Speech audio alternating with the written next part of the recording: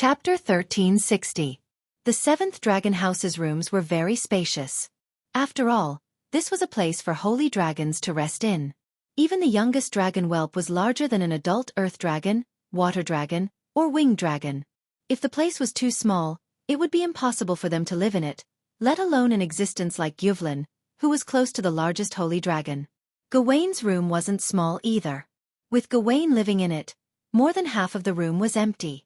Faint light poured in from the window and shone on Gawain, who was curled up on the ground, making his silver fur sparkle. However, if one looked closely, they would discover that Gawain's eyes were only half closed. There was still enough light left for him to see what was in front of him. At the same time, he could clearly see the elf-like girl who was cowering in front of him, not daring to step forward. Wu Yen couldn't help but laugh when he saw this scene.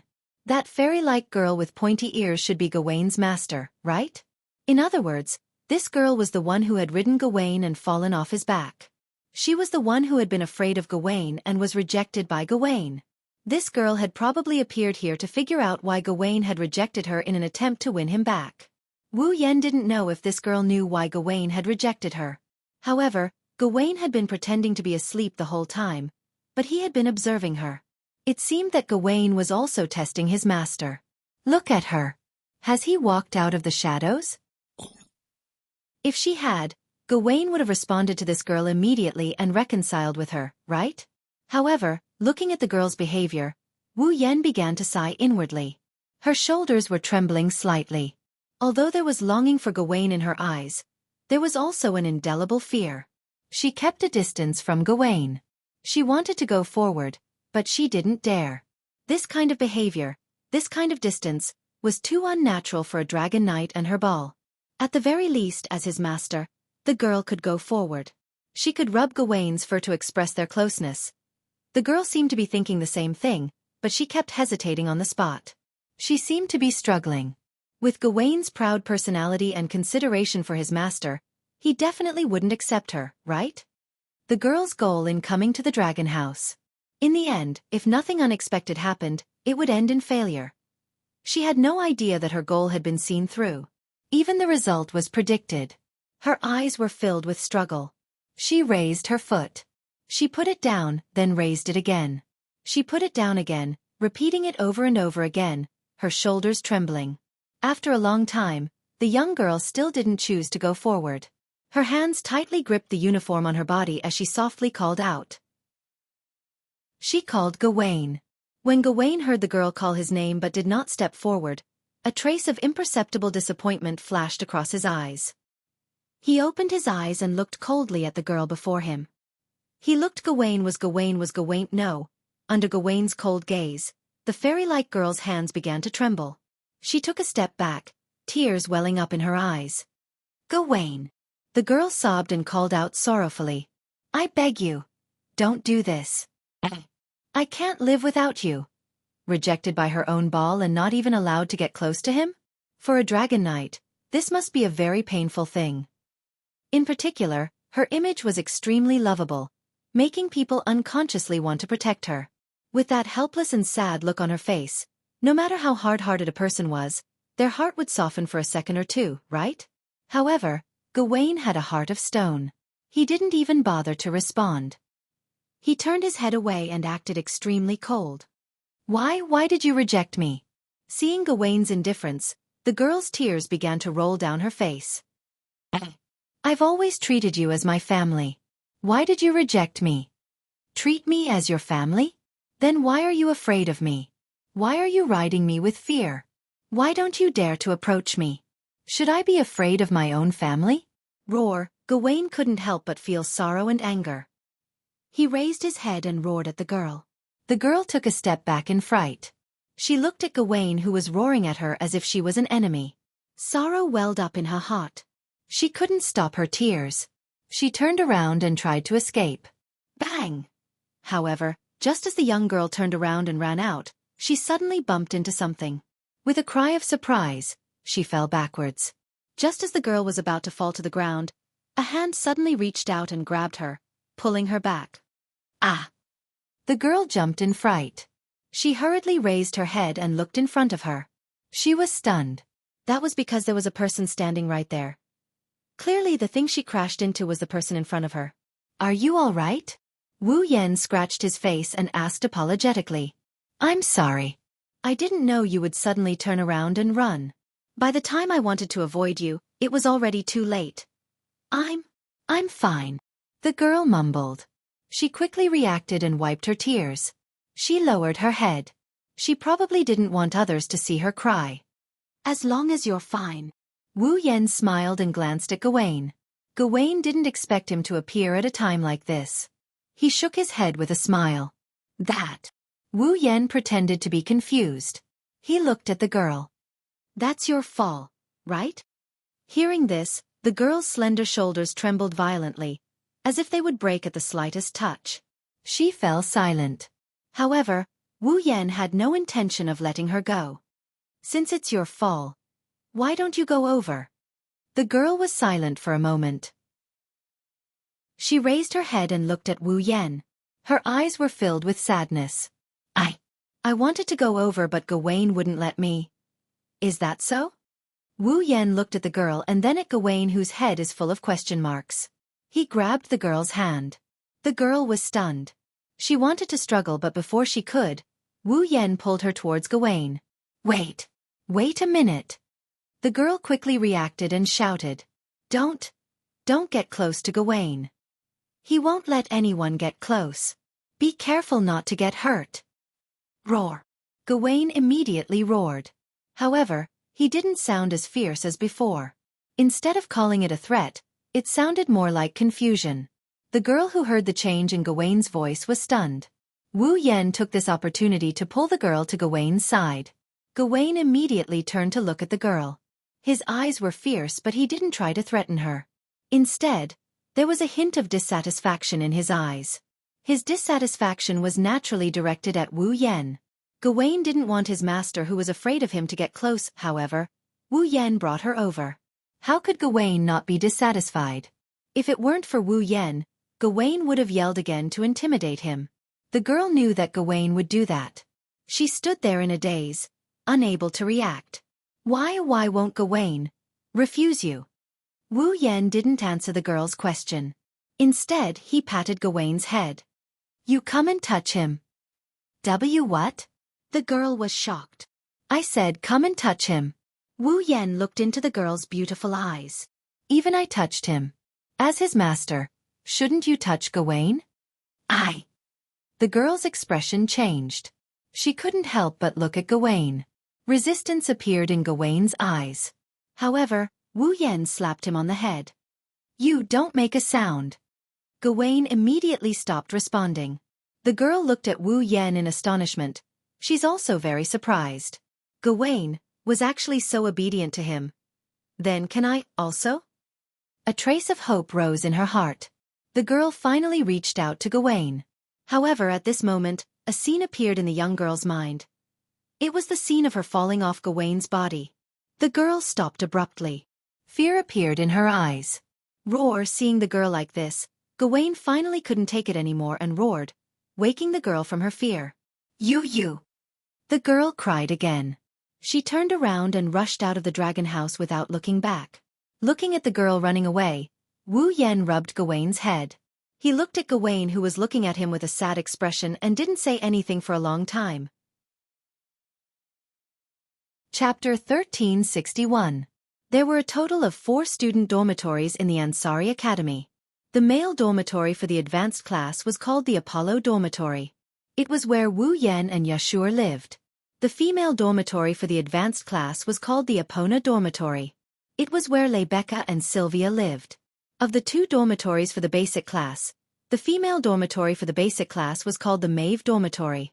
There was no one in the Maeve Dormitory at the moment. It was almost time for class. As students of the basic class, this was the time for them to lay down a solid foundation for their path as dragon cultivators. Therefore, there was no one in the Maeve Dormitory. They were all in their own classes at the moment. However, in such an uninhabited dormitory, a burst of messy footsteps abruptly sounded in the corridor.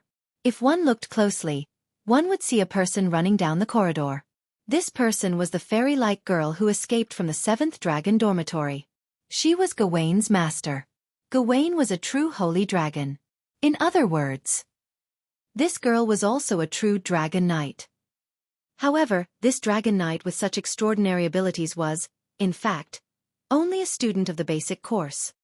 How could she become a dragon knight when she was still in the basic class? Her talent wasn't bad. However, the fairy-like girl didn't have the slightest bit of pride. As a dragon knight, she was refused a ride by her own fall. She even refused to get close to him. How could she have the leisure to be proud of herself? She recalled how Gawain roared at her like she was an enemy. She felt sorrow in her heart. Tears flowed down her cheeks. She ran back to her room without looking back. Bang! With the sound of the door closing, the girl came to her room and leaned against the door. Her expression was filled with sorrow. Her sparkling tears were abnormally bright in this dark room that was completely blocked out. They shone and dripped onto the floor. After crying silently for a while, the girl raised her hand. She wiped the tears from her face and looked up. Her delicate face was filled with sadness as she faced her own dormitory. This room was very different from an ordinary student's room. All sorts of potted plants were placed around the room.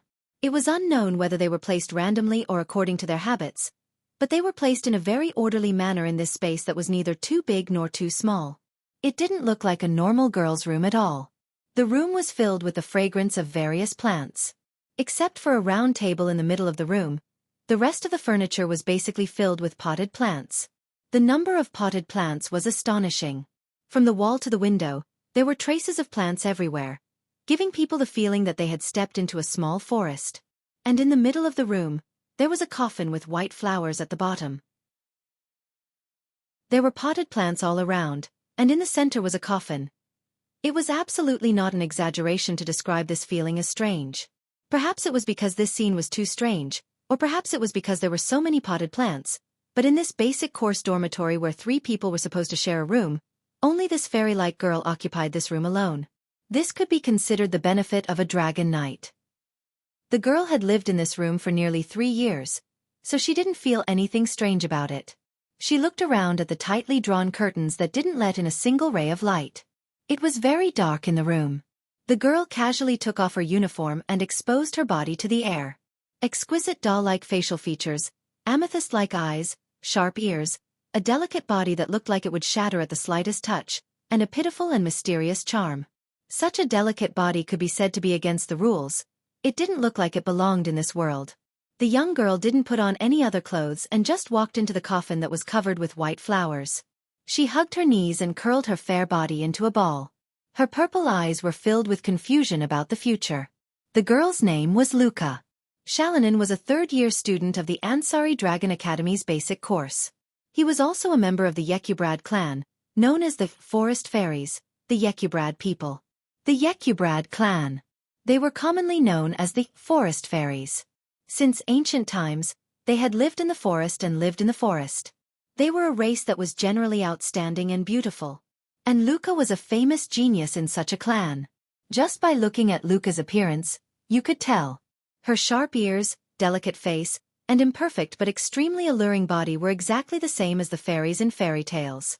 In addition to the potted plants around her, she was known as the Forest Fairies in reality. In the knighthood of Loriman, the Yekyubrad clan was also a very famous clan. In addition to their beautiful appearance, they were also proficient in herbology. They were definitely the best in the world when it came to herbs. The effects of the Yekyubrad's herbs were unanimously praised by people all over the world. The prices of their herbs were always high in the market. However, the Yekyubrad people weren't famous for their beautiful appearance or their profound knowledge of herbology. Instead, they were famous for their fighting prowess as dragon knights. In the past, the Yekyubrad clan was famous for producing excellent dragon knights. Their people weren't that outstanding when it came to raising dragons, but they had unimaginable talent when it came to riding dragons. Among them, the most famous was the magical dragon riding skill that only the Yekyubrad clan leader could use. It was passed down from generation to generation, the dragon dance. It was a dragon riding skill that, once completed, could activate all kinds of magical effects. It was a flying dragon riding skill. Luca slipped up when she was practicing the dragon dance, and fell off Gawain's back, resulting in the current situation. Today, the heroic legend of the Yekyubrad people had become a legend of the past. The lifespan of the Mother of Dragons was coming to an end, and the dragons were gradually declining due to the lack of star essence.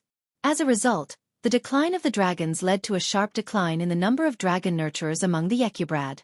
Without the dragon breeders, there would be no more dragon knights. Naturally, the Yekyublade race, which was famous for producing many dragon knights, would decline. Luca was the only Yekyublade student in the Ansari Dragon Riding Academy.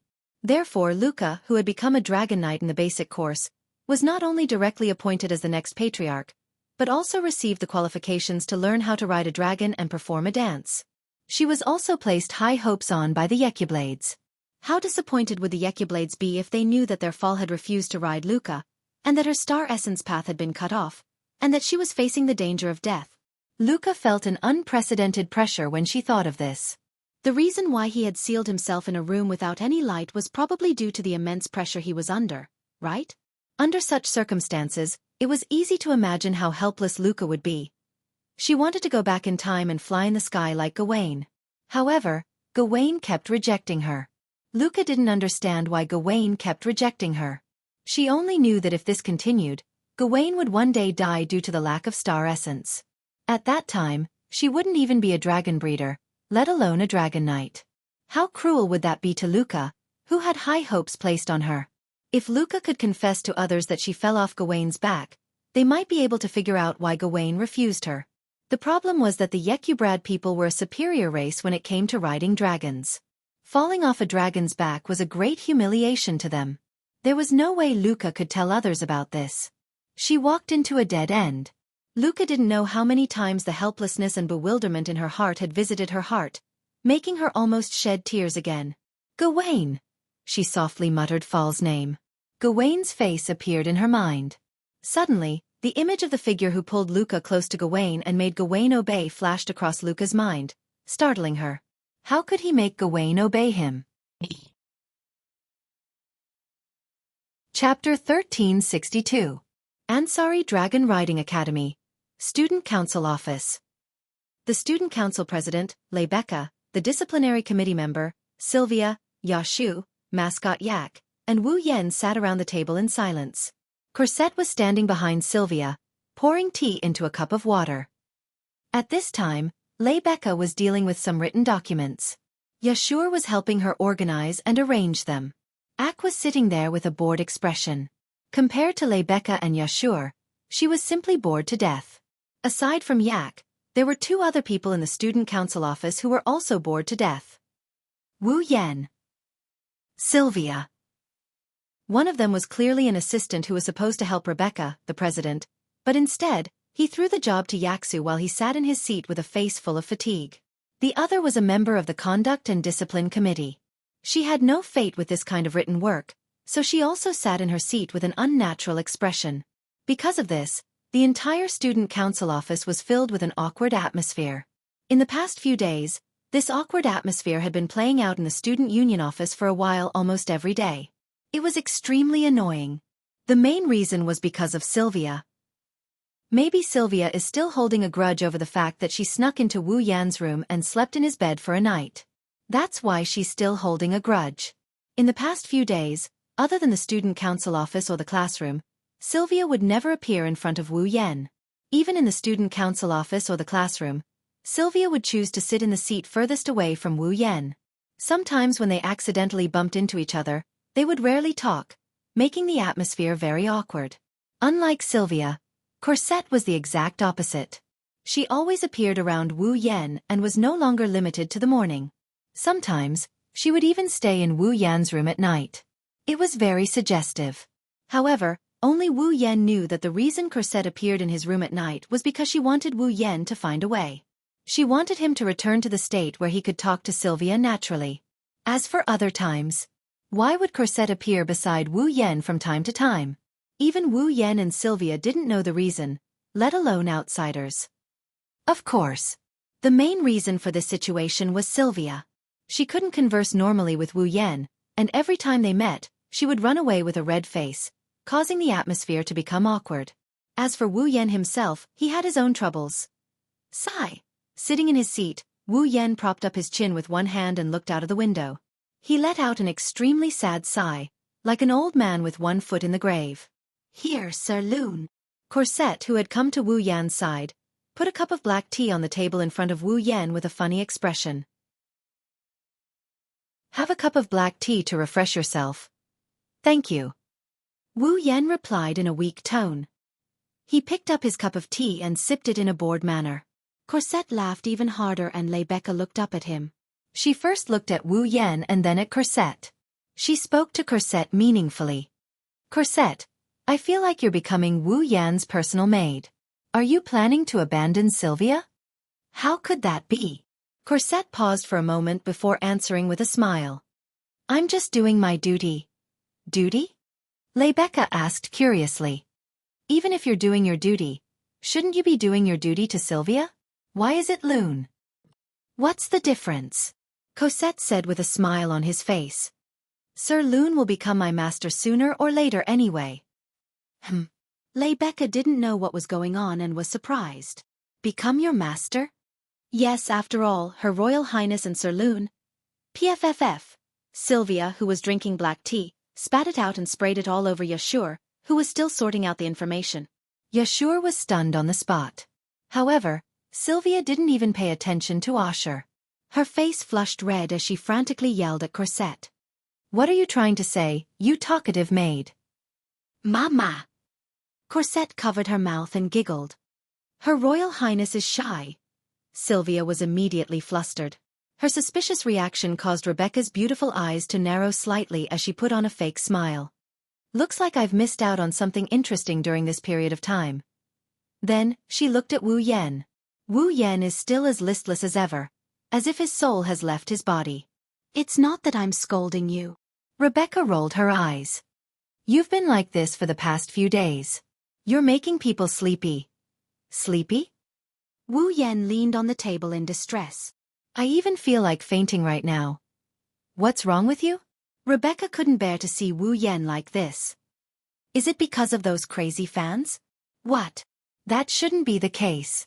Yashur took out a handkerchief and wiped the tea that Sylvia sprayed all over his face as he explained in a muffled voice. The Student Council and the Board of Governors have already issued a ban. If those fans are too extreme, they'll be expelled. That shouldn't be the case, right? That's true.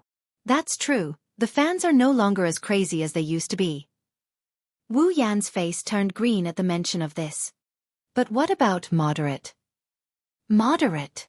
A place that is not too extreme? Rebecca, Sylvia, and Yashur exchanged glances. They were all confused. That's so-called, don't go overboard. Corset, on the other hand, had an obviously knowing expression as he squatted down. By the time he stood up again, a large box that was half the height of a person had already appeared in his hand, and he slammed it on the table. That's it. Rebecca, Sylvia, Yashur, and even Yak, who was bored out of her wits, turned their gazes to the wooden chest. The wooden box, which was half the height of a person, was filled with letters of different colors. This is... Rebecca picked up one of the letters in the box and looked at the red hearts on the cover. There were even some lip prints. She immediately understood. This is a love letter, right? Love letter. Yashur and Yak widened their eyes. Love letter.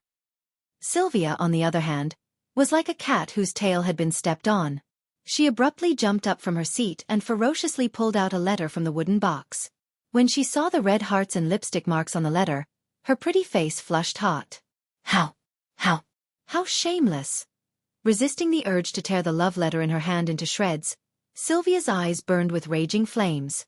The beautiful blonde hair on her back seemed to be fluttering, making one think of an enraged male lion. As a student of the Ansari State's Dragon Riding Academy, how could you? Seemingly triggered by the lipstick print on the cover of the love letter, steam began to rise from Sylvia's head. She stomped her feet on the ground, causing the floor to resound loudly. Not perfect. Not perfect at all. Your Highness, don't you think your reaction is a little too extreme? Yashur asked carefully. It's just a love letter. Compared to the fans who declared their desire to be Rune's mistress in public, this can only be considered moderate, right? Aye. Sylvia lowered her head in embarrassment. She couldn't explain herself. She glanced at Wu Yan, who was sprawled on the table, and vented her anger on him. Did you hear that? It's just a love letter. Why do you act like you've gone 300 rounds with Commander Yuzura? 300 rounds with Yuzura? Wu Yan snickered as if he's broken. I'd rather fight Ursula for 3,000 or even 30,000 rounds than see these love letters again. Your Highness. Cosette spoke up helplessly. Actually, these days, Lord Loon has to deal with 10 love letters almost every day, just like the ones in this big box. 10 a day. Sylvia froze. That's a ridiculous amount. Rebecca flipped through the love letters in the wooden chest with interest. Even I haven't received this much before. Halfway through her sentence, Rebecca suddenly froze in place, a look of astonishment appearing on her face. Taking out a letter from the wooden box, Rebecca actually cried out in surprise. It's her. Chapter 1363. W.H. What's wrong? Rebecca's sudden exclamation startled everyone in the student union office. What's wrong? Wu Yan, who was lying on the table like a corpse, straightened up and looked at Rebecca with a frown. Is there something wrong? Rebecca didn't answer the question immediately. Instead, she frowned and flipped through the love letter in her hand. Her eyes and face were filled with doubt and disbelief. No. Impossible. With that child's personality, why would she write a love letter to someone of the opposite sex? And in that state. Wu Yan, Sylvia, Cosette, Yashu, Yak, and the others looked at each other in confusion. They looked at the love letter in Rebecca's hand that she's flipping through. Compared to the other love letters in the wooden box, the one in Rebecca's hand didn't seem like a love letter at all. There was no fancy cover, no heart or lip prints. The surface was white and flawless. It was very clean. It looked like an ordinary letter. It didn't look like a love letter to the opposite sex at all. Even the ink pad was just ordinary ink pad. There was nothing special about it. Could this be a letter to the wrong place? Sylvia tilted her head and said, affected by the first impression she had of the love letters. It doesn't look like a love letter. It's not just that it doesn't look like a love letter. The person who wrote this letter is the one who wrote it. The person who wrote it isn't someone who would be bold enough to write a love letter to someone of the opposite sex. Rebecca shook her head with a frown on her face. She handed the letter to Wu Yan. Maybe it's just an ordinary letter and not a love letter. Look at it yourself. Looking at the letter in Rebecca's hand, Wu Yan thought about the love letters he had dealt with in the past few days. He couldn't help but resist. He took the letter from Rebecca. He looked at the signature. Luca. Xianxia. Wu Yan grabbed his hair as he read the name. Who is it? Luca? Xianxia? Yashur grabbed his hair as well. What a strange name. It doesn't seem like a name that someone from the Knight's Kingdom of Lorimon would come up with. Luca? Xianxia. Unlike Wu Yan and Yashu, Sylvia and Cosette were rather surprised. Obviously. They should know this person called Luca. Xianxia is a girl's. Why are you all so surprised? At the side, Aika grumbled unhappily. Since you know her, then tell us who she is. Why are you so surprised? Rebecca. Wu Yan raised the letter in his hand. She looked at Rebecca suspiciously. This person. You all know him? I should say, it's strange that you two don't know her, right? Rebecca smiled helplessly. Luca is a celebrity in our academy. She's the youngest Dragon Knight in history, and she's also the secretary of our student council. How can you not know her? The youngest Dragon Knight in history. Yashur was shocked from the bottom of his heart. And she's from our student council? Wu Yan raised an eyebrow. Now that Rebecca mentioned it, Wu Yan recalled that there are two members of the student council who haven't been on duty. One is the vice president and the other is the secretary. It's because these two haven't been on duty in the student council that Wu Yan has an extra assistant position. He's responsible for helping the vice president and secretary with their work. In other words, this person was called Luca before? Xianxia's job as secretary fell on Wu Yan's shoulders because of her absence. Also, Rebecca had just said, Luca? Xianxia was the youngest Dragon Knight in history. In the entire Ansari Academy, Including Wu Yan, there were only 6 people who were qualified to be called Dragon Knights. Lebecca was a Dragon Knight. Calling her a Dragon Knight would be belittling her. Wu Yan and Sylvia were real Dragon Knights with the title. Of the remaining 3, one of them should be Luca? Shalinin? Although there were 3 Dragon Knights left, Wu Yan couldn't help but think of one possibility. Luca? Shalinin's person. A few days ago, in front of Gawain's dragon room, the fairy-like girl who tried to win Gawain's heart but failed. Wu Yan flipped the letter back and forth between his fingers. He pondered for a moment before speaking. Lebecca, has this girl called Luca lost her ability to control fall recently? She asked with a frown. Lost her ability to control fall. Yashu and Sylvia held their breaths. Lebecca turned around and looked at Wu Yan with narrowed eyes. Looks like you already have a clue as to why Luca wrote to you. If I'm not mistaken. Wu Yan pursed his lips when he heard Lebecca's tacit agreement. He opened the letter and took out a small piece of paper. Lebecca, Sylvia, Corset, Yashu, and Yak immediately gathered behind Wu Yan. They didn't try to avoid arousing suspicion and openly read Luca's letter to Wu Yan. The content of the letter was like this. Lord Loon, I have a favor to ask of you. Please come to my humble abode when you see this letter. Thank you very much. Luca Shalinin? Greetings. Luca Shalinin. So that's how it is. Wu Yan rubbed his forehead and he had a funny smile on his face. Just like that troublesome dragon, it's causing trouble for others. Should I say as expected of its owner? Troublesome dragon. Sylvia looked at Wu Yan curiously. Are you talking about this child called Luca's Fall? Luoang. Lebecca hesitated for a moment and asked with uncertainty. Do you know Gawain? Know him? Wu Yan scratched his face. I do know him. After all, ever since Luca and Gawain's astral essence path was cut off, I've been taking care of Gawain. I've been feeding him things that contain a lot of astral essence to keep him alive. The astral essence path was cut off. Sylvia's expression changed slightly. Could it be that Luca lost her ability to control fall because her fall refused to let her ride it? How could that be? Yashu muttered in disbelief. Once a dragon refused its owner, it would be impossible for it to obtain astral essence from its owner. Although this was unpopular knowledge, there were actually quite a few people who knew about it. People like Lebecca and Sylvia, who had outstanding academic results, naturally knew about it. Only problematic students like Yashur were still in the dark. Even Yak knew what was going on, and her little face tensed up. There must be a reason why a holy and noble dragon would be the first to break the contract. His words sounded like he was trying to protect her, but he was accidentally poked by Ai Ku. A sinister look appeared on his face, but in the eyes of outsiders, he looked cute. Did Luca do something that humiliated the dragon race? Is that why it would rather die than let her ride it? Don't jump to conclusions, Yak. Lebecca said calmly.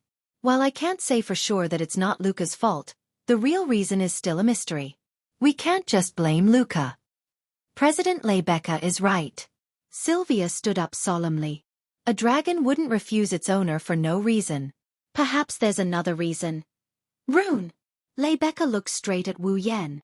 You're saying that you've been taking care of Gawain's diet. Does that mean Gawain has accepted you? You've tamed it? You can say that. Wu Yan shrugged. Although it was difficult at the beginning, but now even if I ride it, that fellow won't reject me. Then. Lebecca's eyes lit up. Do you know why Gawain refused Luca's ride? I guess you can say that. Wu Yan poured a bucket of cold water on Lebecca when he saw her smile.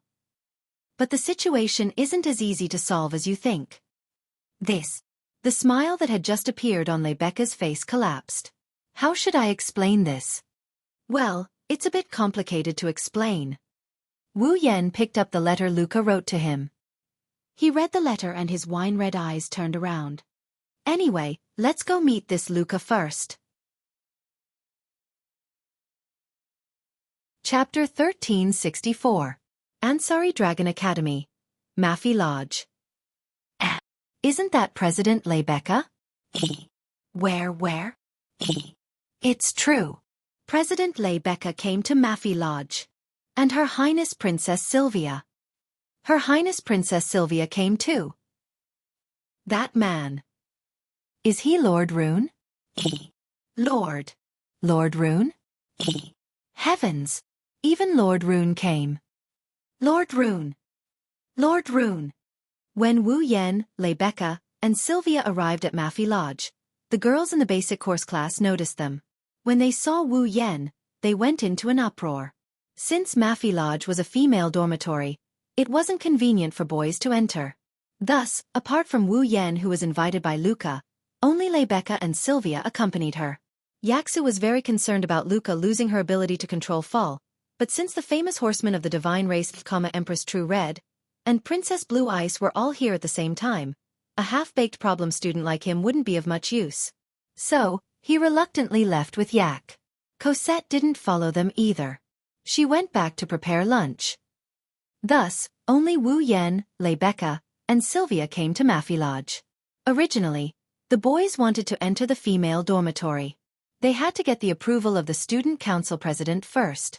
Then, the president had to inform the warden before they could enter. But since Rebecca came personally, why would she need approval? At the entrance of Maffei Lodge, Rebecca communicated with the warden. Then, the three of them went to Luca's room. As a result, a girl from the basic course class appeared in the hallway and saw Wu Yan, Rebecca, and Sylvia. She exclaimed, causing all the girls in Maffei Lodge to come out of their rooms. They lined up on both sides of the hallway and looked at the three of them with love in their eyes. Immediately, the entire Maffei Lodge fell into a wave of cheers and support for these girls who were still in the basic course class. Whether it was the perfect student council president of the academy or the fourth princess of the Night Royal family, both of them were the targets of their dreams. As for Wu Yan, he even defeated the commander of Loriaman's Holy Dragon Knights, Ursula. Sarvin was a legend. In the hearts of these young girls, the fact that a senior from the same school was the strongest existence in the world was enough to make Wu Yan their Prince Charming. All of a sudden, the object of their yearning all came to their dormitory.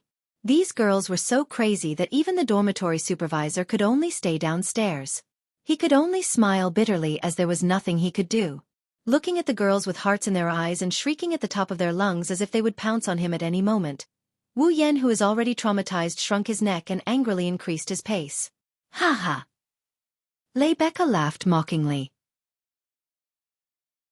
I remember that not long ago, you were still regarded as a cheating student who got in through the back door by the students in the academy. Who would have thought that the cheating student is now the most popular person in the entire Ansari Dragon Riding Academy, and even the entire Loriman Knights Kingdom? Stop it. Let's not talk about it anymore. I'm starting to regret it. Enduring the screams and heated gazes, Wu Yan lowered his voice. His voice was full of frustration. In the knighthood, the most popular people are the powerful Dragon Knights and Saint Sky Dragon Knights. Although Captain Yuzura is very beautiful, the reason why everyone in the knighthood of Loriman is because she is the most powerful Saint Sky Dragon Knight. Sylvia exclaimed with pride. Now that Roland defeated Commander Ursula, it's only natural that he's so popular. I already said that I'm starting to regret it. Wu Yan slapped his forehead as if he had a headache. So all of you should stop talking. Rebecca and Sylvia looked at each other and couldn't help but laugh. Rebecca seemed to have come to the Maeve house to look for Luca. Under her lead, and with the support of the girls in the foundation class, the three of them soon arrived at the end of the third floor. They stopped in front of a door at the end. Above the door, there was a door plate with only one name on it, Luca? Shalinin? In the dorms of the foundation class, regardless of whether it was the male or female dorms, 3 people would share a room. The nameplate should have 3 names as well. However, Luca's room only had her name on it. Luca must be living alone. Although Wu Yan was curious as to why a girl in the foundation class would want to live alone, it wasn't the time to be concerned about such trivial matters. Luca, are you there? Rebecca started knocking on the door as if she was already used to it. Respond if you're there. I've brought the person you want to see. However, there was no response from the other side of the door. What's wrong? Sylvia poked her head out from behind Rebecca's back. You're not here? No, Luca is a true homebody. She doesn't like to go out, and after what happened, she's become even more reclusive. She hasn't even gone to class in a long time. There's no way she's not in her room. Rebecca shook her head. I think she's probably asleep. Asleep? Luca has a bad habit of being hard to wake once she falls asleep. Rebecca revealed a doting smile as if she was talking about her mischievous younger siblings. She took out a key. Looks like I made the right decision to take the key from the dorm warden just in case. She inserted the key in her hand into the keyhole of the door in front of her and turned it gently. With a click, the door was unlocked and Rebecca pushed open the door. In the next instant, a different smell assaulted Wu Yan and Sylvia's nostrils. This is... Wu Yan sniffed at the odor coming from the room in surprise. Is this the smell of herbs? That's not right. Sylvia gave a different answer. It should be the smell of herbs. Sylvia's words were suddenly stuck in her throat as she looked at the scene in the room. Her eyes widened, and her expression became one of terror. Wu Yan flinched when he saw this. He looked inside the room in confusion and his jaw dropped in the next moment. In the dimly lit room, a coffin placed in the center of the room entered everyone's sight. It was a long, luxurious, 6-diamond coffin that only vampires would lie in. The surface of the coffin flickered with a bright luster. It should be made of iron. The lid was nowhere to be seen and the insides were filled with white flowers. Inside the white flower bed, there was a beautiful, elf-like girl with sharp ears. She was wearing a revealing nightgown. Her hands were clasped together on her chest as she lay inside the bed. No matter how one looked at it, there was only one word to describe the girl in such an environment. A corpse. Luca dead? Are you kidding me? Sylvia's body stiffened and her face paled. She couldn't help but take a step back. No. That's not right. For a moment, Wu Yan was shaken but he soon realized something was wrong. Her chest is still rising and falling and her face is very red. Rather than saying she's dead, it's better to say she's sleeping. Rebecca giggled as if she was watching a good show. Don't worry, Luca isn't dead yet. She's just sleeping. Rebecca walked to the edge of the coffin and crouched down to shake Luca's body. Luca, get up. We're here to see you. You. Luca's sharp ears trembled. She looked like a rabbit and was very cute. She slowly opened her eyes and looked at Rebecca in confusion. Rebecca. Luca. Rebecca smiled warmly. Good morning. Luca nodded in a daze. She slowly straightened her back and stretched. Hua. An extremely cute yawn was let out by Luca. As she yawned, she rubbed her eyes. She had a sleepy appearance. The straps of her nightgown slid down from her shoulders. It was extremely alluring. Even Wu Yan couldn't help but be captivated by her beauty. Chapter 1365. Bang! Just as Wu Yan was staring at Luca's body that was faintly visible below her collarbone due to her shoulder strap slipping off, a muffled sound and a sharp pain came from his abdomen at the same time, causing his face to almost distort. Humph! On the side, Sylvia expressionlessly withdrew her elbow strike and coldly snorted, causing Wu Yan to be a little angry. Your Highness, when did I offend you? To the person who kept looking at his junior sister's body with a perverted gaze, Sylvia cast a cold gaze at Wu Yan. I don't think there's a need to explain. Who's looking at his junior sister with a perverted gaze? Wu Yan immediately retorted, causing Sylvia to glare angrily at him. If you do something wrong, you have to be brave enough to admit it. This is the family rule of Knight Loriaman's Wang family. I didn't do anything wrong. In that kind of situation, those who don't look are abnormal men, right? How? How dare you say something like that? Can you still be considered a student of the Ansari Dragon Academy? All right, you two stop arguing. Rebecca, who had unknowingly arrived between Wu Yan and Sylvia, placed one hand on each of their shoulders and forcefully separated the two who were arguing. Arguing in someone else's room, Luca doesn't know what to do because of you two. Hearing that, Wu Yan and Sylvia were slightly stunned. They turned around and looked at the coffin, only then did they see Luca rubbing her small fists, not knowing what to do. Clearly, Luca was a little panicked by the sudden argument between Wu Yan and Sylvia. Sorry. Wu Yan and Sylvia awkwardly apologized. They couldn't help but look at each other. Their faces darkened and they snorted at each other. They turned their heads away. Rebecca found it funny that they were quarreling with each other like children. That. Luca stole a glance at everyone present. Then, she fixed her gaze on Wu Yan. Her purple eyes lit up slightly. He climbed out of the coffin. Luca suddenly walked in front of Wu Yan. He actually sat down on his knees. He bowed so deeply that his head hit the floor. Lord Lune. What are you doing? It wasn't just Wu Yan. Rebecca and Sylvia were startled by Luca's actions. Last time. I'm really sorry. Luca raised her head. His eyes were fixed on Wu Yan, and a pitiful aura emanated from his body, making Wu Yan feel guilty, as if he had done something wrong. Why are you apologizing? Even Wu Yan panicked when faced with this situation. He quickly crouched down and held Luca's shoulder. Wu Yan felt her smooth touch through his hand. Wu Yan wanted to help Luca up, but that unbelievably smooth touch tugged at his heartstrings. For a moment, he forgot to do so. Sir Long had helped me so much last time, but I didn't recognize him. If I didn't ask around, I wouldn't have known that the person who helped me was Sir Long. Luca apologized from the bottom of her heart as she lowered her head again. Sir Long.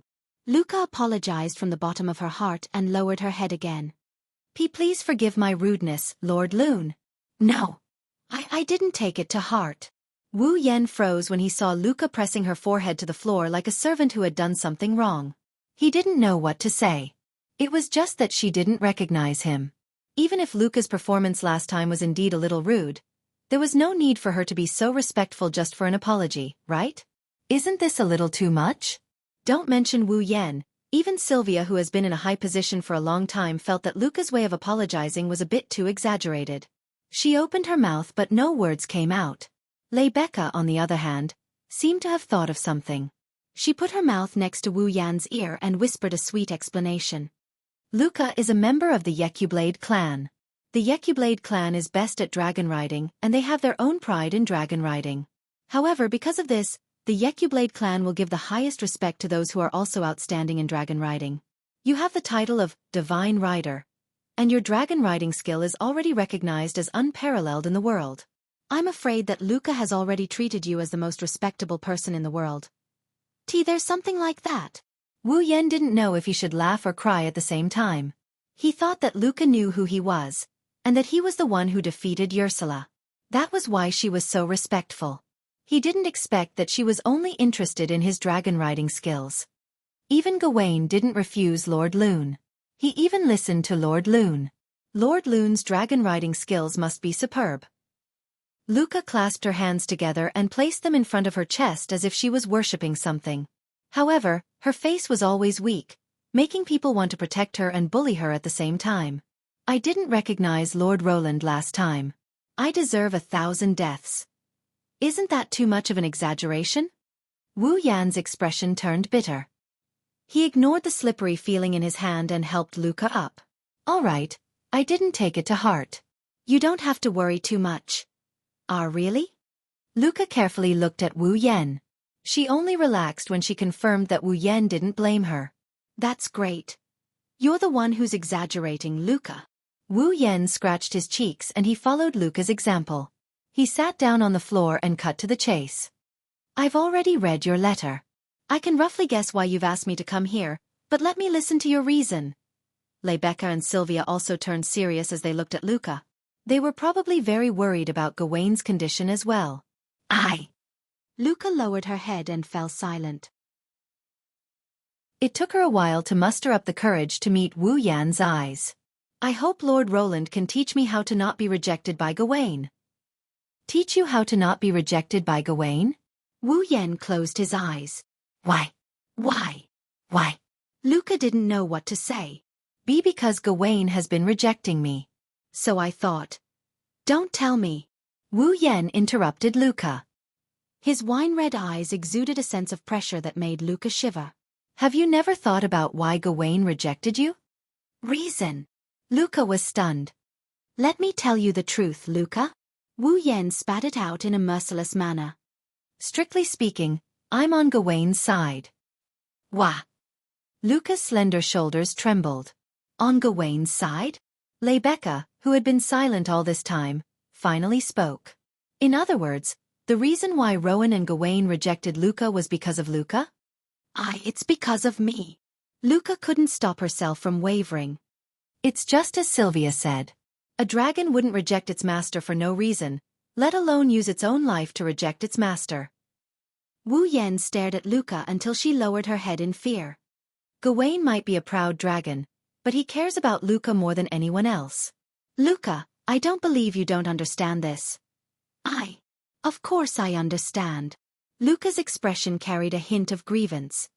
But Gawain won't talk to me. He should have at least told me why he rejected me. Gawain has gone overboard. Wu Yan shook his head. Kaluka, because of me last time, Gawain controlled his bad temper and allowed you to get close to it.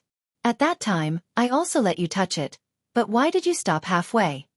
All of a sudden, Luca froze on the spot as if she had been struck by lightning. That's right. Last time, I could have touched Gawain. Why did I stop halfway? Until she stopped, Gawain clearly didn't reject her. Looks like Roland was right. Sylvia's expression tensed up when she saw Luca's reaction. The problem is most likely with Luca herself. Luca's expression changed drastically. Her large, watery eyes were filled with frustration. Chapter 1366. Just as Wu Yan said, as Gawain's master, it was impossible for Luca not to know how much Gawain cared about Luca. She had been connected to Gawain's consciousness almost every day as his rider. That was why Luca was so upset when Gawain refused to let her ride him. It wasn't just because Luca had to bear the pressure of the high hopes of her clan. It was also because Gawain, who Luca saw as her family, refused to ride her. It wasn't that Luca didn't consider why Gawain would refuse her. It wasn't that she didn't think it was because of her. However, when she realized the truth, Luca still couldn't hide the sadness in her heart. Not only did Gawain refuse her because of her, he even cut off his celestial essence path and put his life in danger. To Luca, this was no different from her causing Gawain's death. Roan! Rebecca couldn't help but speak to Wu Yan when she saw the sadness in Luca's amethyst-like eyes. It's not a good idea to continue like this. Why don't you help Luca again? Hearing Rebecca's words, Luca realized that now isn't the time to be sad. She lifted her head and she looked at Wu Yan with a hopeful expression. As Gawain's owner, Luca was well aware of how difficult it was to deal with Gawain during this period of time. He never took a step out of the 7th Dragon House. He didn't even leave his room. His body was getting weaker and weaker, but he refused to be examined by any experts. If anyone approached him, Gawain would threaten them. In the past, Gawain had reluctantly accepted Long Ding's care for a limited period of time because of food and shelter. But recently, Gawain would not even allow other dragons to get close to him, let alone Long Ding. He was like a severely injured beast or an animal that had just given birth to its offspring, extremely aggressive. At first, Luca was worried. If this continued, Gawain might even starve to death, let alone wait for his celestial essence to run out. That was until she heard from Long Ding that someone else was taking care of Gawain. Luca was relieved. A while ago, Luca met Wu Yan. Because Wu Yan seemed to be able to handle Gawain. That was why Luca wanted to get help from Wu Yan and have Gawain acknowledge her again. After asking around a little, it was only then that Luca realized that the person who had been taking care of her fall, and the person who had helped her that day was the horseman of the Protoss. Rune. Randall. Like Rebecca said, as a Yakubledian, she was influenced by the culture of the Yakubledians. Rebecca, the president of the student council, praised Luca's dragon riding skills as unparalleled. Wu Yan, the rider of the gods, couldn't help but respect her. Therefore, after learning that the person who helped her approach Gawain that day was the Protoss rider, Luca hurriedly wrote a letter out of respect. However, Corset, who was helping Wu Yan deal with love letters, mistook it for a love letter and threw it together with a big box of love letters, ready to get rid of it. Fortunately, Rebecca accidentally discovered Luca's letter. Otherwise, Luca's letter would have been thrown away by Corset as trash. Now, to exaggerate, Gawain only acknowledged Wu Yan in the entire world. He allowed Wu Yan to approach him and even seemed to listen to Wu Yan's every word. If Wu Yan could help her, then her chances of getting Gawain's acknowledgement would be much higher. Roland, please help her if you can. Even Sylvia lowered herself and pleaded for Luca in a soft voice. The dragon is the symbol of our knight's kingdom. As the fourth princess of the knight's kingdom, I can't just sit by and watch a dragon die in front of me, let alone a precious holy dragon. Roland, please help Luca this once. Lord Roland, please help me. Luca placed her hands on the floor in front of her and bowed respectfully. She pressed her forehead against her hands and bowed deeply. I don't want to lose Gawain and I can't live without him. I want to return to the past with Gawain. So, Lord Roland, please. Why do I feel like I'm playing the bad guy? Rebecca, Sylvia, and Luca are all begging him for help. Wu Yan rolled his eyes when he saw the three beauties begging him for help. I didn't say I wouldn't help, did I? I wouldn't be here if I didn't want to help, would I? Yes. Luca abruptly lifted her head and looked at Wu Yan with a joyful expression. In other words, Gawain has a bad temper but he and I get along quite well. Otherwise, I wouldn't have taken care of him. Wu Yan shrugged. If you want me to watch it die, of course I can't do it. If you want me to help you, I will definitely help. But don't celebrate too early. Wu Yan added coldly when he saw Rebecca, Sylvia, and Luca smiling. You know that Gawain rejected you mainly because of your own problems. I can be your middleman, but whether or not Gawain will acknowledge you again depends on you. Luca hesitated.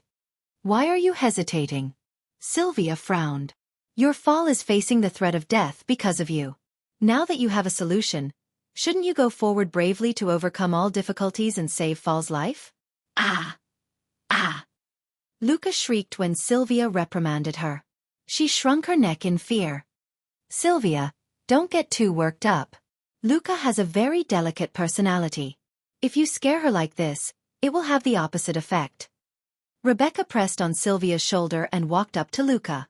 She held her hand and spoke softly. But Sylvia is right. Luca, you can't hesitate anymore. Gawain is waiting for you to save him. Rebecca. Luca took a deep breath. She finally regained her composure and nodded. I understand. Luca turned to Wu Yan and spoke respectfully again. Then, Lord Loon, I'll have to trouble you. Well, just leave Gawain to me. Looking at Luca's respectful yet weak demeanor, Wu Yan rubbed Luca's head. It's up to you whether or not we can succeed. Aha! Luca blushed but she didn't break free from Wu Yan's hand. Instead, she narrowed her eyes and revealed a shy yet enjoyable expression. Her pointy ears even twitched. She looked very cute. Luca's cute appearance made Wu Yan unable to resist moving his hand away from Luca's head. Instead, he touched Luca's pointy ears. Something unexpected happened. Luca shivered and let out a cute whimper. Her face turned pink and her body became weak. She fell forward and into Wu Yan's arms. She gasped for breath. My ears! Luca's reaction startled Wu Yan. Wu Yan felt Luca's white and smooth body falling into his arms. Her cheeks were red and she was gasping for breath. She looked like she was at his mercy. He couldn't help but think of a prank. Therefore, Wu Yan didn't let go of Luca's ear. Instead, he pinched her other ear with his other hand. No! You can't! Luca shuddered. Her delicate body suddenly tensed up, and the blush on her face deepened. And Luca's performance naturally attracted a certain wolf's gentle and unbridled kneading. Wu Yan started to rub her pointy ears as if he was harassing her. Yuyun!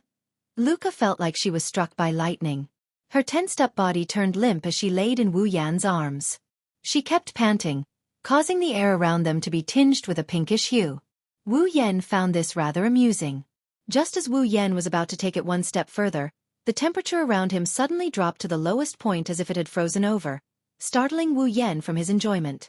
Wu Yan finally remembered. There were two other people at the scene. Tomorrow morning, 7th Dragon House. I'll take you to see Gawain. Wu Yan realized the danger and his face tightened. He left those words and ran out of Luca's room like a gust of wind. Stop right there. You shameless bastard who dares to touch your junior. Sylvia clenched her fists and her face darkened. She chased after Roland like a madwoman. Ha! Rebecca had a gentle smile on her face but there was no trace of a smile in her eyes. She slowly walked out of Luca's room. Lord Roland. Luca was the only one left. She was panting and lying on the floor. She looked like she was tortured. Chapter 1367. It was a night filled with dense dark clouds but with a bright moon hanging high in the sky. This was one of the few commercial cities in the Knights' Nation of Loriman, Danbailey City. In this city surrounded by thick city walls, what could be seen everywhere was not tourists from home and abroad like in Ansari City. Instead, there were famous or unknown merchant guilds and cunning merchants. Unlike Ansari City, which was known as the Academy City, and had a tranquil atmosphere, although Danbailey City was filled with a noisy and lively atmosphere on the surface, and the streets were also filled with sharp-tongued merchants. In fact, this was a city with many hidden dangers. It was because when Danbailey City became a famous commercial city, in order to promote the circulation and convenience of goods, it was also very convenient to open to the outside world and did not set up any defenses. Therefore, Danbailey City was also a famous mixed city of various ethnic groups. Walking on the streets of Danbailey City, one could easily see some ethnic groups who did not look like citizens of the Knights' Nation. For example, tall people who looked extremely barbaric, ordinary people who wore strange clothes, and people with dark skin who wore revealing clothes. If such a person were to walk in Ansari City, he would more or less attract some attention, but in Danbailey City, the pedestrians did not even give him a second glance. Therefore, people who did not look like citizens of the Knights' Nation could walk here without worry. Naturally, there were also some ethnic groups who were more radical and wanted to rebel against the Knights' Nation of Loriman. This also included people like Anya who had joined the Sepharo's empire. On the bustling street, Anya lowered her head and used the scarf around her neck to cover her face as she walked forward. In Danbailey City, it was fine even if an outsider like Anya was exposed under the sun. However, hiding her appearance. It had almost become an instinct of Anya's. Keeping her head down and burying the lower half of her face in the scarf, Anya walked on the street with ease. It was obviously not her first time in Danbailey City. She turned into an alley from the main road. She walked all the way into the alley. When there was no one around. Only then did Anya raise her head to reveal her face. In front of him was an ordinary building. He appeared in front of Anya. It was a secret stronghold set up by the Sepharo's empire within the borders of the Knights of Loriman. Generally speaking, some of the secrets and urgent matters that had been discovered by spies in the Knight of Loriman were all delivered and discussed here. Although the Sepharo's empire had set up many secret strongholds like this within the borders of the Knight's Kingdom of Loriman, recently, due to a person with a relatively strong background living here, this place had become a place of more frequent activity. Anya, on the other hand, was here to meet this so-called important person. She pushed the door open and walked inside. She walked up the stairs and nimbly moved up the stairs until she was in front of a door. Anya! Come back and report. Come in. Almost at the same time, a voice entered Anya's ears, causing her heartbeat to involuntarily quicken. She hurriedly took a deep breath, suppressed the nervousness in her heart, pushed open the door and walked in. Behind the door was a room that was decorated like a study. It wasn't very big. Inside the room, behind a desk, a silver-haired man with a mask on his face was leisurely sitting on a chair. It was the one who revived the corpse dragon and escaped from Wu Yan's grasp, Maikavez. Looking closely, one could see that Maikavez's artificial limb that was broken by Wu Yan was now in perfect condition. It seems like he had a new artificial limb installed. Anya? Makawos shifted his gaze to Anya. From the looks of it, you seem to have gained something. Yes, Lord Maikavez. Anya respectfully bowed. I have infiltrated the Ansari state. I see. Maikavez nodded. Then, have you investigated the matter I asked you to investigate? Yes. We are still investigating, but we have preliminary information. Anya took out a document from her waist bag and placed it on the desk. This is information about the boy who defeated the corpse dragon and the girl who was swallowed into its stomach. Please take a look, Lord Maikavez. Makawos nodded casually. He picked up the document on the table and began to read it. Anya hesitated, as if she had something to ask, but in the end, she didn't ask. Actually, Anya was very confused. She wondered why Maikavez was investigating Yak. Investigating Yashur was excusable since he defeated the corpse dragon Maikavez awakened, But why would he investigate Yak, who was swallowed by the corpse dragon? Was it because she was a dragon in human form? Anya didn't quite understand, but since Mykovez asked her to investigate, she could only do her best. After a while, Mykovez lifted his head from the document in his hand and looked at Anya. Then what about the student who stopped us? For a moment, fear flashed through Anya's eyes. I've collected it too. Her face that was originally filled with determination turned pale. She gritted her teeth and handed another document to Makawo's. Mykovez didn't seem to notice the change in Anya's expression. He took the document and began to read it, but not long after, he frowned in surprise. Defeated Loriaman's Holy Dragon Knight Commander Yusula? Hell, Sarwin. Why yes. Anya's expression turned ugly. That was an open duel. I was there at the time. This is interesting. Mikawise narrowed his eyes under the mask, looking at the document in his hand with a serious expression. However, Makawos was stunned by what he saw.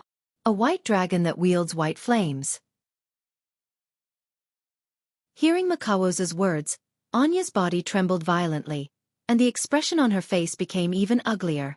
This time, even Makawos noticed Anya's strange behavior. Anya, what's wrong? Lord Mykovez. Anya was hesitant like never before. She clenched her teeth and spoke softly. Do we really have to go against Roland? Against Randall? Mykovez didn't answer. Instead, he looked straight at Anya. Are you afraid? Anya wanted to deny it, but she couldn't. Why? Mykovez continued to stare at Anya. As a warrior, you're not even afraid of death. Why are you afraid now? Anya's pretty face became bitter as she took out a crystal from the bag at her waist. It's a product developed by the Empire that can store images. Lord Mykovez, do you want to see Roland personally? Randall and Yusula? Hell. Sarwin's duel will make it clear. With that, Anya placed the crystal on the table. An arc of light flashed across the surface of the crystal and an image appeared. It's an image of an elegant white dragon bathed in a sea of white flames. In the image, the white dragon was extremely elegant and graceful. Under the rendering of the white flames, it looked like a sage walking in the world, giving people a good impression of it. However, looking at the white dragon in the image, Makawos' scalp suddenly went numb, and his eyes were filled with horror. That dragon. Makawos couldn't help but take a step back. His face was filled with disbelief. How is this possible? Just now when he saw the white dragon's burning flame in the image, Makawos was actually scared. That's right. He was scared. He was scared for no reason at all. That's impossible. Anya didn't know, but Mykovez knew he wasn't an ordinary person. In this world, there wasn't a single dragon that could instill fear in him. Not even the last descendant of Avalon's holy dragon royal family, Yak. But it's undeniable that Mykovez was scared when he saw the white dragon. No. It's impossible. Makawos held his head in pain, causing Anya to become somewhat anxious. Lord Mykovez, are you all right? I'm fine. Mykovez stopped Anya, who was about to approach him. He turned around and his breathing calmed down. After a while, Mykovez spoke. Let's go. To Ansari. Chapter 1368. Does Luca really want to reconcile with Gawain? Wu Yen quietly climbed up the stairs of Maffei House. He grumbled to himself as he made sure not to be discovered by the girls in the basic class. It couldn't be helped. They had made an appointment to meet Gawain today, but even a lazy sleeper like him was dragged out of bed by Corset, while Luca still hadn't arrived at the 7th Dragon House. What was going on? There were still classes to attend today, so Luca and Gawain had to meet earlier to avoid clashing with the class schedule.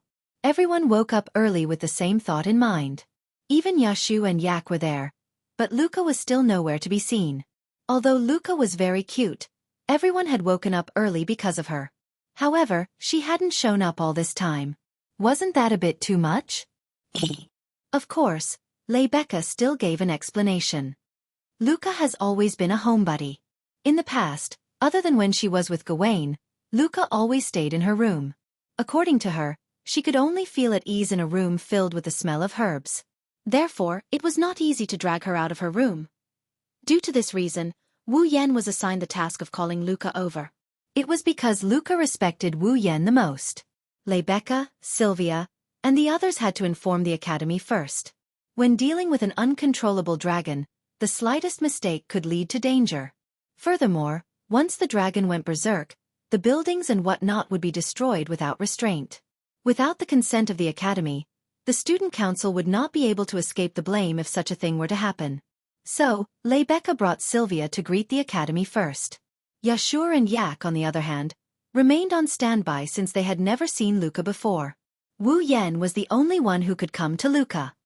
Thank goodness it's still early. Those girls should still be sleeping. Otherwise, I would definitely be surrounded. Wu Yan had only been here once yesterday, so he didn't forget the way. It took him some time. He arrived at Luca's room. Luca. He extended his hand. Wu Yan knocked on the door and raised his voice. Are you up? He waited for a while, but there was no response. Wu Yan's lips twitched. Is she really sleeping? Rebecca said that Luca wasn't easy to wake up from her sleep. Moreover, there was a special sleeping incense in her room. With that, Luca wouldn't be easily woken up. At the very least, it would be impossible to wake her up through a door. Looks like I was right to borrow this from the dormitory supervisor just in case. Taking out a key from his pocket, Wu Yan couldn't help but recall the time when he used the student council's name to request to enter the female dormitory. Just in case, he also asked for a spare key. The dormitory supervisor seemed to be on high alert about something. Shaking his head, he cleared his mind of distracting thoughts. He inserted the key into the keyhole and turned it as he spoke. Luca, I'm coming in. Wu Yan pushed open the door to Luca's room. A room filled with unknown plants entered Wu Yan's sight. Along with it, there was a fragrant smell of vanilla. It floated out of Luca's room. This light smoke should be the incense that Rebecca had lit, right? Indeed, smelling this fragrance was like smelling the fragrance of the plants in the bathroom of Veronica Sylvanus. It made one's mood tend to calm down involuntarily. At first, Wu Yan felt calm when he smelled the incense. When Wu Yan saw the scene next to the coffin that acted as Luca's bed, his calm demeanor was tossed out of the window. Lord Loam? In the center of the room, on the edge of the coffin, Luca wasn't sleeping like Wu Yan expected. She's already awake. However, the timing of Wu Yan's arrival. How should I put it? Very good. The room was filled with light smoke from the burning incense. Coupled with the surrounding forest-like scene, it was like a fog pervading the forest. The entire room was shrouded in a hazy environment, just like a fairyland. Luca stood in the middle of the drifting white fog. When she saw Wu Yan barge in, she was stunned. Her porcelain-like delicate body was faintly discernible in the light smoke of the incense, flashing with an inconceivable arc of light. It was like a pure pearl, extremely easy to attract people's attention, and also extremely easy to make people feel a burst of blood vessels. Her slender waist was drawn in a beautiful arc, leaving behind a flawless curve. Her delicate collarbone was as thin as a wing, and her shoulders were as fragile as porcelain. Although her delicate figure was definitely not outstanding, it was definitely full of charm. A set of nightgowns slid down her body, forming a circle around her body. It was obvious that it had just been taken off by its owner. To put it simply, Luca was now completely naked. Wu Yan froze. Lord Loam? Luca, on the other hand, walked over to Wu Yan after a brief moment of surprise. Unfortunately, Luca had forgotten one thing. That was, at her feet, the clothes that had just been taken off, with her body as the center, slid to the floor. In the next moment, one of Luca's feet was hooked by the clothes on the ground. Ah! With a cry of surprise, Luca's body suddenly tilted and fell down diagonally. Watch out! Wu Yan reacted in time. He didn't care about Luca's naked body. He rushed forward and hurriedly caught her petite body. The fragrance of herbs wafted into his nostrils. Then, because of the impact, both of them lost their balance. Ah! With a scream, Wu Yan and Luca fell into a ball. They rolled like gourds and hit the wall not far away. Of course, Wu Yan was at the bottom of the pile. However, Wu Yan found that things were not good. Woo! Something soft pressed on Wu Yan's mouth and nose. Even if he wanted to speak, he couldn't. He could only whimper. Luca, in her naked state, rode on top of Wu Yan's head. The thing that blocked Wu Yan's mouth was Luca's lower body. Ah, no. I can't breathe. I've been blown away. Luca raised her head and let out a delicate moan. Impossible. How could such a melodramatic thing happen to me? With this thought in mind, Wu Yan widened his eyes and unconsciously moved his mouth. Ah! Luca's body started to tremble violently. Her two smooth thighs suddenly clamped Wu Yan's head with great force. Her unique body temperature and body fragrance were transmitted to Wu Yan's senses. Wu Yan felt that he had no more regrets in this life. Ah! No. Don't. Can't. Luca suddenly tensed up her body. Her whole body trembled violently as if she had exhausted all her energy. Her slender and delicate body fell limply onto Wu Yan's body. She started gasping for breath. Her cheeks were flushed red and her elf-like ears were dyed pink. Her amethyst-like eyes were filled with a misty color. It wasn't until Luca collapsed that Wu Yan's mouth and nose finally got some relief from their stuffy state. However, he looked like his soul has left his body. His face is blank and lifeless. In the past, Wu Yan didn't imagine that he would be like the male lead in anime. With a welfare halo, he could even get benefits from opening a door. But he didn't expect that this day would actually come. Moreover, it was a great benefit. Until now, Luca's smell was still rushing back and forth in his mouth and nose. Wu Yan couldn't help but laugh foolishly. Soon after, a strong murderous aura rushed towards him from the direction of the door. Wu Yan shivered violently. He didn't know what to think, but his forehead was covered in sweat. He. At the door of Luca's room, Rebecca sneered. Veins popped up on Sylvia's forehead.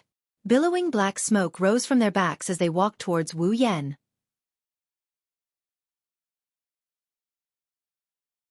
Chapter 1369. Ansari University Dragon Riding Academy. 7th Dragon House. In the empty space in front of the 7th Dragon House, Yak had her hands on her waist. She narrowed her eyes and stared at the strange scene in front of her. Sylvia's delicate body was trembling and her face was ashen. She looked like she was about to explode in anger. Rebecca maintained her elegant posture. Her every move was filled with a natural and noble aura. She had a smile on her face, but there was no smile in her eyes. Luca was bashful. Her entire face was bright red. Her amethyst-like eyes were filled with tears. She was acting very weak and her eyes kept sneaking glances to the side. And in front of Luca's eyes, there was an expressionless Wu Yan. His background was dark and he looked like he had just escaped from hell. You! Yak's narrowed eyes were filled with annoyance. She didn't hold back as she cursed at them. You just came back from the hospital, right? Don't say any more, Yak. Yashu pulled Yak away in fear.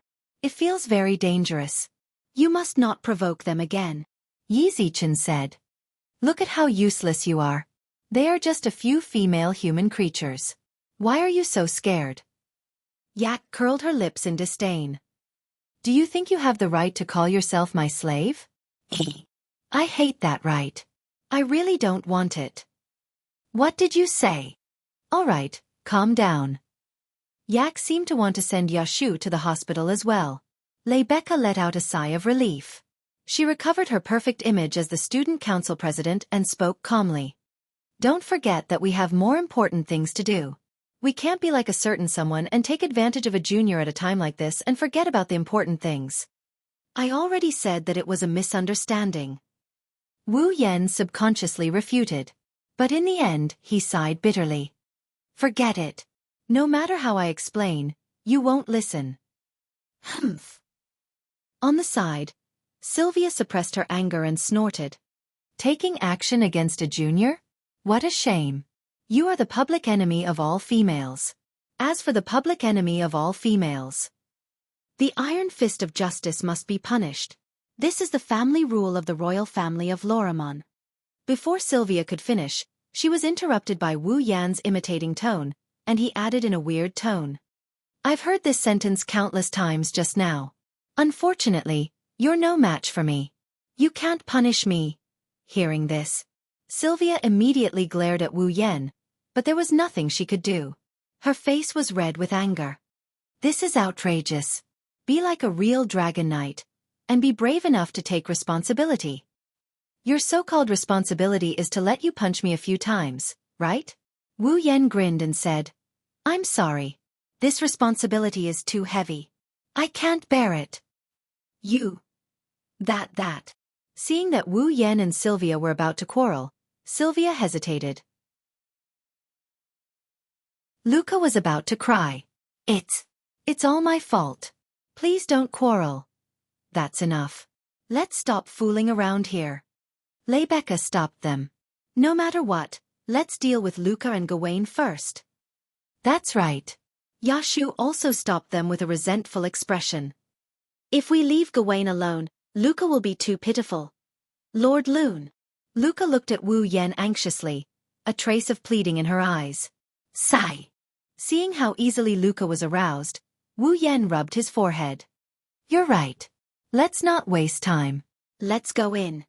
And Rebecca, Luca, Yashu and the others immediately responded. Sylvia nodded solemnly as well. Then, the 6 of them entered the dragon house. We're here. Under Wu Yan's lead, the group arrived at the innermost dragon room of the 7th dragon house. Inside the room, Gawain was lying on the floor weakly. His silver fur looked dull due to his weakened state. He didn't look like a holy dragon at all. Just by looking at Gawain, the group could tell that he wasn't in good shape. Hey Loon. Seeing how weak her kin was, Yak couldn't bear to see him like this. Are you able to cure it? Gawain's current condition isn't caused by his illness. In fact, if he was sick, it would be much easier. Wu Yan shook his head. The main reason why Gawain is so weak is that the Star Essence road between him and Luca has been cut off. He has lost a lot of Star Essence and the energy needed for his life activities. Therefore, as long as he can replenish a lot of Star Essence, Gawain will recover immediately. However, that level of Astral Essence replenishment isn't something that can be obtained by eating food with a high amount of Astral Essence. Wu Yan glanced at Yak. Unless Gawain swallows a human. That way, he'll be able to replenish his Astral Essence.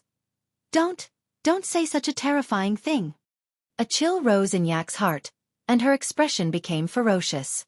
The holy and noble dragons would never do such a thing. Then let's quickly connect Luca and Gawain's Astral Essence path again. Wu Yan turned his head and looked at Luca from the corner of his eyes.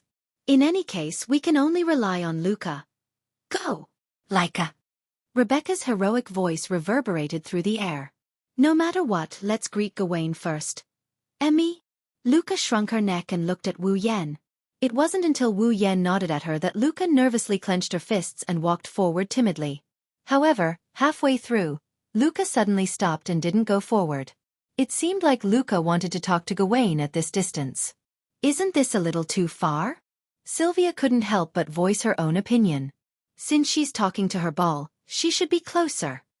Gawain hasn't woken up yet. He didn't refuse either. Luca stopped herself. Rebecca frowned thoughtfully. It seems like the problem lies with Luca herself. Is there a reason why she can't get close to Gawain? Everyone looked at each other in silence. Wu Yan is the only one who kept looking at Luca. No one knows what he's thinking about. Gawain. After a while, Luca finally called out Baal's name and woke Gawain from his slumber. However, when Gawain saw that it was Luca who called out to him, his eyes turned cold.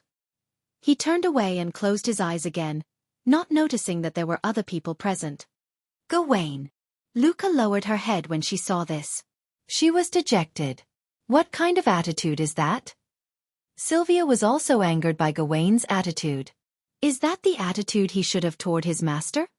Has he rejected Gawain to this extent? Rebecca's expression darkened. The situation is worse than we thought. She's still as bad-tempered as ever. Even Wu Yan didn't know whether to laugh or cry. There's no need for this, Gawain. Luoong. Rebecca pursed her lips at Luca and Gawain. I think you'd better go help Luca. I guess that's all I can do for now. Wu Yan shrugged. He walked past Luca and headed towards Gawain. Follow him. Luca froze out of reflex when she heard Wu Yan's words. When she came back to her senses, she started hesitating. Follow him? Does he want me to follow Gawain? But will Gawain agree?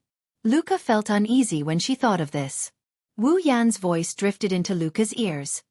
If you don't even dare to get close, both you and Gawain are doomed. Luca's heart tightened. She looked up and saw Wu Yan approaching Gawain. Her heartbeat quickened. Gawain. Luca kept repeating Buer's name in her heart. She clenched her hand into a fist and placed it on her chest as if she was cheering herself on. She mustered her courage and finally lifted her foot. Slowly, she approached Gawain's direction. However, if one were to look closely, they would notice that Luca's feet were trembling slightly as she moved forward. It was as if the one approaching wasn't Baal, who was destined to be with her for the rest of her life, but a terrifying prehistoric beast.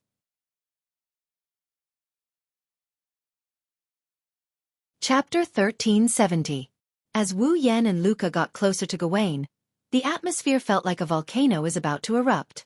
Rebecca, Sylvia, Yashu, Yak, and the others felt like their nerves were about to explode. Gawain seemed to have sensed a familiar presence approaching, and abruptly opened his eyes. When he saw Wu Yan and Luca approaching him together, Gawain paused and began to hesitate. Should he continue to refuse his master's approach? However, the friend of his benefactor who had helped him was also present. Wouldn't it be inappropriate to reject him like this? After hesitating for a while, Gawain still couldn't come to a decision. His dragon eyes were filled with displeasure and he shifted his gaze to Wu Yan, silently complaining about Wu Yan's actions. He clearly knew his situation and promised not to interfere, but he still interfered. Gawain didn't know how to speak the human language, but his displeased gaze revealed his thoughts. Wu Yan was amused. What's with the tantrum? He's still a young dragon after all. With that in mind, Wu Yan chose to ignore Gawain's displeasure and brought Luca to Gawain's side. Go Gawain! Luca hid half of her body behind Wu Yan's back. She looked at Gawain timidly. Gawain's cold stare made Luca's mood plummeted. Gawain watched as Wu Yan brought Luca closer to Gawain. Gawain didn't show any obvious signs of rejection. Rebecca, Sylvia, and the others couldn't help but sigh in relief. Roland really managed to tame that Gawain. Rebecca said with a sigh. Gawain may still be a young dragon, but his abilities aren't inferior to Lancelot's at all. His personality is also rather difficult to deal with. I didn't think he'd actually be tamed. Roan didn't disappoint his title of Rider of the Divine Race. Lancelot is still a young dragon, Sylvia retorted unhappily. Also, Lancelot has mastered the flying method of speed burst, and I'm getting more and more familiar with the dance of piercing dragon's breath. Lancelot's strength is also much stronger than Gao Wen's. Indeed. Gawain doesn't have speed burst and Luca doesn't know the dance of piercing dragon's breath. If they really fight, they'll be defeated in an instant. Rebecca looked deeply at Luca, who was hiding behind Wu Yan. A meaningful smile appeared on his face. But if you underestimate Luca, you will suffer a great loss. Don't forget, Luca is the next leader of the Yekablad tribe. Patriarch of the Yekablad tribe. Sylvia seemed to have remembered something, and her expression froze. Dancing on a dragon? If Luca can master the dragon dance, who will win?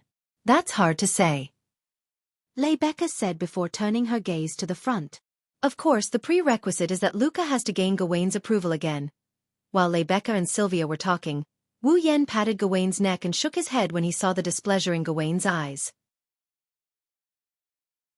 I know that you don't want me to interfere in your affairs, but it's definitely not a solution for you to continue like this. I also know that you don't care whether you can keep your life or not, but think about it yourself. Once Luca loses you and fall, how desperate would she be? Don't forget, Luca's an existence that her own race has high hopes for. Wu Yan stared at Gawain's pupil-less purple dragon eyes.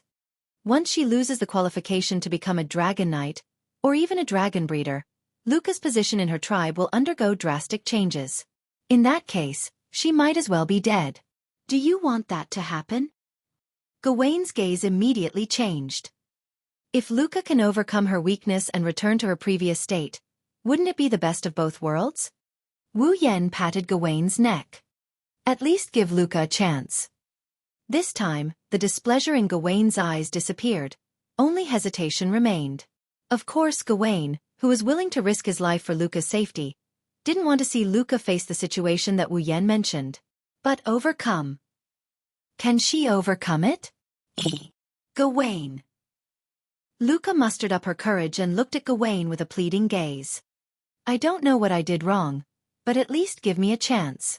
Give me a chance to talk to you. You. Gawain lowered his head. His dragon eyes were filled with uncertainty. It's too hard for you to make such a choice at your age. Wu Yan stroked Gawain's dragon horn. Just do as I say, Gawain. You don't have to do anything. Just sit here. Gawain shifted his dragon head and looked at Wu Yan. He then glanced at Luca, who had a hopeful look on her face. He turned his head away as if he couldn't care less, but he obediently laid back down on the ground. What a prideful dragon. Wu Yan rubbed Gawain's head as if he's trying to soothe him. He bent down and his expression turned serious. Luca, touch Gawain. Lord Loon. Luca was a little happy to see Gawain lie back down on the ground after Wu Yan's words. But when she heard Wu Yan's instructions, she became nervous again. Touch Gawain like before. Wu Yan looked disdainfully at Luca, whose forehead was covered in sweat. This is your chance. After today, even I might not help you anymore. Luca raised her head in shock. Wu Yan's expressionless face entered her field of vision, telling her that he wasn't joking. Luca was given the chance. Whether she could grasp it or not was up to her. If she couldn't grasp it, then everything Wu Yan did would have been in vain. Luca clenched her fists and shifted her gaze to Gawain. She twisted her hands a few times and a wavering expression appeared on her doll-like face. After a long while, she walked out from behind Wu Yan. She stood in front of Gawain and looked at his body that was within reach. She raised her hand and slowly moved it towards Gawain. Rebecca, Sylvia, Yashur, Yak, and the others gradually became nervous. Gawain slowly opened his eyes, but he didn't look at Luca. Under everyone's gaze, Luca's hand came closer and closer to Gawain. Just as Luca's hand was about to touch Gawain, her pupils suddenly shrunk to the size of a needle. The memory of that day surfaced in Luca's mind once again. The panic when she lost her center of gravity. The fear when she lost her balance. The helplessness when she fell from Gawain's back. The despair when she saw Gawain getting farther and farther away from her and the ground getting closer and closer to her. She couldn't reach Gawain even if she extended her hand. Rustle! Luca's pretty face instantly turned deathly pale. She drew back all her hands, hugged her own body, and stepped back with a face full of fear and trembling. Luca! Rebecca, Sylvia, and the others were shocked. Roar! Gawain suddenly raised his head and let out a roar filled with anger and disappointment at Luca. It turned into a sound wave that blew towards Luca.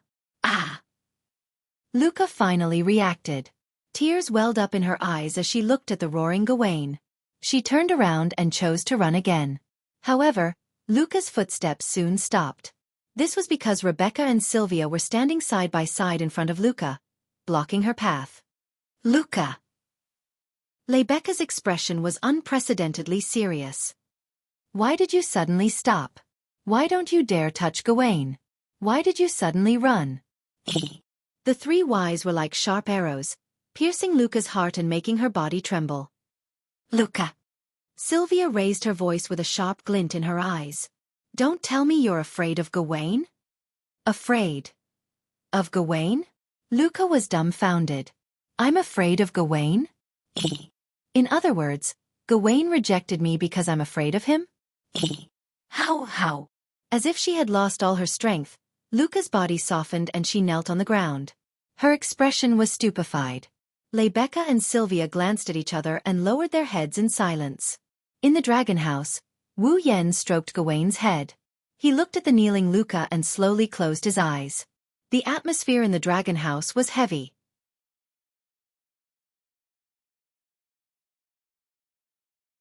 Chapter 1371.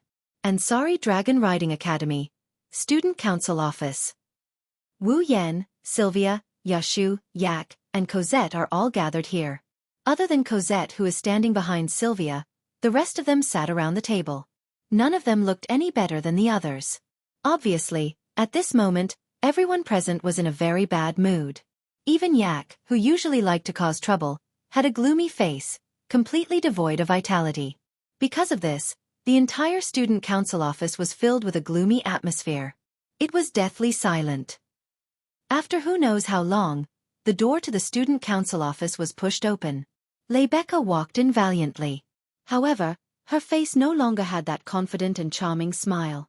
It was rare for her to have a gloomy expression. Her emerald eyes were filled with worry and even a trace of exhaustion. Cosette. Wu Yan sighed when he saw the unconcealable exhaustion in Rebecca's eyes. Pour a cup of tea for Rebecca. Yes. Cosette smiled and poured a cup of black tea on the table in front of Rebecca. Just whose maid are you? Sylvia was dissatisfied and powerless when she saw Cosette obediently follow Wu Yan's orders. However, she didn't say anything else. After all, it wasn't the time to care about these things. Thank you. Rebecca finally squeezed out a smile and picked up the black tea in front of her. After taking a sip, his condition had more or less recovered a little. How is it? Wu Yan asked in a concise manner. Although his words were concise, everyone present understood what Wu Yan was asking. They all looked at Rebecca. I've already sent her back to Mafush. Rebecca bitterly smiled. But as soon as I returned to the room, Luca closed the door and ignored my shouts. I think she must have suffered a great blow. Of course. Sylvia said with some indignation. Who would be refused to ride by their own fall, because they are afraid of their fall? That's unimaginable, right? Don't be so sure. Wu Yan waved his hand at Sylvia. Luca also has her own reasons. Don't use your own views to generalize others. If Luca was really afraid of Gawain, she wouldn't have tried so hard to get him back. You mean? Rebecca, who was drinking her tea, paused and frowned. Luca is afraid of Gawain for another reason? No. Wu Yan narrowed his eyes. Instead of saying that Luca is afraid of Gawain, it's better to say that Luca is afraid of riding Gawain. Afraid of riding Gawain? Everyone froze for a moment, and even Sylvia furrowed her brows. What's the difference? The difference is huge. Wu Yan shook his head. He hesitated for a moment. Actually, the reason why Gawain rejected Luca and why Luca was afraid of riding Gawain is because there's a big story behind it. With that, Wu Yan began to recount what he had learned from Gawain. Luca rode Gawain. She practiced the dragon dance that was passed down from generation to generation in the Yekyubrad clan. Only the patriarch could learn and perform the dragon dance. Due to the difficulty of performing a dance while riding a dragon, he fell from Gawain's dragon back. She also suffered from psychological trauma after falling from Gawain's back. She began to fear riding Gawain. In the end, Luca forced herself to continue the dragon dance. Gawain was worried that Luca's life would be in danger if she continued to ride the dragon while suffering from psychological trauma, so he rejected Luca's request. He was willing to sacrifice his own life to ensure Luca's safety even at the cost of severing his celestial essence path. After hearing the whole story, Rebecca, Sylvia, Yashur, Acker, and even Cosette were all speechless. I didn't think there would be such a big reason behind this. Rebecca looked at Wu Yan with a complicated expression. She was also touched by Wu Yan's words. That's why you said you were on Gawain's side, right? Gawain's method was a bit extreme, but it was the best way to protect Luca. Wu Yan rubbed his forehead. To be honest, I'm also frowning. As expected, psychological trauma can't be removed so easily. I think Luca should have already vaguely sensed the reason why Gawain would reject her. She just didn't want to admit it. Why? Sylvia was perplexed. No one will laugh at her. It's normal to fall from a dragon's back. Is there a need to not admit it? The Yekyubrad clan is best at dragon riding. You can see that from the dragon dance. Rebecca was the one who answered Sylvia. For the Yekyubrad clan, falling from a dragon's back is the most humiliating thing. So that's why Luca hid the fact that she fell from Gawain's back. She didn't want to admit that she was afraid of riding Gawain? Sylvia finally showed an expression of relief, but soon, a troubled expression appeared on her face. This is going to be troublesome. Like Wu Yan said, psychological problems aren't something that can be solved so easily. Otherwise, Mikoto wouldn't have sunk into a state of extreme distrust towards humans and extreme disgust towards men for half a year just because her reputation was tarnished. Mei Jiao's thoughts may be too extreme, but it's also true that she was hurt. In the end, she even suffered from psychogenic voice loss. Who can say that it's not a big problem? If it wasn't for Wu Yan's subconscious desire to protect the elves, Mei Jiao would still be treating humans like toys. She wouldn't be able to make a sound even now. Something will definitely go wrong if this continues. Rebecca straightened her back. Her eyes were sharp. Let's not talk about Gawain for now. Luca is so talented, and her clan has high hopes for her. Sooner or later, she will be active in the Kingdom of Knights as a Dragon Knight, or even a Saint Sky Dragon Knight. It will be a great loss for her if she is restricted by such obstacles and stagnates. The student union must give her some help. I agree. Sylvia was the first to react. Her face was serious. The Yekybrad clan has always been a clan with many talents in the knighthood of Lorimon. It's also because of their prowess on the battlefield that the knighthood exists today. Since Luca is the next leader of the Yekybrad clan, she will definitely be one of the strongest fighters in the knighthood in the future. As the fourth princess of Lorimon, I can't just sit by and watch. I agree. Yashur clenched his teeth. His face was filled with determination. Although I don't have the same perspective as President Rebecca and Her Highness, I used to be called a problematic student. I don't have the feeling of fall. I've experienced it for 3 years now. I can't bear to see Luca being looked down upon like I was in the past. That's why I can't just sit by and watch. Rebecca looked at Sylvia and Yashur with gratification and praise. Then she looked at Wu Yan. I have stated my reason from the start. I can't just watch that dragon die like that. Wu Yan rapped his knuckles on the table as he scanned the crowd. Looks like the student council really has to intervene this time. Everyone smiled bitterly. However, there was a hint of joy in their eyes. They looked like they were enjoying themselves. Wu Yan couldn't help but pour cold water on them. I can understand everyone's feelings, but it's also a fact that we can't help. Everyone's expression stiffened. They looked at each other. I think it's better to ask the Academy's experts for help, right? Yashur voiced his opinion, but it was rejected by Rebecca. Someone already thought of this from the beginning. The Academy's experts wanted to examine Gawain from the very beginning. However, Gawain refused to let anyone approach him. They couldn't do anything. Can't Roan make Gawain listen to him? Sylvia was unsure of what she was talking about. With Roan around, the expert should be able to examine Gawain, right? But Gawain's problem is that he doesn't have enough star essence. Rebecca shook her head again. I think that even if the experts approached Gawain, they wouldn't be able to find a way for Gawain to replenish enough star essence. Otherwise, the dragons wouldn't have fallen to the point of having to contract with humans to survive. Immediately, everyone revealed a distressed expression.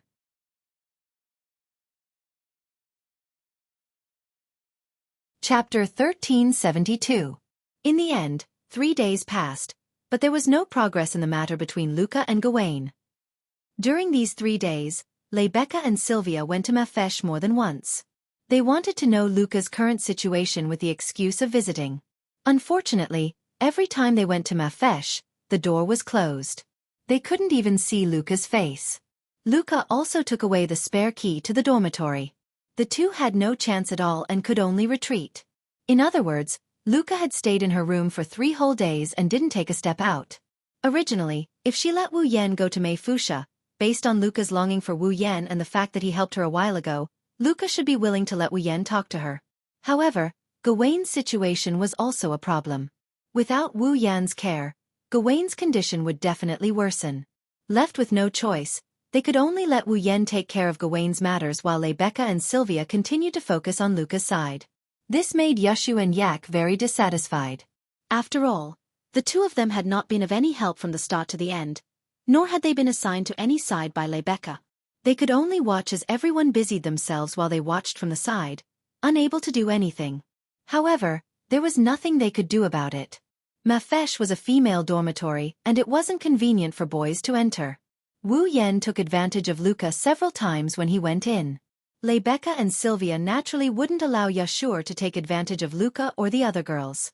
As Yashur's fall, Yak couldn't act on her own, so the two of them couldn't interfere with Luca's matters.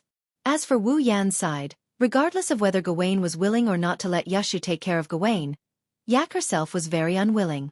According to Yak's original words, as a holy and noble dragon, even if the other party was of the same race, she wouldn't allow herself to do such a thing that only a servant would do. She didn't even allow Yashu to do the same. The reason was that as his servant, the only person Yaksu could serve was Ai Ku, and so, on Gawain's side, Yaksu and Yak also forfeited. In the end, they could only watch from the side. Actually, Wu Yan really wanted to refute. What do you mean by servants? What did it mean to serve? All he did was cook a meal for Gawain and give him a small amount of star essence without anyone knowing. From an outsider's point of view, he was just providing food for Gawain. Is providing food for others something that only servants should do? You call this service? How could those chefs endure this? Although Wu Yan was not a chef, providing food for the dragons was a piece of cake for him. With his current culinary skills, as well as his physical abilities, he could easily prepare the food for Guthrum, Lancelot, and Gawain in a matter of minutes. It was not as easy as drinking water, but it was not much harder than eating rice. Therefore, it was not a big deal for Wu Yan to go to Luca's side while maintaining Gawain's life. However, Wu Yan had already taken advantage of Luca. Rebecca and Sylvia refused to let him go to Mafush no matter what. This made Wu Yan extremely dissatisfied. Sylvia had a reason to stop him from going to Mafush. After all, Corset had hinted that Sylvia was interested in him. But what about Rebecca? Was it purely because she didn't want to see her cute junior being taken advantage of? Or was Rebecca interested in him as well? Perhaps only Rebecca herself knew the answer to this question. Moreover, what time was it now? The matter of taking advantage of her should be placed at the back. The important thing should be the right thing to do, right? What are you up to? Thinking of this, Wu Yan couldn't help but sigh. Ah! Lord Roland sighed. Really? He really sighed. I really want to sit in front of Lord Roland and be blown away by his breath.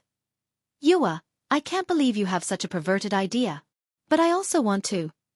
Listening to a group of girls gathering in a corner of the classroom, sneakily and brazenly looking at him while shrieking without bothering to hide their volume, Wu Yan lost at least 80% of his strength.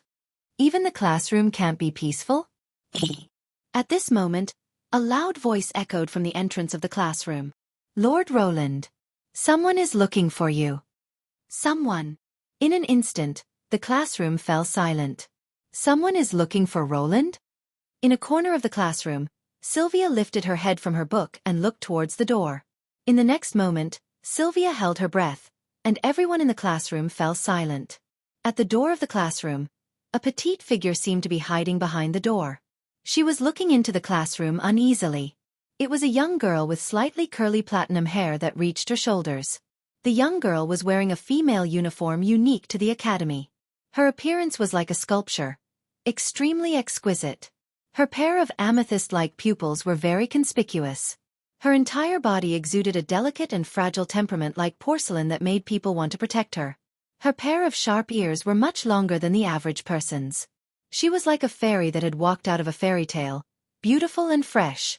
It was Luca who had been hiding in her room for the past 3 days. Luca! Sylvia exclaimed. It's you. Wu Yan was also surprised.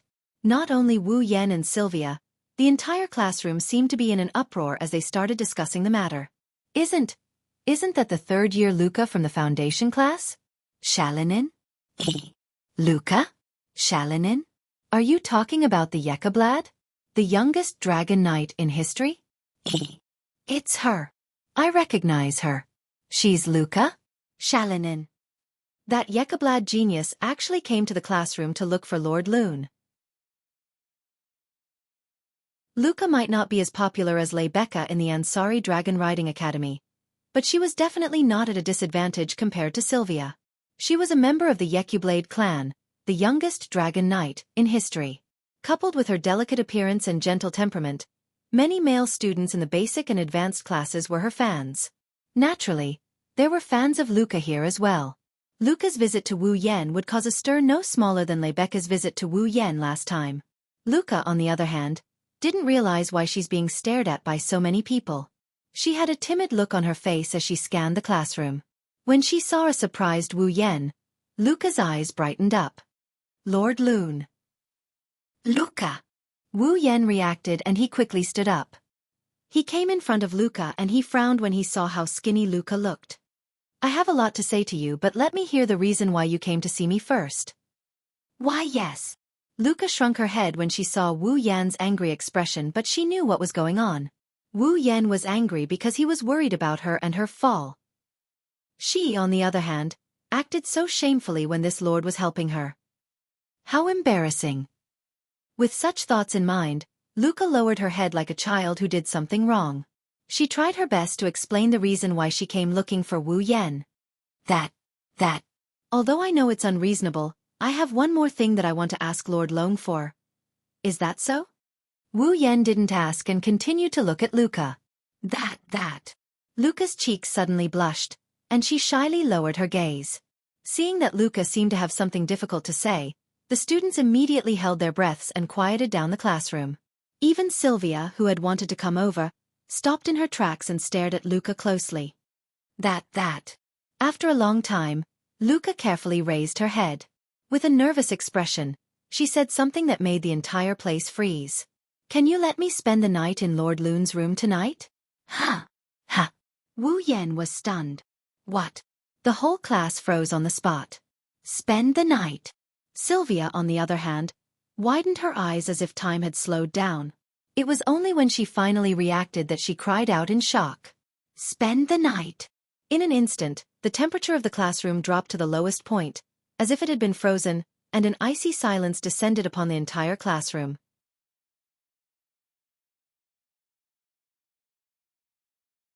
Chapter 1373. Ansari Dragon Riding Academy. In the night, the stars dotted the sky and the moon shone brightly. The cold air mixed with the moonlight spread across the entire world.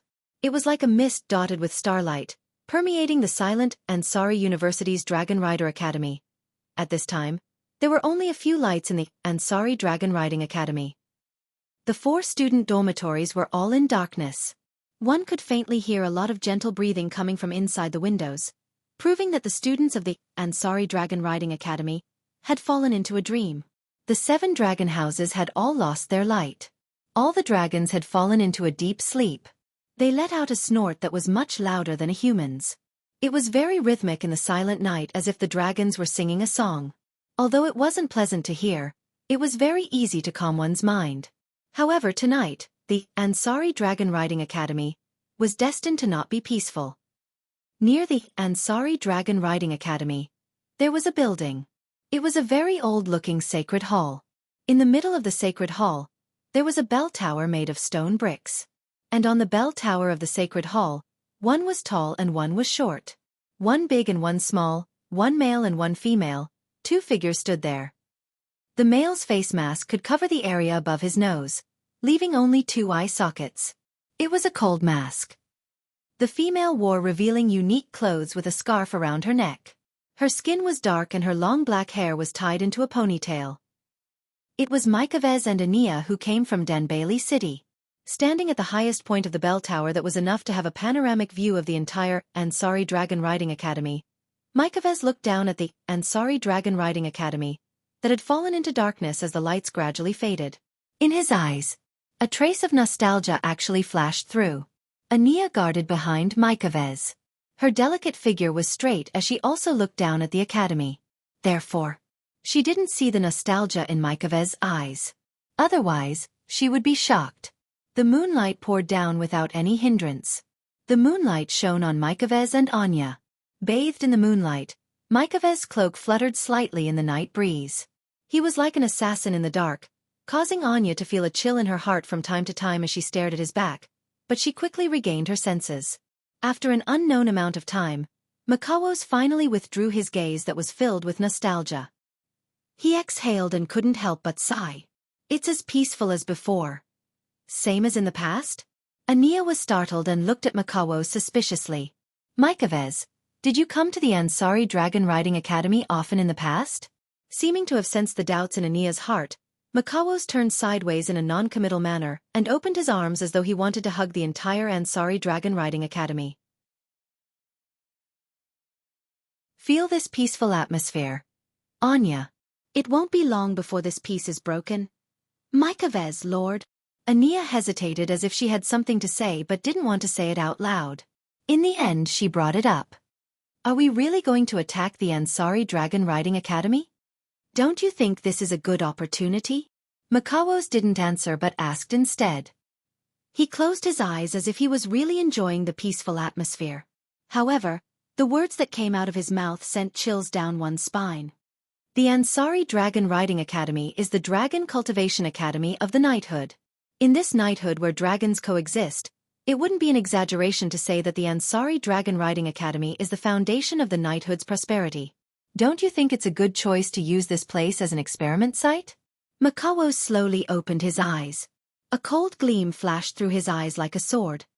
After all, we still need more experiments to determine if our corpse ash dragon can be used in actual combat. Corpse dragon. Anya couldn't help but feel disgust when she heard that name. To be honest, Anya didn't really like those ugly and disgusting corpse gray dragons. If it wasn't for Makawos's order, she wouldn't even want to look at them. She looked at the peaceful academy below and began to sympathize with it. Is such a peaceful academy about to be taken over by those corpse dragons? How pitiful. Let's begin. Makawos ordered while Anya was still feeling pity for the academy. Anya, take those things out. Yes. Anya hesitated for a moment before she agreed. She turned around and walked towards the interior of the clock tower. Lowering his head and looking down at the Ansari Dragon Riding Academy that was being blown by the night wind, Makawos narrowed his eyes and muttered to himself. A giant dragon with white flames, let me see. Anya walked into the interior of the clock tower under Makawos's order. When she came out again, there was a clay jar in her hand. It should be said that it was a clay jar filled with ashes. Furthermore, it was the ashes of a dragon. These were dragon ashes that Makawos, Anya, and some spies of the Sepharo's Empire in the Knights Nation of Lorman had spent a considerable amount of time to steal from the temples dedicated to the burial of dead dragons in the Knights Nation of Lorman. Although Makawos had the ability to use tools made by magicite engineering to awaken a dead dragon, the necessary condition to awaken a dead dragon was to use the ashes of a dragon as a medium. Otherwise, even if it was a product made by magicite engineering, it would be useless. Today, these ashes will turn into ferocious and disgusting beasts and mercilessly destroy the peace of the Ansari Dragon Riding Academy. Anya suppressed the disgust in her heart and seriously put on a pair of gloves. She opened the clay jar filled with ashes and reached her hand into it. She took out handfuls of ashes and sprinkled them below the clock tower. Makawos waved his hand and smashed an iron box that looked like a coffin on the ground. With a clang, Makawos opened the lid of the coffin without hesitation and took out a huge sword that looked like a dragon's wing covered with bone spikes from the coffin. This strange-looking huge sword was the product of magicite engineering that the Sepharo's Empire was proud of and magicite engineering that the dragons had developed for many years. It was the summoning device for the corpse ash dragon. After the huge sword was taken away by Wu Yan last time, Makawos returned to the Sepharo's Empire and created another huge sword. He even made some improvements to it. If the pitch-black huge sword in the past only looked strange and somewhat like a handicraft or decoration, then this huge sword that looked like a wing with bone spikes was truly strange and dangerous. It even looked like it had been mechanized and gave off a dangerous feeling at first glance. Upon closer inspection, one would discover that there were gem-like crystals embedded on the body of the great sword. They were sparkling in the dark night, and there were traces of mana rippling vaguely. These gemstones were the Dragon Glory crystals. Makawos lifted his great sword and slammed it down on the floor beneath his feet. Clang! The giant sword emitted a crisp sound as it pierced deeply into the ground. In the next moment, wisps of mana emerged from the giant sword and flowed to the ground. Grasping the hilt of the huge sword tightly, Makawos closed his eyes and chanted an incantation. It is an object of the deepest depths, from the abyss of death, an irresistible darkness, its blood, its flesh, ashes to ashes, ashes to ashes. The Dragon Glory crystals embedded on the huge sword bloomed with a frightening and strange light, illuminating the entire bell tower that had fallen into darkness. Makawos opened his eyes and pulled out the huge sword. He grabbed the hilt with one hand and raised it to the sky. Show yourself. The crystallization of magic engineering. Dazzling red light flashed on the giant sword like flowing water, and then condensed into lightning like thunderbolts. With a sizzling sound, the red light gathered together, and with the giant sword as the source, shot into the starry night sky. Incomparably dark clouds suddenly appeared in the calm night sky and stirred like a whirlpool, circling back and forth and covering the clear night sky in an instant. Streaks of red lightning slithered about like snakes, flashing densely in the pitch-black clouds. Below the bell tower, in front of the Ansari Academy of Dragon Riders, a scarlet light began to flicker. It was like the eyes of a lone wolf staring at its prey.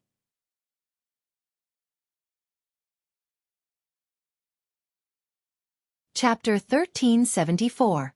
Ansari State Dragon Riding Academy. Apollo. Inside the dimly lit room, Wu Yan and Luca sat on the floor facing each other. They didn't say a word, making the atmosphere quite awkward. Sitting in front of him, wearing a blue and white nightgown, her cheeks flushed red, her pair of small fists rubbing against each other, her entire person sunk into a swamp of bashfulness. Wu Yan's mouth kept twitching as he looked at Luca, who has been acting like this ever since she came to this room. What exactly did this girl come here for? Outside the window of Wu Yan's dormitory, two figures were sneaking around, peeking at the scene inside the room like thieves. One of them even had an angry look on his face. These two figures were Sylvia and Cosette. After the previous invasion incident, the fourth princess of Lorimon knighthood was doing the dirty business of peeping again. If outsiders were to know about this, perhaps their impression of this famous Princess Blue Ice would be completely changed from the beginning to the end. Originally, Sylvia should have been very mindful of her image in the hearts of others, working hard to ensure that her actions would not bring shame to the royal family of knights. Her every action should have been very conscious, but now, it was as if Sylvia had been possessed by a resentful woman. She hung by the window while glaring at the two people sitting opposite each other in the room, gritting her teeth as she muttered, "Ugh! I didn't think he would really spend the night here. How impure, how impure! Your Highness!" Sylvia muttered with a bitter expression. Cosette was speechless. "Are you that worried about Lord Roland?" "Of course I am," Sylvia answered without hesitation, but she still made sure to lower her voice so that the people in the room wouldn't hear her. A while ago, that guy had been eyeing Luca. Now that the two of them are alone in the same room, Luca won't be able to resist once Luoang makes his move. Sylvia clenched her fists after she said that. She spoke with a righteous tone. "Our mission is to rush in and protect Junior Luca when Roland is behaving like a beast. We have to punish such a public enemy with the hammer of justice. This is the family rule of the Lorimon Wang family." "Is that so?" Cosette blinked and smiled slyly. "What if he is willing to do this and that with Lord Roland? What will you do, Your Highness?" What do you mean by willingly?" Sylvia's righteous expression crumbled instantly. Instead, his face was filled with guilt as he smiled embarrassedly. How is that possible? Luca has only known Lord Roland for less than a week. Is there a problem?" Cosette looked at Sylvia with an amused expression. "Back then, Your Highness, you only met Lord Rune for less than 10 minutes during the juvenile ritual, but you still missed him for almost 10 years, didn't you?" That's not the same." Although he said that, his expression changed. However, Sylvia was already wavering. "That's because I am indebted to Lord Roland. That's why I..." "If you are indebted to Lord Roland, it's the same for Luca." Cosette reminded her kindly. "Don't forget, Lord Roland has been paying a lot of attention to Luca and Gawain. For Luca, Lord Roland has been very worried about her. This favor should be comparable to what Her Highness did for Luca, right?" This time, Sylvia panicked. Could it be that the two people in the room really have a chance to? "If you are so worried, why don't you go in and take a look?" Just as Sylvia found it difficult to conceal the panic in her heart, a voice suddenly entered Sylvia's ears. Sylvia was startled and almost screamed. However, Cosette, who already knew Sylvia's timid nature, nimbly covered Sylvia's mouth and stopped her from screaming. "I didn't expect to meet under such circumstances. Should I say it's a coincidence or fate?" Behind Sylvia and Cosette, Rebecca was riding on Gufran's head. She was bathing in the moonlight as she looked at the princess and maid peeping through Wu Yan's window. She smiled. "As a member of the student council, I don't encourage peeping. See, President. Sylvia, who had finally managed to suppress the panic in her heart, was shocked again. What are you doing here? Are you also? Well, I can't say that I don't care what Lord Roland and Luca do when they're alone in the room, but I'm more concerned about Luca. Rebecca gave an ambiguous answer. She rode Gouffrin to Sylvia's side. By the way, Wu Yan's room is on the 3rd floor, so Sylvia and Cosette are also riding on top of Lancelot. You're concerned about Luca? Sylvia heaved a sigh of relief and asked in confusion. What about Luca? Luca isn't as bad as you think. She didn't come to Lord Roland to ask him to spend the night with her.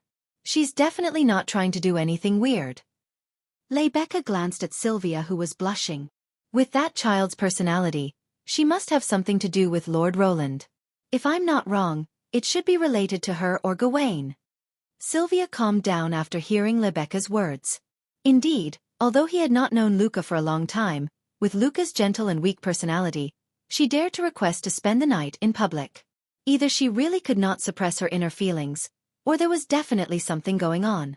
It was apparent that Rebecca had come here because she had noticed this. At the thought of this, Sylvia instantly felt ashamed of her crooked thoughts. You don't have to feel guilty.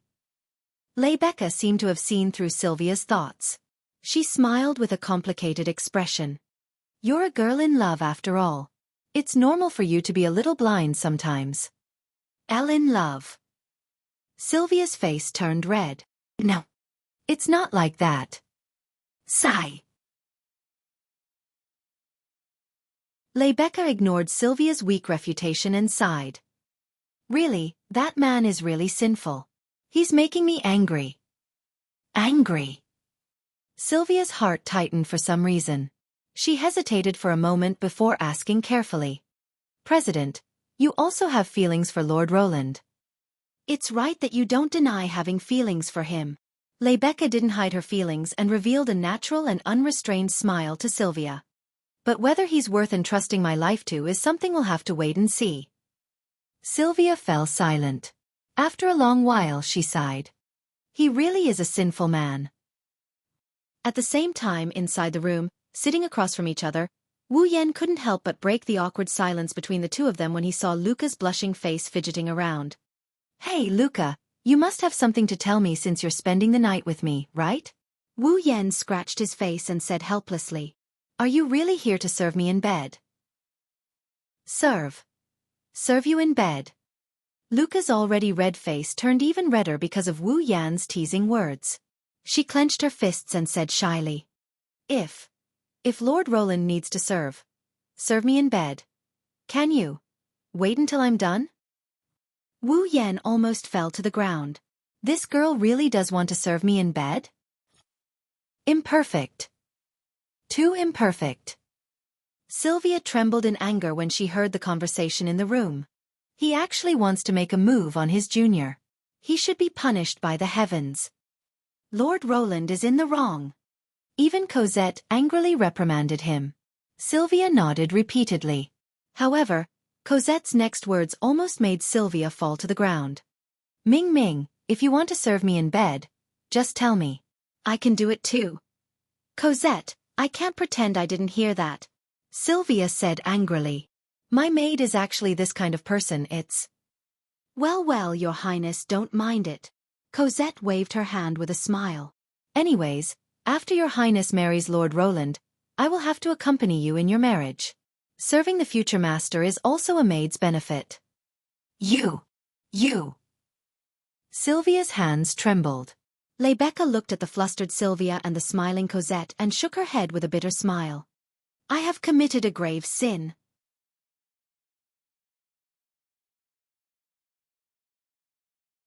Chapter 1375. All right, I understand. Wu Yan rubbed his forehead as if he had a headache.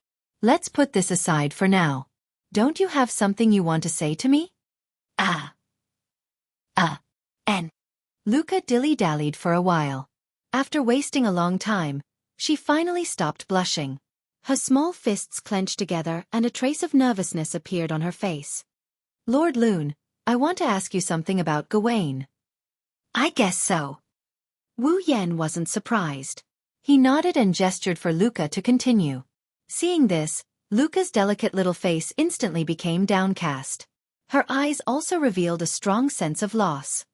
Lord Lune, did you already know why Gawain rejected me? Shouldn't I be the one asking you that? Wu Yan threw Luca's question back at her without batting an eyelid. Did you already know the reason why Gawain would reject you? I. Luca opened her mouth and a dim look appeared in her purple eyes. I don't know. It's not that you didn't know. You just didn't realize it. Wu Yan looked straight into Luca's beautiful eyes. No matter how slow you are, you should have noticed that every time you got close to Gawain, whenever Gawain approached you, you would subconsciously put some distance between us. When you got close enough, you would feel fear. I'm right, aren't I? Lord Lune. Luca looked up and met Wu Yan's eyes. In other words, Gawain rejected me because I was afraid of Gawain, right? To be more precise, you are the one who is afraid of riding Gawain.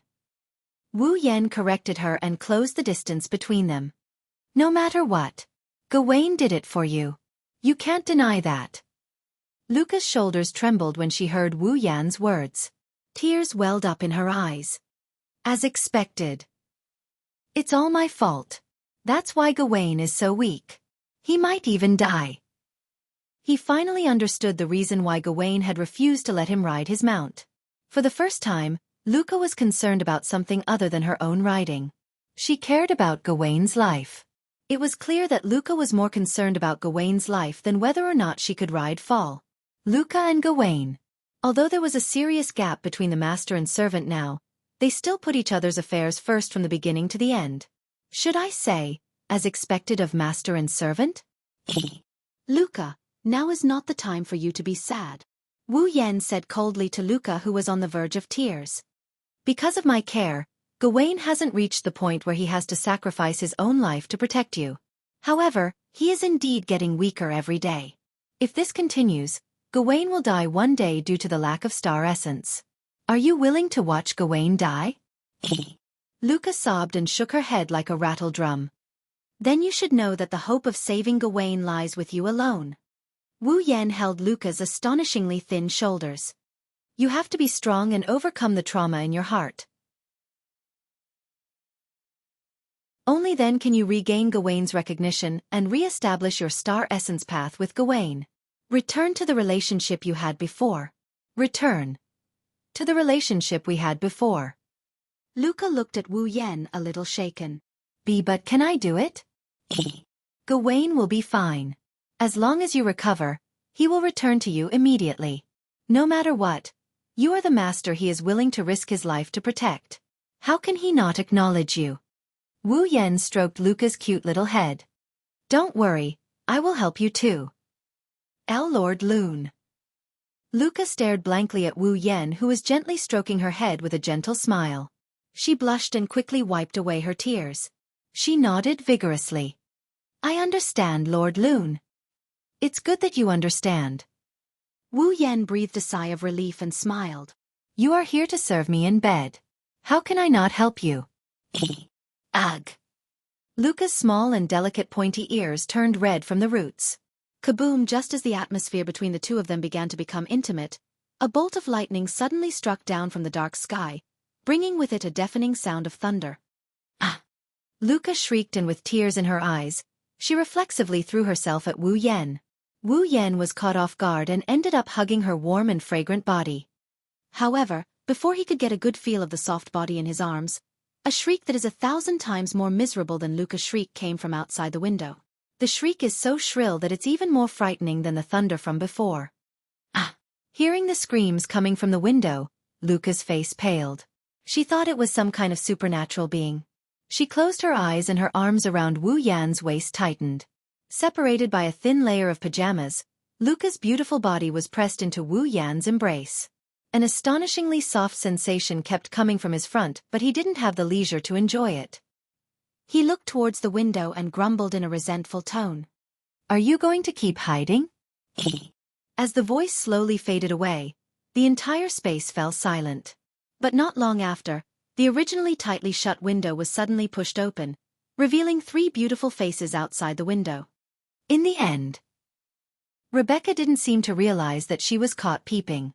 She smiled to herself. Were we still found out? Your Highness. Cosette patted the back of Sylvia, who was hugging him tightly, with a helpless expression on his face. It's just a bolt of lightning. Is there a need to be so scared? But. Sylvia looked up with tears in her eyes. When she saw Wu Yan and Luca hugging each other, her pitiful expression disappeared and turned into a ferocious one. Cosette is right. It's just a bolt of lightning. How long are you going to hug each other? Ah! Luca finally reacted. She let out a soft cry and hurriedly pulled herself away. The deathly pale color on her face was replaced by a blush. Looking at Luca's cute blushing face, even Wu Yan couldn't help but feel a rush of excitement. Now is not the time for you to flirt. At this time, Rebecca spoke. She stood on Guffrin's head and looked at the sky with a serious expression. I'm afraid things aren't looking good. Not looking good. Hearing this, everyone present was stunned. That's. When Wu Yan and Luca came to the window, they looked up with Sylvia and Cosette. They followed Rebecca's gaze and looked at the sky. What they saw made their expressions change. The night sky that should have been clear a second ago was covered by a layer of pitch-black clouds that spiraled like a whirlpool. Streaks of red lightning flashed back and forth in the clouds, bringing with them the sound of thunder. A heavy, gloomy, and evil aura seemed to have descended from the sky, shrouding the entire Ansari Dragon Riding Academy. Roar! Gyuvlin and Lancelot's eyes glinted with ferocity as they roared at the gloomy sky. Without the consent of Rebecca and Sylvia, the 2 holy dragons began to circulate their mana, causing mana to ripple around them. Astonishingly, he had already entered battle mode. It seems like Gyuvlin and Lancelot have sensed something as well. Rebecca's expression turned grave. This phenomenon. Sylvia's icy blue eyes fluctuated violently. It's the same as that time. Wu Yan stared at the sky covered by pitch-black whirlpool-like clouds. A cold light flashed in his eyes. Corpse Ash Dragon. That's right. The situation in the sky was exactly the same as when the Corpse Ash Dragon appeared and attacked Ansari. Rumble. A dull thud reverberated in the ominous night sky without any warning. Along with the reverberation of the sound, the ground of the Ansari Dragon Riding Academy also began to rumble. Like an earthquake, it began to tremble violently. Wu Yan and Luca, who were still in the dormitory, lost their footing and nearly fell to the ground from the trembling ground. Ah! Luca cried out again. Her petite body fell from the tremor. Fortunately, Wu Yan caught her in time and prevented her from falling. However, Luca didn't mind at all. Instead, she pointed into the distance and cried out in shock. There!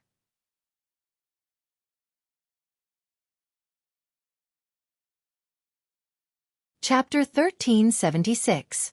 What's wrong? What's going on? Is it an earthquake?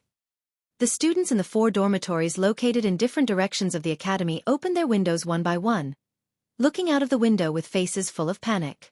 Not only the students, but the staff, teachers, and other related staff also poked their heads out of the windows of their residences. When they saw the scene outside the window, they were all stunned. Dong dong dong dong dong.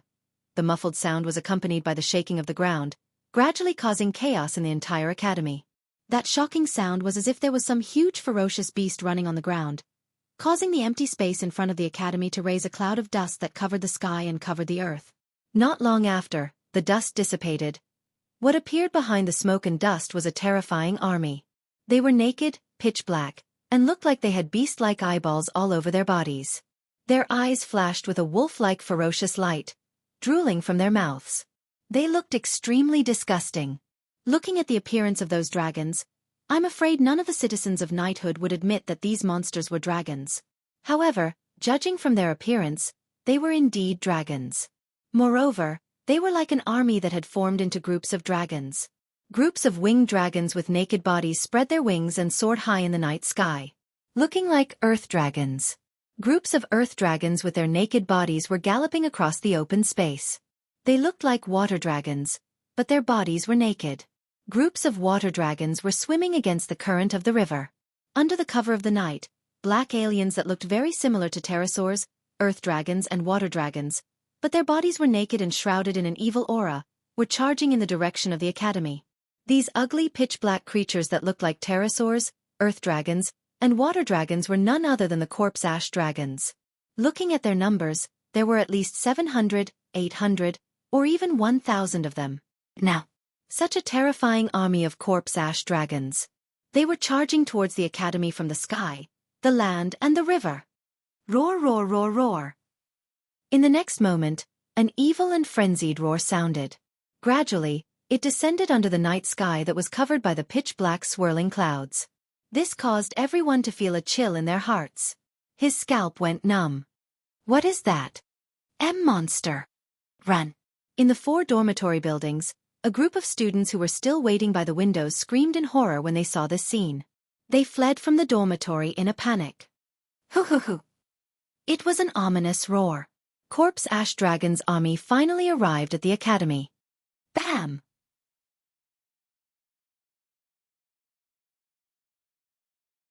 Amidst the rumbling, the gate of the academy collapsed under the relentless assault of the earth dragon-shaped corpse dragons. Dong! Amidst the muffled sounds, the pterosaur corpse dragon army flew across the sky above the academy and started to spit out dragon breath, destroying the buildings one by one. Pang! Amidst the rumbling, the corpse dragon army burst out of the ground from the underground waterway, turning the entire academy into a pile of rubble. Hoo hoo hoo! A ruthless roar resounded through the clouds. How can? Sylvia and Luca stared blankly at the scene before them. Buildings collapsed like building blocks under the assault of the earth dragon-shaped corpse dragon army. Fiery sparks exploded under the dragon breaths of the pterosaur corpse dragon army. Inch by inch, the ground opened up like a hole as the corpse dragon army shuttled back and forth. Gray smoke and scarlet flames danced and filled the academy under the moonlight. Students, faculty and staff, everyone in the academy was running away in a panic. Under the night sky, the buildings were gradually being destroyed by the raging flames. Dong! Boom! Bang! Muffled sounds, explosions resounded in the academy under the night sky. Buildings collapsed one after another, raising a hazy cloud of dust. Every corner of the academy was ablaze with raging fires. Ear-piercing screams rang out incessantly. It was like hell. The academy! Sylvia's body trembled violently, flames of anger surging from her face. Rebecca's emerald eyes were also filled with anger. Clearly, the two of them were enraged. Unlike Wu Yan, Rebecca and Sylvia had spent more than a year or two in the Ansari Academy. They had more or less developed feelings for the academy. Now that they saw their academy being destroyed by a group of corpse dragons, the rage they felt was not something normal people could understand. Rune-sama. Luca hugged Wu Yan tightly. She started talking in a flustered manner. Our academy. Don't worry. Wu Yan patted Luca's back while looking at the collapsing buildings in the distance. Rebecca, now is not the time to be angry. You're the president of the student council. Hurry up and organize everyone in the academy to fight back. Hearing this, Rebecca came to her senses and her expression instantly turned solemn. President. Next to Wu Yan's room, Yashu and Yak peeked their heads out of the window and they looked at Rebecca. What should we do now? Rebecca didn't even think and was about to give the order. However, her voice was immediately interrupted by a roar not inferior to the corpse dragons. Roar, roar, roar, roar, roar. Amidst the roars, ferocious beasts that looked like corpse gray dragons emerged from the 6 dragon houses in the academy one after another under the night sky.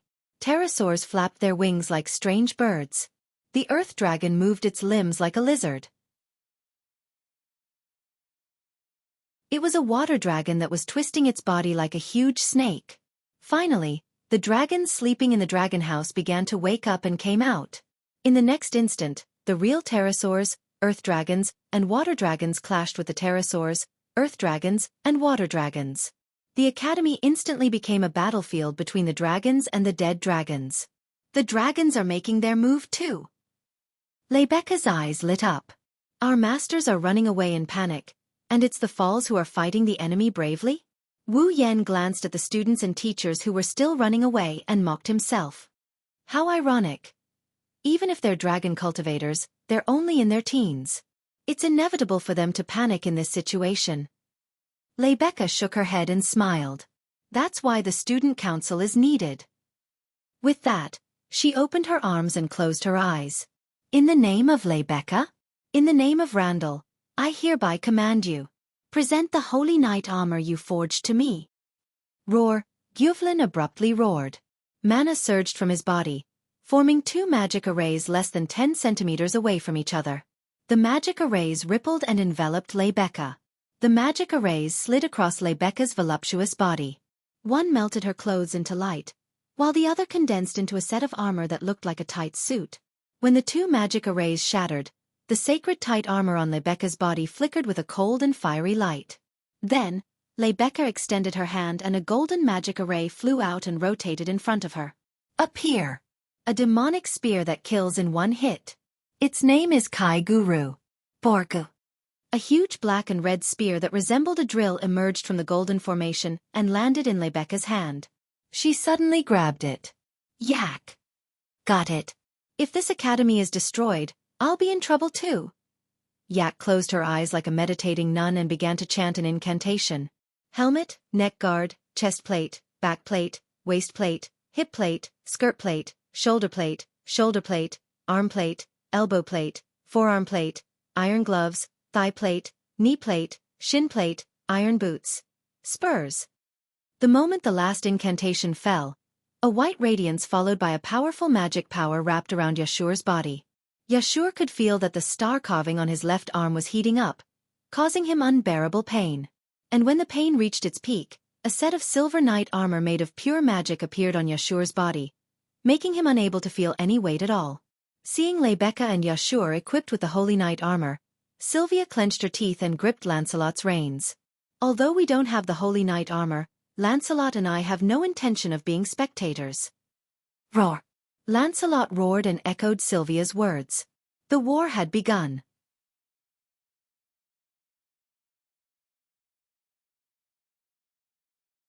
Chapter 1377. Roland. Rebecca, Sylvia, and Yashur didn't immediately charge into the center of the battlefield. Instead, they looked at Wu Yan, who was still in the dormitory. Now, the Ansari Dragon Riding Academy could be said to be facing the greatest crisis in history. There was no doubt about Rebecca's strength, and Sylvia's strength had also greatly improved after obtaining Speed Burst and Dance of the Penetrating Dragon's Breath.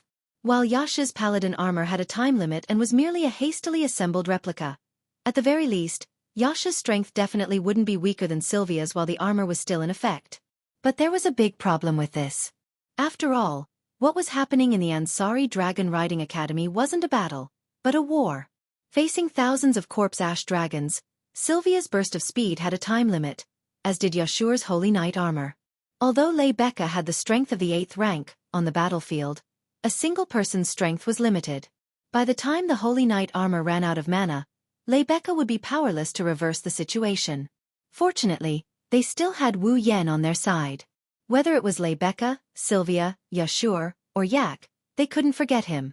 Not only was this ordinary-looking man the world's strongest dragon rider, he had also defeated the world's strongest holy sky dragon rider Yuzura Sarwin's existence. If he made a move, then the Ansari Dragon Riding Academy's victory would be set in stone. Or rather, everyone was still thinking that if Wu Yan summoned that white dragon from that day, then with the might of that white flame that instantly defeated Yuzura, the leader of Loriaman's holy dragon riders, it should be able to immediately eliminate all the corpse ash dragons in the academy, right? Although Rebecca, Sylvia, and the others didn't know how strong that white flame was. But that day in the arena, the monstrous magic that surged up to the sky. However, they could clearly feel it. With that level of mana, how could it be weak? Not to mention, Yuzura had personally admitted it. That day, Wu Yan hadn't used his full strength. Therefore, Rebecca, Sylvia, and the others were waiting for Wu Yan to make a move. To resolve the disaster of the Ansari Union's Dragon Riding Academy. Unfortunately, Wu Yan only looked at the battlefield in the distance and shook his head gently. Pang! Wu Yan hadn't finished his words yet. A muffled explosion suddenly rang out, interrupting his words. Suddenly, The water dragon-shaped corpse ash dragons burst out of the ground and rushed out of the underground waterway. There were about 5 of them, and all of them had pitch-black bodies, crazed eyes, festering gums, naked bodies, and a foul stench. Saliva dripped from the corners of their mouths. The place they had charged out from was right below Rebecca and the others.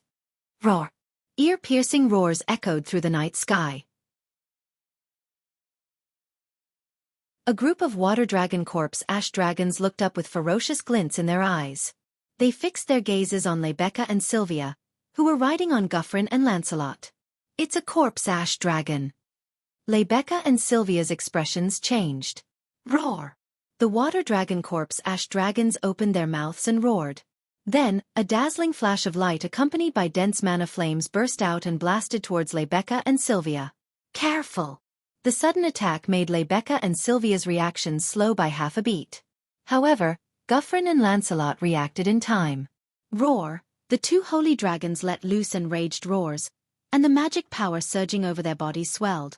The hexagonal defensive barrier immediately expanded, and ripples spread out from it. Bang! The 5 water dragon corpse ash dragons' dragon breaths landed on the hexagonal defensive barrier in the blink of an eye. There was a loud explosion and scarlet sparks, but it only lasted for a moment before dissipating. The 5 water dragon breaths had been easily blocked. However, that wasn't something to be happy about. This was because the 5 water dragon corpse dragons had already extended black shadows from all parts of their bodies. They swiftly and violently bypassed the hexagonal barrier erected by the 2 holy dragons like whips and arrived before Rebecca and Sylvia in the blink of an eye. Those black shadows were actually dark red tentacles.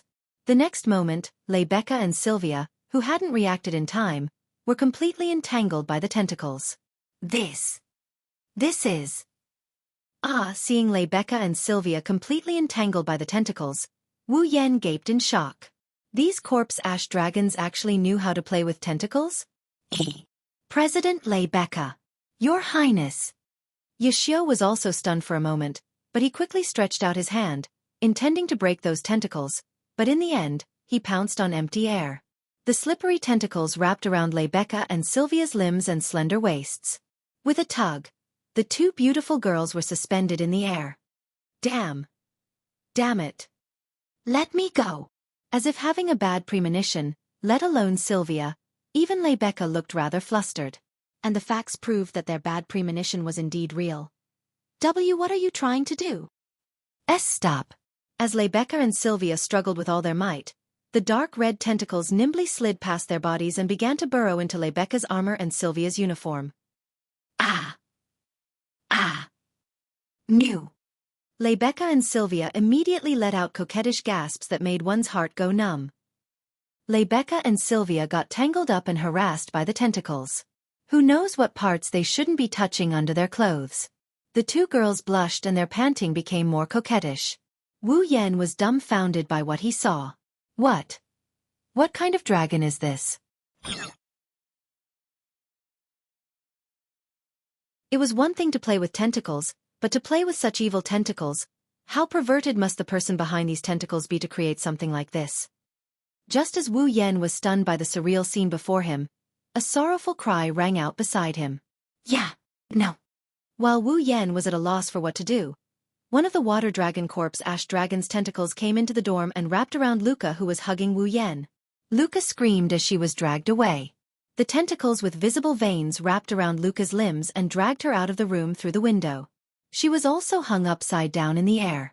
Luca was crying as she struggled with all her might. However, the tentacles had already burrowed into Luca's loose pajamas. No. Don't touch strange places. Not long after, Luca also let out a coquettish cry and was hung in the air with Rebecca and Sylvia. It was an extremely pleasing scene. Wu Yan was completely dumbfounded. Yashur had already been blinded by Alec the moment Rebecca and Sylvia's pajamas were burrowed into their pajamas. He was rolling on the ground and howling in pain. Rebecca endured the strange feeling in her body and turned her head with difficulty to look at Wu Yan. When she saw Wu Yan's dumbfounded expression, she was furious. Stop daydreaming. Come save us. Oh. Wu Yan regained his senses. He stepped on the windowsill and shot out of the dorm. Turning into a black shadow, he charged towards the three girls who were hung upside down in midair like he was breaking through the night. Poochie poochie poochie. His figure flashed past the dark red tentacles. All the tentacles wrapped around Rebecca, Sylvia, and Luca were cut off like snakes. They fell to the ground and continued wriggling like earthworms. Carrying Rebecca, Sylvia, and Luca, Wu Yan landed firmly on the ground. He looked around at the wriggling tentacles on the ground and couldn't help but sweat. They actually have this kind of ability. These corpse dragons really can't be underestimated. Damn it! Rebecca and Sylvia's expressions darkened. Their eyes were filled with rage. Gufflin! Lancelot! Roar! A roar echoed in response to the two girls. The two divine dragons set up a magic formation. Flame-like dragon breaths shot out and instantly obliterated the 5 corpse dragons and the disgusting tentacles on the ground. Seeing the flames of rage burning in Rebecca and Sylvia's eyes, Wu Yan knew that they were thoroughly enraged. These corpse ash dragons were in trouble.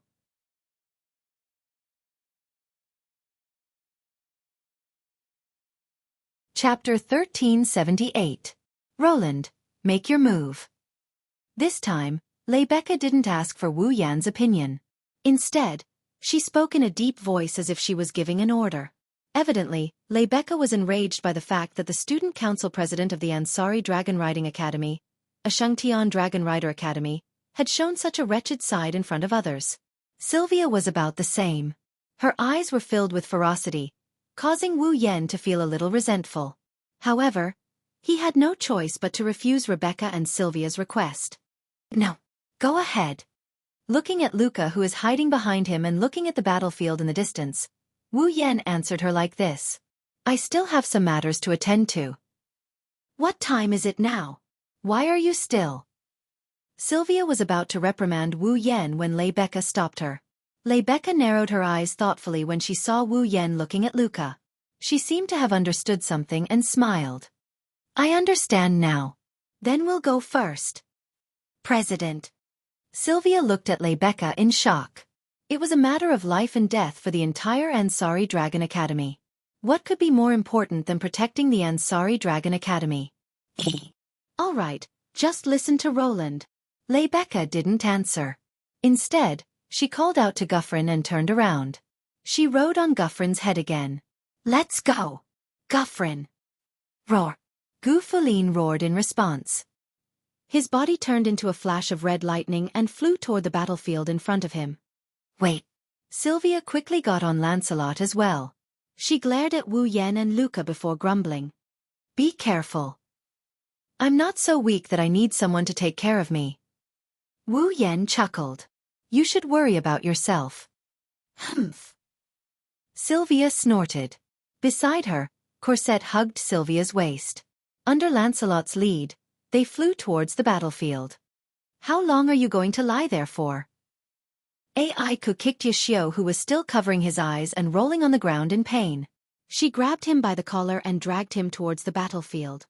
Don't fall behind, that would be so embarrassing. Wait, wait. It was accompanied by Xianxia's screams. Aiku dragged him all the way to the battlefield, leaving Wu Yan speechless. Lord Roland. Luca raised her head suspiciously when she saw Rebecca, Sylvia, Xianxia, and the others entering the battlefield. She shifted her gaze to Wu Yan. Why did you? Come with me. Before Luca could ask, Wu Yan took Luca's hand. He walked in another direction. Lord Lune? Luca tilted her head. Her eyes were filled with doubt, but she didn't ask any more questions. Dong on the flat ground, a dazzling saber light that seemed to be composed of flames was parallel to the ground, like a remnant light. In a flash, a 10-meter-long saber curtain was drawn. Like a large saber of light, it slashed through the air with a loud explosion. The Earth Dragon and Water Dragon corpse dragons that were wreaking havoc on the ground seemed to have suffered a huge impact when they came in contact with the saber light. Their decaying bodies were crushed into pieces and fell to the ground. Holding Luca in one hand and Shauna in the other, Wu Yan charged through the battlefield with a dissipating airflow. It didn't take long for them to arrive at a place. Shockingly, it was the 7th Dragon House of the Ansari Kingdom's Dragon Riding Academy. Dragon House. Luca was startled at first, But then she seemed to recall something. Her expression changed and she cried out in surprise. "Gawain!" Roar! As if in response to Luca's call, a roar resounded throughout the seventh dragon house. What followed was a pillar of dragon breath that seemed like a flame. It shot up from the seventh dragon house and blasted open the ceiling.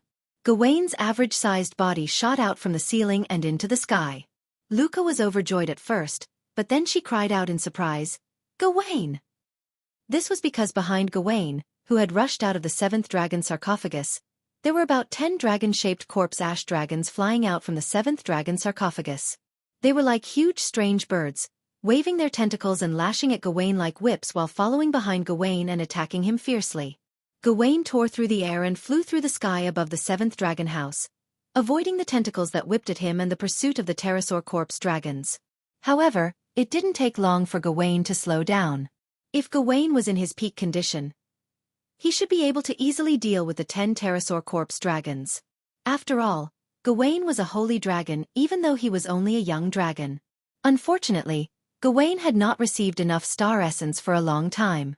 Although his body was not weak, he was not in a good condition. Under such circumstances, let alone Gawain, even Gyuvlin would not be able to withstand the pterosaur corpse dragon's pincer attack. Gawain's speed slowed down again and again due to his weak body. Finally, he was surrounded by the tentacles. Roar! Gawain let out an unwilling roar. Gawain! Luca's expression changed again and again until it was full of anxiety. "Lord Roland." Luca grabbed Wu Yan's clothes tightly and begged, "Please save Gawain." No. To Luca's surprise, not only did Wu Yan not do anything, he even lowered Xianxia and rejected her coldly. "I won't do anything." What? Luca looked at Wu Yan in disbelief. "Why?" "Because it's not my duty." Wu Yan met Luca's purple eyes. "You should be the one saving Gawain." "Me?" Luca was dumbfounded.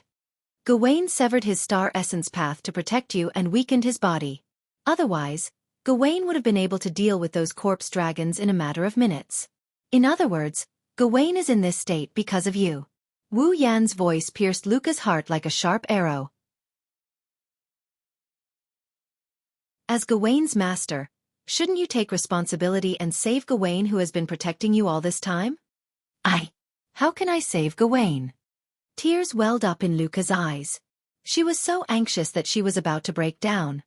"Without Gawain, I can't do anything.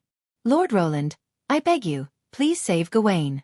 You can scold me all you want after this, but Gawain." "Gawain." "Luca." Wu Yan sighed when he saw Luca so anxious that she was about to cry. "Luca, think about it. Think about everything you did with Gawain. The excitement you had when you flew in the sky with Gawain. The excitement you had when you practiced dragon riding with Gawain. The peace you had when you lived and ate with Gawain. The joy you had when you improved with Gawain. Luca, do you really want to see Gawain continue to weaken like this?" This time, Wu Yan's voice drifted into Luca's ears like a breeze. She froze on the spot. Images of her time with Gawain appeared in her mind under Wu Yan's guidance. "Gawain has a lot of pride." Wu Yan's gaze shot to the sky. Gawain was roaring furiously as he was entangled by 10 pterosaur corpse dragons. Wu Yan closed his eyes. Right now, because of his body, he's being entangled by 10 disgusting minions. He must be feeling terrible. If he's defeated, he might never get up again. "Luca, do you want to see Gawain suffer such a blow and fall into depression?" "Gawain." Luca clenched her fists tightly. Her face was filled with uncertainty. Luca had to admit that everything Wu Yan said was correct. Given Gawain's personality, he would be devastated if he was defeated by a dragon like that. Right now, Gawain must be feeling terrible. This was all because of her fear of riding Gawain. Could it be that he was just going to watch Gawain be defeated and sink into depression? Could it be that he was going to continue like this until he ran out of star essence and died in depression? No. Absolutely not. Roar. Gawain howled in the sky. He finally shattered the last bit of hesitation in Luca's heart. Gawain. Without hesitation, without confusion, and without the fear she had in the past, Luca lifted her bare feet and ran forward. Bzzz. In the next instant, Luca's body burst into a dazzling torrent of light and charged into the sky.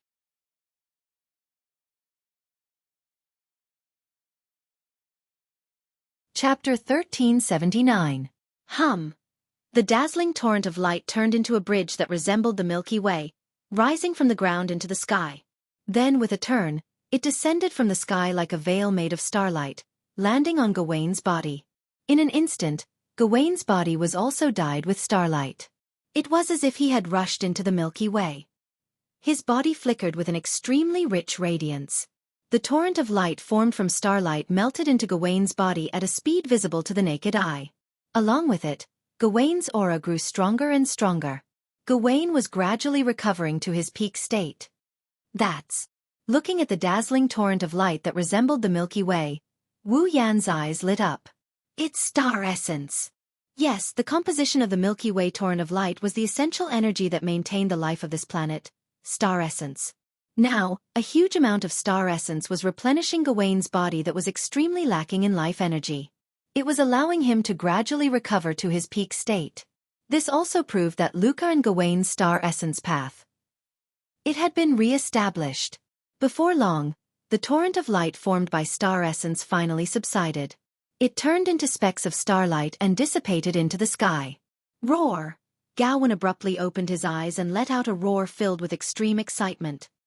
His voice was like a sound wave, and with a tremor, it shattered the surrounding tentacles that were wrapping around him. They fell to the ground. Roar! As if to celebrate his recovery, Gawain roared excitedly. A surge of magic power surged from his body. Following his roar, it condensed into a rotating magic formation that extended forward. Bang! A dazzling stream of magic power that resembled a pillar of light was mixed with a flaming dragon's breath. Like a meteor, it streaked across the night sky and landed on the 10 pterosaur corpse dragons that couldn't react in time. A ball of fire exploded in the sky. Then, the corpse dragons' flesh scattered from the sky like dust, becoming insignificant specks of dust in the vast land. Roar! Gawain's voice was full of joy. He circled around and landed on the ground. Luca was sitting on top of Gawain's body without anyone noticing. Lord Roar! Luca's face bloomed with a smile that even the night sky couldn't reach. It was as if she had become the only light in this world that had lost all light due to the dark clouds. She was also extremely beautiful, like a fairy sent down from the heavens. Well done, Luca. Seeing Luca's smile, Wu Yan couldn't help but smile. He Wei's faces Luca. Wu Yan rubbed Gawain's neck as he looked at him from afar. Wei Luca, you should be satisfied now? Roar! Gawain let out a low roar. There was joy and gratitude in his roar. Gawain knew that without this person's help, Luca wouldn't have been able to overcome the fear in her heart and accept him again, not to mention the problem of whether he could survive or not. Now that the celestial veins were once again connected, Luca's rider consciousness had also fused with Gawain's. Gawain could clearly sense the trauma in Luca's heart. It couldn't be said that it had been completely overshadowed by Luca's strong emotions. Luca Gawain Wei. No matter how you look at it, this has to do with Wu Yan. Gawain's heart was filled with joy and gratitude. If you really want to thank me, then don't cause any more trouble. Seeing the gratitude in Gawain's eyes, Wu Yan smiled. I can't take any more of your torment. Both Luca and Gawain lowered their heads in embarrassment. Wu Yan was amused. Lord Roar! Luca suppressed the joy in her heart from reuniting with Gawain. Her eyes were filled with determination. I want to join the battle. Join the battle? Wu Yan paused and looked towards the center of the academy. That's right, the corpse dragon isn't completely dealt with yet. Lord Roar! Luca suddenly spoke. There's something I'd like to ask of you.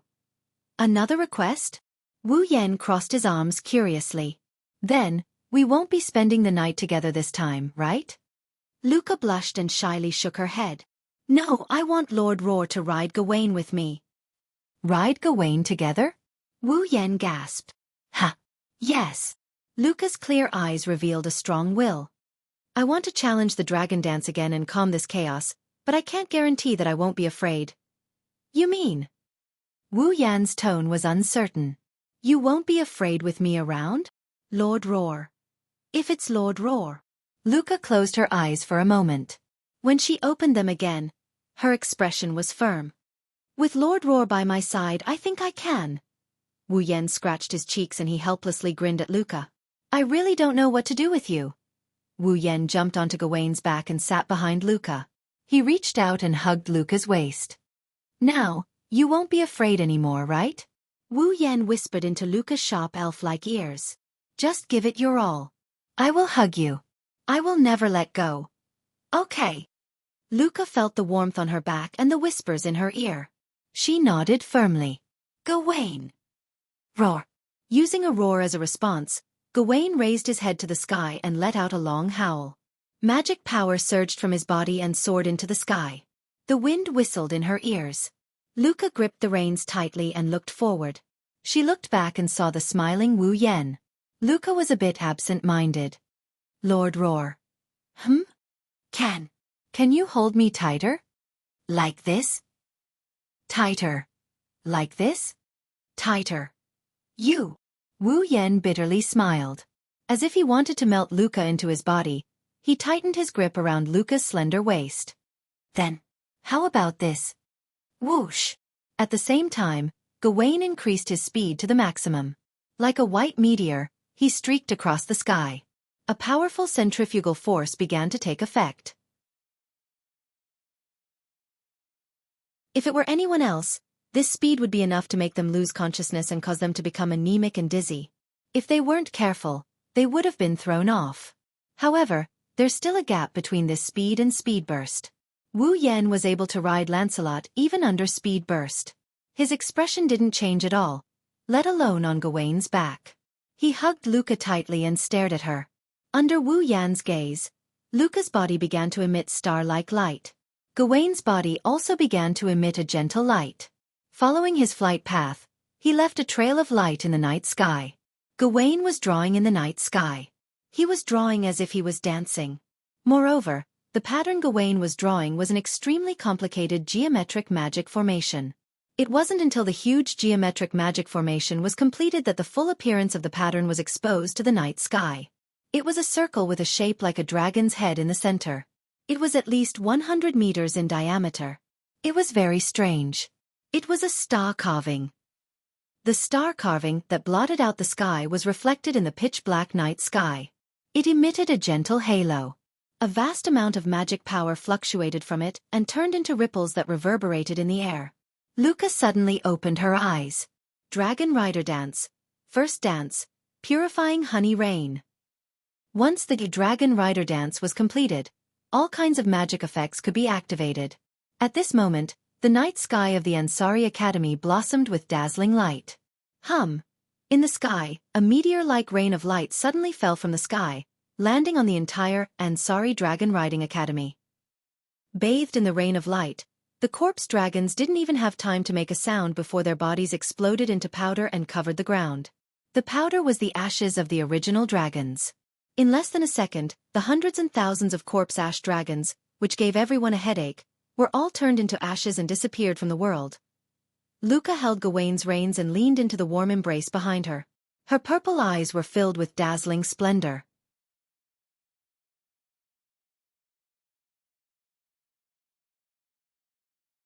Chapter 1380. Did I fail again? On the top floor of the Templar Bell Tower, Mikosis looked at the disappearing dark clouds and the geometric pattern that resembled a star carving in the sky. His eyes were gloomy. Below him, the buildings of the Ansari Dragon Riding Academy were still burning and smoking. Debris was scattered all over the place and the ground was full of potholes. It was a complete mess.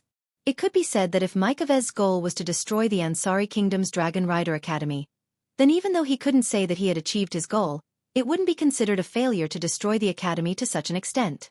However, Mikovez's true goal wasn't to destroy the Ansari Academy.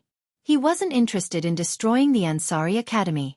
The reason he had the corpse dragon attack the Ansari Dragon Riding Academy was to take a look at the white flame dragon. Why would he go through so much trouble to attack the Ansari Dragon Riding Academy just to take a look at the white dragon burning flame?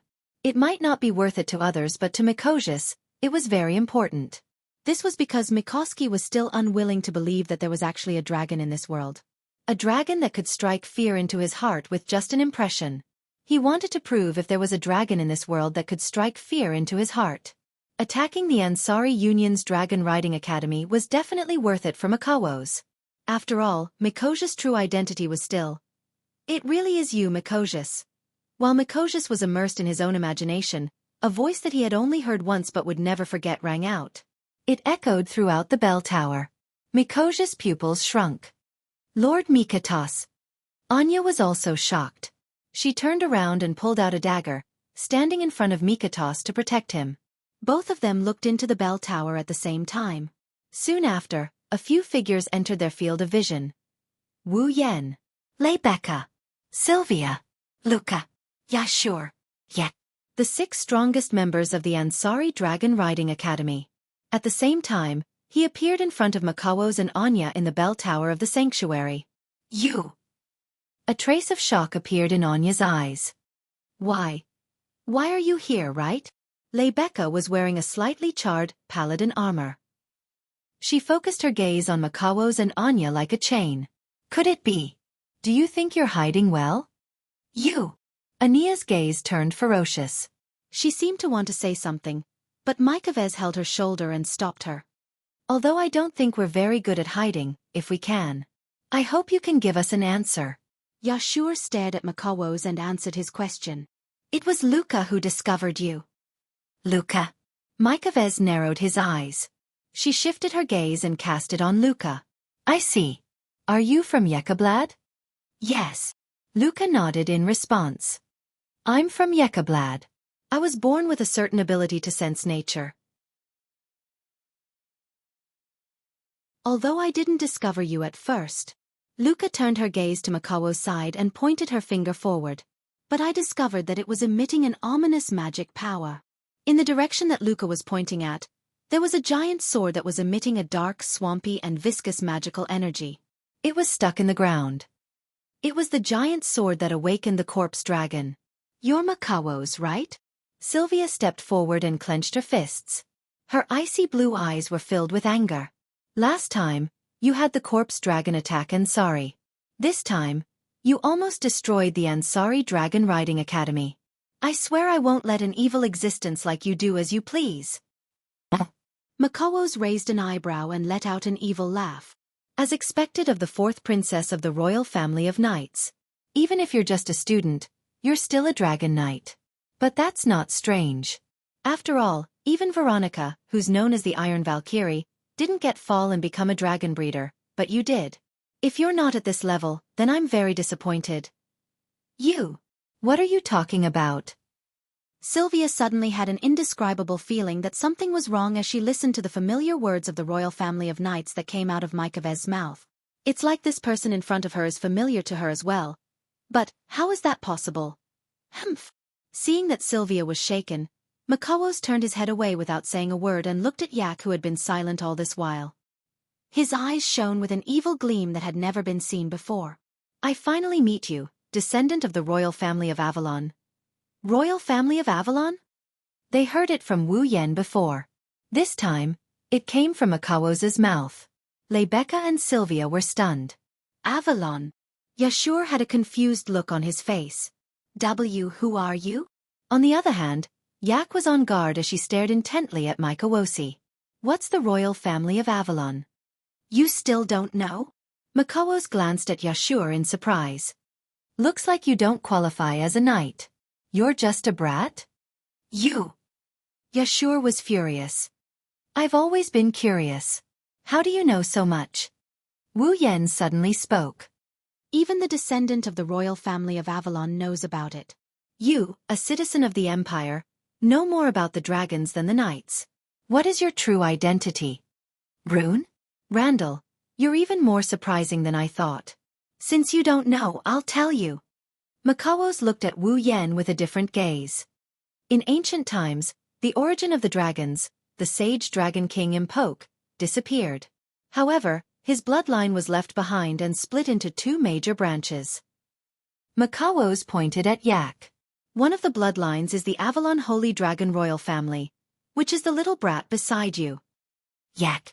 Lebecca, Sylvia, Luca, and Yashur looked at Yak in surprise. Me. Yak was at a loss. And then? Wu Yen kept his gaze on Makawos. What about the other bloodline? The other bloodline is the one that has been enemies with the royal family of Avalon for generations. Makawos's tone became distant. The Nihilinia Underworld Dragon King family. The Nihilinia Underworld. Lebecca and the others muttered. The Nihilinia Underworld Dragon King family. Wu Yan frowned. Avalon's Holy Dragon Royal Family and Nihilinia Abyssal Dragon Wang family are the royal families of the dragon race. They are also the dragons with the highest level of bloodline and the strongest power in the dragon race. Mikano's gaze turned sharp as he looked at Wu Yan. That's why I'm curious as well. Randall, what kind of existence is that white dragon of yours? Its power is already enough to rival the complete form of the Avalon Holy Dragon Royal Family and the Nihilinia Underworld Dragon Royal Family after their bloodlines have been awakened. Makawo's face under the mask was already tense. Tell me, what is it? The entire Templar bell tower suddenly became quiet. You want to know? Wu Yan chuckled under everyone's watchful eyes. Then, how about we exchange questions? Exchange? Yes, exchange. Wu Yan walked past everyone and stood in front of Makawo's. Tell me who you are, and I'll tell you what my fall is. How about it? Fair, right? It was Makawo's turn to be silent. Forget it. After a long while, Makawo's took a deep breath.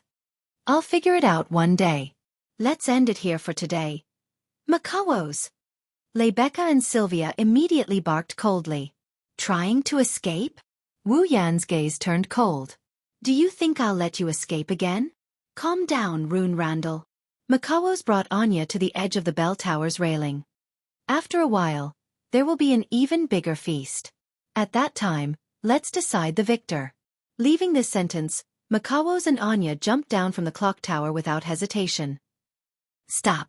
Lebecca, Sylvia, and the others were shocked. They wanted to rush over, but Wu Yan stopped them with a wave of his hand. Looking at the edge of the bell tower, Wu Yan's wine-red eyes flashed with a pensive light. An even bigger feast. Ha!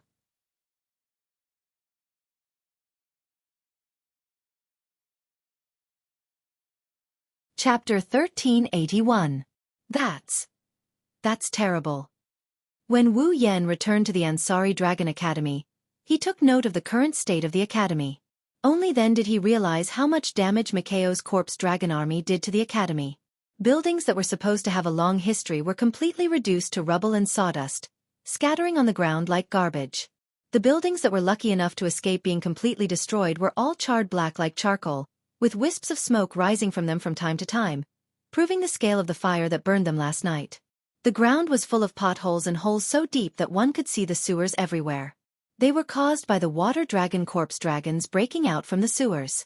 Some of the flat ground was broken as a result of the earth dragon corpse dragons mercilessly stepping on it. The Dragon Cultivation Academy that was originally one of the best in the Night Kingdom of Loriaman had now fallen into a state of near destruction. Fortunately, not all buildings were mercilessly destroyed.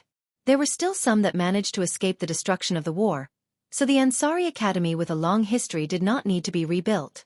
However, if they wanted to restore the academy to its original state, it would take a long time for them to return to their original state and be able to attend classes normally. Standing at the entrance of the Ansari Academy, Wu Yan, Lebecca, Sylvia, Luca, Yak, and Yashur could clearly see the students and teachers who were injured in the war last night being carried onto stretchers and sent to the hospital in Ansari in an orderly manner. Those who were not seriously injured were more or less wrapped in bandages as they ran back and forth in the academy. This scene. It made the hearts of those who saw it heavy. Their mood was unprecedentedly low. Fortunately, even though there were many wounded, the attack of the corpse grey dragon did not bring any real casualties to the Ansari Dragon Academy. Until now, not a single person was found dead. Even the list of dead dragons did not appear on the list.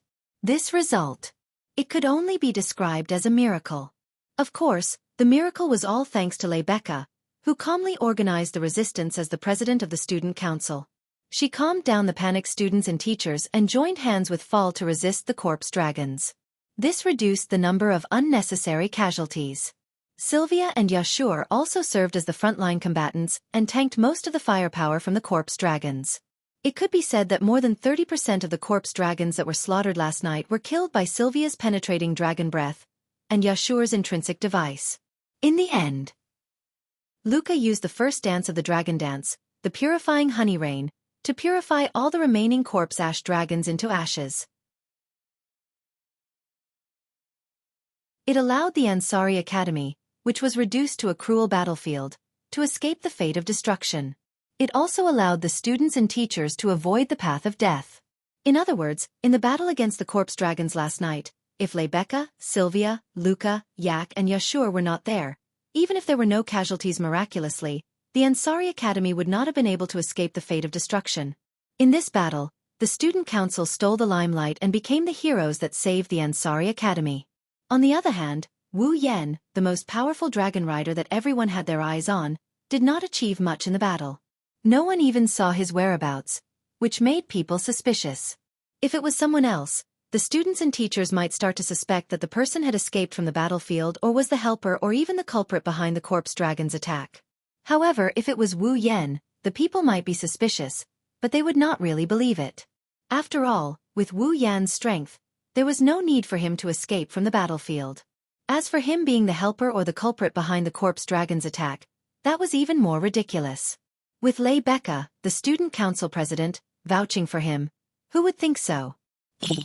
In short, it was a fact that the academy needed to be rebuilt. The injured had to be sent to the hospital. The students and teachers who lost their homes had to find a place to stay. The attack of the corpse dragons also had to be reported to the knighthood kingdom. All of this required the student council to do personally. The coming days were going to be very busy. Ansari State Dragon Riding Academy, Student Union Office, Huff. Panting with exhaustion, the 6 of them sat around the round table used for meetings. They started to relax after a sleepless night and working for the academy for half a day. Everyone, please have a cup of tea and recover your energy. Corsette pushed a dining cart filled with tea sets in. She had a gentle smile on her face as she brewed a cup of black tea for everyone. This was another form of timely help. Ugh! I'm alive. Yashur drank the black tea like it was water to quench his thirst. He heaved a sigh of relief before sighing again. I didn't expect the academy to be destroyed to this extent. The student council office is really lucky to be intact. It's all because of that guy called Maikavez. Aiku shouted angrily. Who is that guy? It's so annoying. Hearing Aiku's words, everyone present fell silent for a moment and raised their eyebrows. Makawo's, huh? Lebecca crossed her arms as if she was deep in thought. Is that guy really from the Empire? Why is he so familiar with the dragons of the knighthood kingdom? Also, he said Yak is the last descendant of the Avalon Holy Dragon royal family. Yashur looked at Yak, who was gritting her teeth in disbelief. Based on what Makao said, isn't Yak the dragon royal family's princess? I don't know what's going on, but do you have any objections? Aika raised her head with an arrogant look on her face. I am such a powerful dragon. Are you convinced now? No. Yashur subconsciously shook his head. Rather than saying I'm convinced, it's more like I can't believe it. How can a girl like you who likes to laze in bed, gluttonous, irritable, and even pee in her sleep be a dragon? Bang! PFFF. Before Yashur could finish his words, he was sent flying by a red-faced yak. I'm sorry, I'm a girl who likes to laze in bed, gluttonous, and irritable. Yak's eyes flashed fiercely. She stomped on the ground and walked up to Yashur, who was rolling on the ground while holding his stomach. She grabbed him by the neck and shook him. A watchdog like you dares to look down on me? See if I don't stomp you flat. What you're doing right now, has nothing to do with stomping flat with one foot. Shut up. Do you want to die again? Already. Dying. Everyone sighed when they saw Yashur's eyes rolling back as Yak grabbed him by the neck. But this explains why Yak is able to create a replica of the Holy Knight armor, even though she's only been born for less than 3 months. Lebecca tilted her head. Since she's the Dragon Royal family's princess, it's not surprising that she has this ability. Right. Aiku immediately beamed with joy and let go of Yasha's neck, allowing Yashu to finally catch his breath and gasp for air like a dog. Lord Royan. Luca turned to Wu Yen, who was deep in thought, and tugged at his sleeve. What's wrong? What's wrong? Rebecca and the others turned to Wu Yan. Is there anything I need to pay attention to? Well, you can say that. Wu Yan waved his hand perfunctorily, much to everyone's dissatisfaction. Speaking of which, you didn't seem surprised when Mikaos mentioned that Yak is a descendant of the Holy Dragon royal family of Avalon. Rebecca asked curiously. Did you already know that Yak is the Dragon royal family's princess? Didn't you ask us about the Holy Dragon royal family of Avalon a while ago? I just found out about it not long ago. That's why I wasn't surprised when Mikaos mentioned the Holy Dragon royal family of Avalon. However, I didn't expect there to be a Nihilinia Abyssal Dragon royal family. I didn't know about that at all. Wu Yan rubbed his forehead in distress. He turned to Yashur. But Yashur, you have to be careful. Me? Yashur was stunned.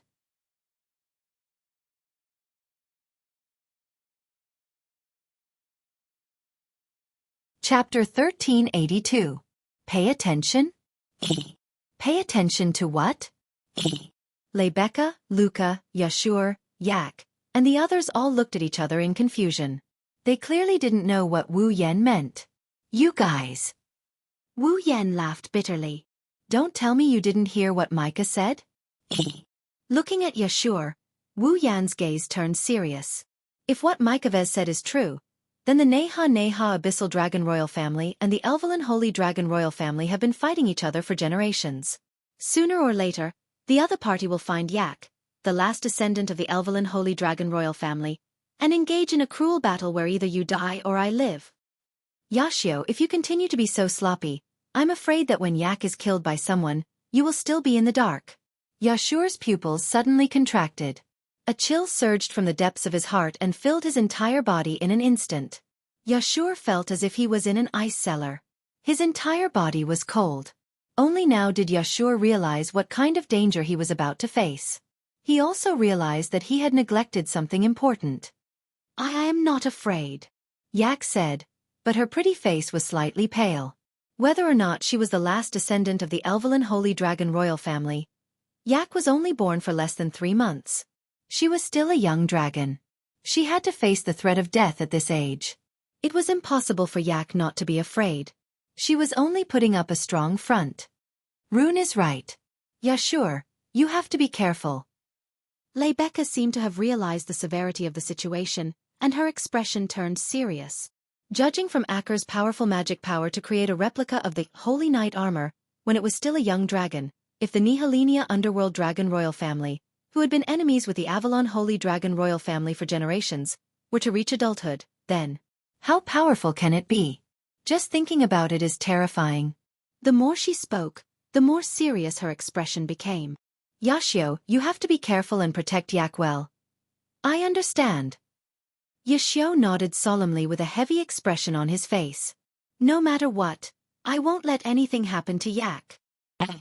I'm not so weak that I need someone to protect me. Aiko coldly snorted. Don't turn your head. Don't forget, without my Holy Knight armor, you are just an ordinary person. How are you going to protect me? Yes. Yashur replied helplessly. Apart from this problem. Wu Yan frowned. There's another thing that I'm very concerned about. Another thing? Rebecca and the others couldn't help but look at Wu Yan again. Did you all forget what Mikva said before he escaped? Wu Yan narrowed his eyes. Wait a little longer. There will be an even greater feast. Hearing this, everyone finally remembered this matter, and their faces all changed. What is Mikvas trying to do now? Yashur clenched his fists, his eyes filled with anger. Isn't destroying the academy enough? How am I supposed to know? Wu Yan shrugged. If I didn't want to know what this greater feast is, I would have let him go. Do you think I would let him go? That doesn't make sense. Rebecca objected to the idea. We should have captured him and forced him to tell us the reason. Do you think he's the type to tell us the truth? Wu Yan knocked on the table. Besides, Mikaos is from the Empire. This so-called greater feast is most likely not just his personal operation. It's very likely that the Sepharo's empire is carrying it out. If we capture him, there's only a possibility that we won't be able to obtain any clues about the subsequent events. When something really happens, it'll be terrible. That's true. Rebecca frowned bitterly. But now that Mikvas has escaped, how are we going to find clues? Well, at the very least Mikvas has been exposed. The clues will be more or less exposed. Wu Yan shook his head. Finding these clues is the mission of the knights. We're still students. Let's focus on the academy's reconstruction. That's true. Rebecca sighed. I will report this matter to the knights' royal family and let them decide. That's good enough. Wu Yan grinned and he turned around abruptly. There, Sylvia had a gloomy expression on her face, and her icy blue eyes were filled with uncertainty. And then, Wu Yan looked at Sylvia with an ingenious change of topic. What's wrong? However, Sylvia's expression remained gloomy even after Wu Yan's words. She stared at the table as if she didn't hear what Wu Yan said at all. The atmosphere in the student council office changed into a heavy one. Wu Yan frowned. Rebecca, Luca, Yak, Yashu, and the others exchanged glances as well. Your Highness. Cosette also noticed that something was wrong. He reached out his hand and shook Sylvia. Your Highness. Your Highness. Ah! Sylvia exclaimed and came back to her senses. What's wrong? We should be the ones asking you that, right? Wu Yan tilted his head in confusion. You've been like this ever since you came back from the Templar Bell Tower. You haven't said a word and you're always absent-minded. Not only are your actions strange, they don't seem like the usual Sylvia who takes everything seriously. What's wrong? Sylvia looked around at the student council members who were looking at her and lowered her head. There's something I really care about. Something you care about? Rebecca repeated her words. What do you mean? Sylvia opened her mouth, but immediately closed it again. She hesitated for a moment before shaking her head. No, it's nothing. Hearing this, everyone present frowned. Nothing? How could it be nothing when she's acting like this? Your Highness. Yashur wanted to say something but Wu Yan shook his head.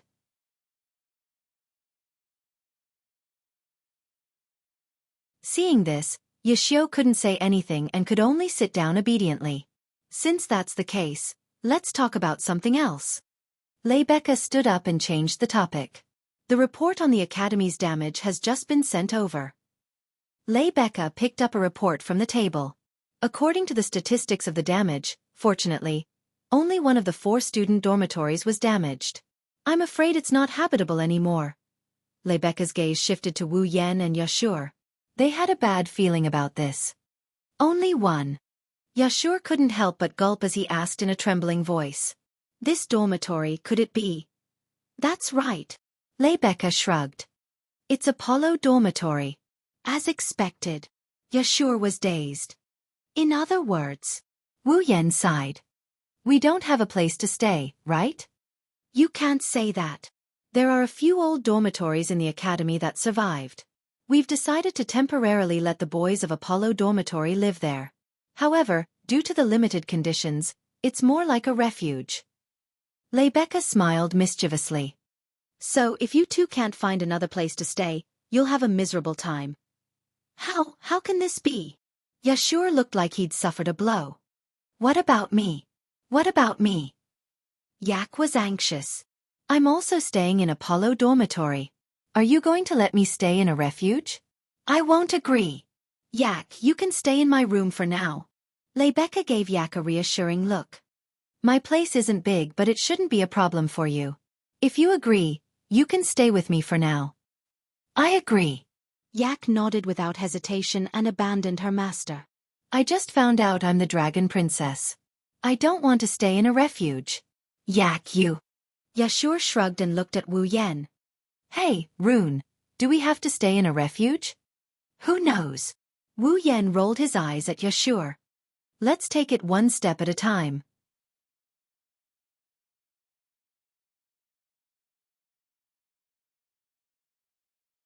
Chapter 1383. Now, where should we go? Well, who knows? Wu Yan and Yashu looked at the busy students and staff running back and forth. They also looked at the messy campus and the potholes on the ground. They couldn't help but feel a sense of desolation in their hearts. Of the two of them, one had defeated the world's strongest Saint Sky Dragon Knight, and was currently the strongest existence in the world.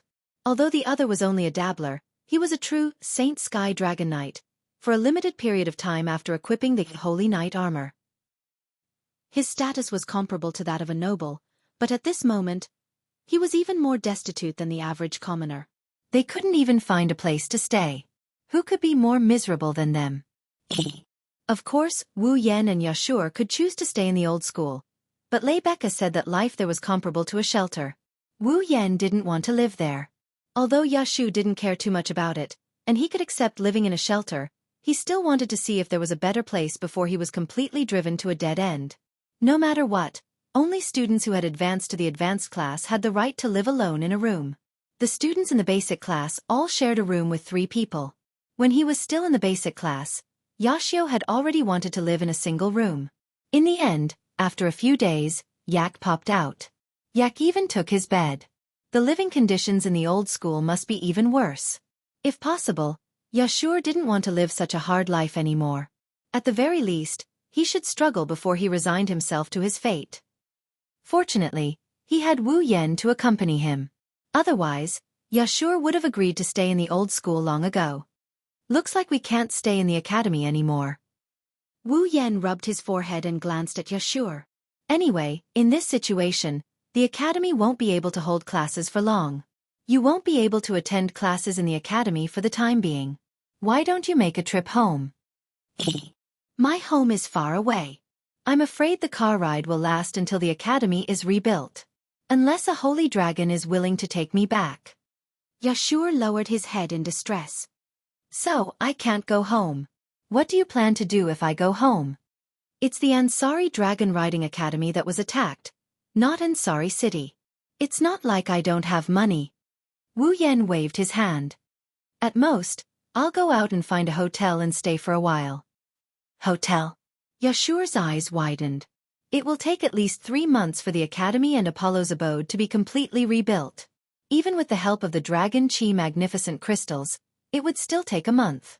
Staying in a hotel for a month would cost a lot. Luo Wang, are you sure you have the money?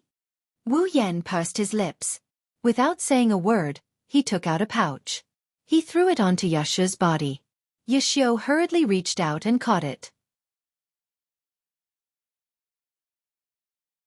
He glanced at Wu Yan in confusion before opening the bag in his hand. When Yashio saw the contents of the bag, he almost threw it out. Glittering gold. It was truly dazzling. The bag was filled to the brim with gold coins. From the looks of it, there were at least 20 to 30 gold coins. According to the gold price of this world, 20 to 30 gold coins was enough to buy a small hotel, let alone stay in a hotel for a month. Yashio's hands began to tremble as he held the bag. For a commoner like Yashio, the bag in his hand was heavier than anything he had ever held in his life. Gulp! Yashio couldn't help but swallow a mouthful of saliva. His voice echoed clearly in the surroundings. I say, aren't you a little too useless? Wu Yan looked at Yashio with disdain. You're a dragon rider. Even though you're just a dabbler, you're still acting so pitifully for 20 to 30 gold coins. Be careful. Sylvia might get angry if she sees you like this. Yashio shrunk his neck in fear. Indeed, with Sylvia's yearning for holy dragon knights, she was already displeased with a half-baked existence like himself. If he were to perform so unbearably, with Sylvia's rigid personality and identity, it was possible that she would not be able to tolerate it and would directly curse him out loud. It wasn't Yashio's fault though. He was just a commoner from a village. I don't even know if I can earn that much money in my lifetime. Yashio retorted. Besides, I didn't know you were so rich. Rich? Wu Yan chuckled and turned his head away. These 20 to 30 gold coins were nothing compared to the hundreds of billions of gold coins in the Ring of Gold, which could be piled up into dozens of mountains. However, no matter the world, gold is a hard currency.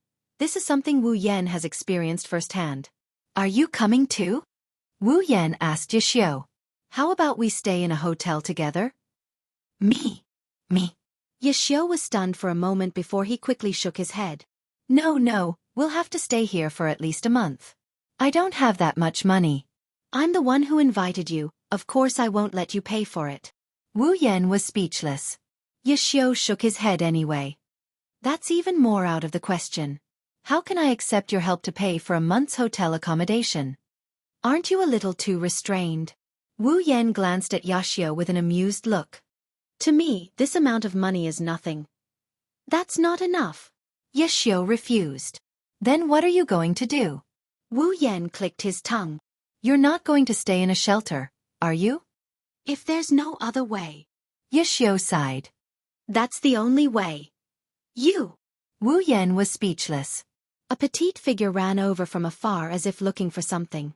When she saw Wu Yan standing beside Xiao, her eyes lit up and she ran over. Master Roland. Wu Yan was about to drag Xiao into the hotel when he looked at the source of the voice. Then he gasped in surprise. Luca. Master Roland. Luca ran all the way to Wu Yan. She crouched down and placed her hands on her knees while panting. Why are you in such a hurry?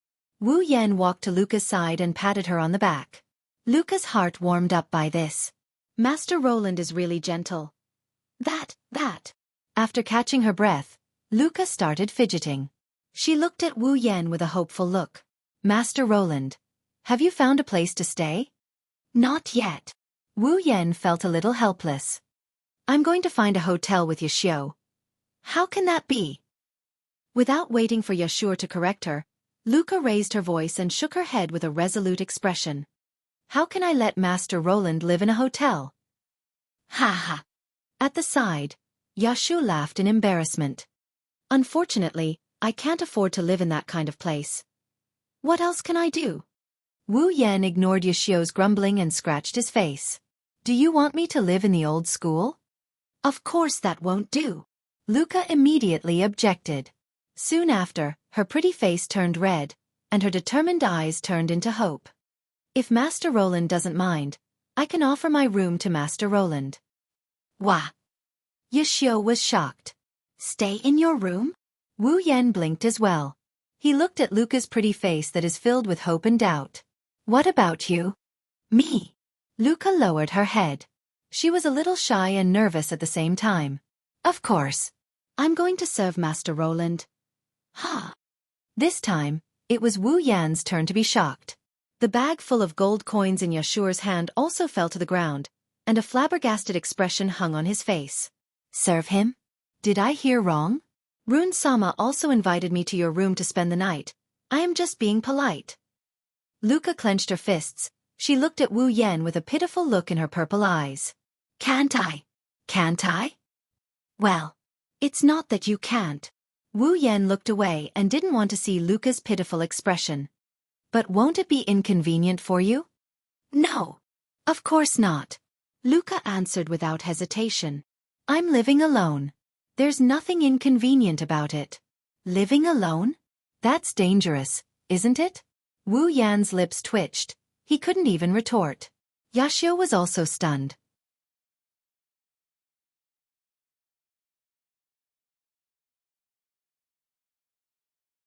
Chapter 1384.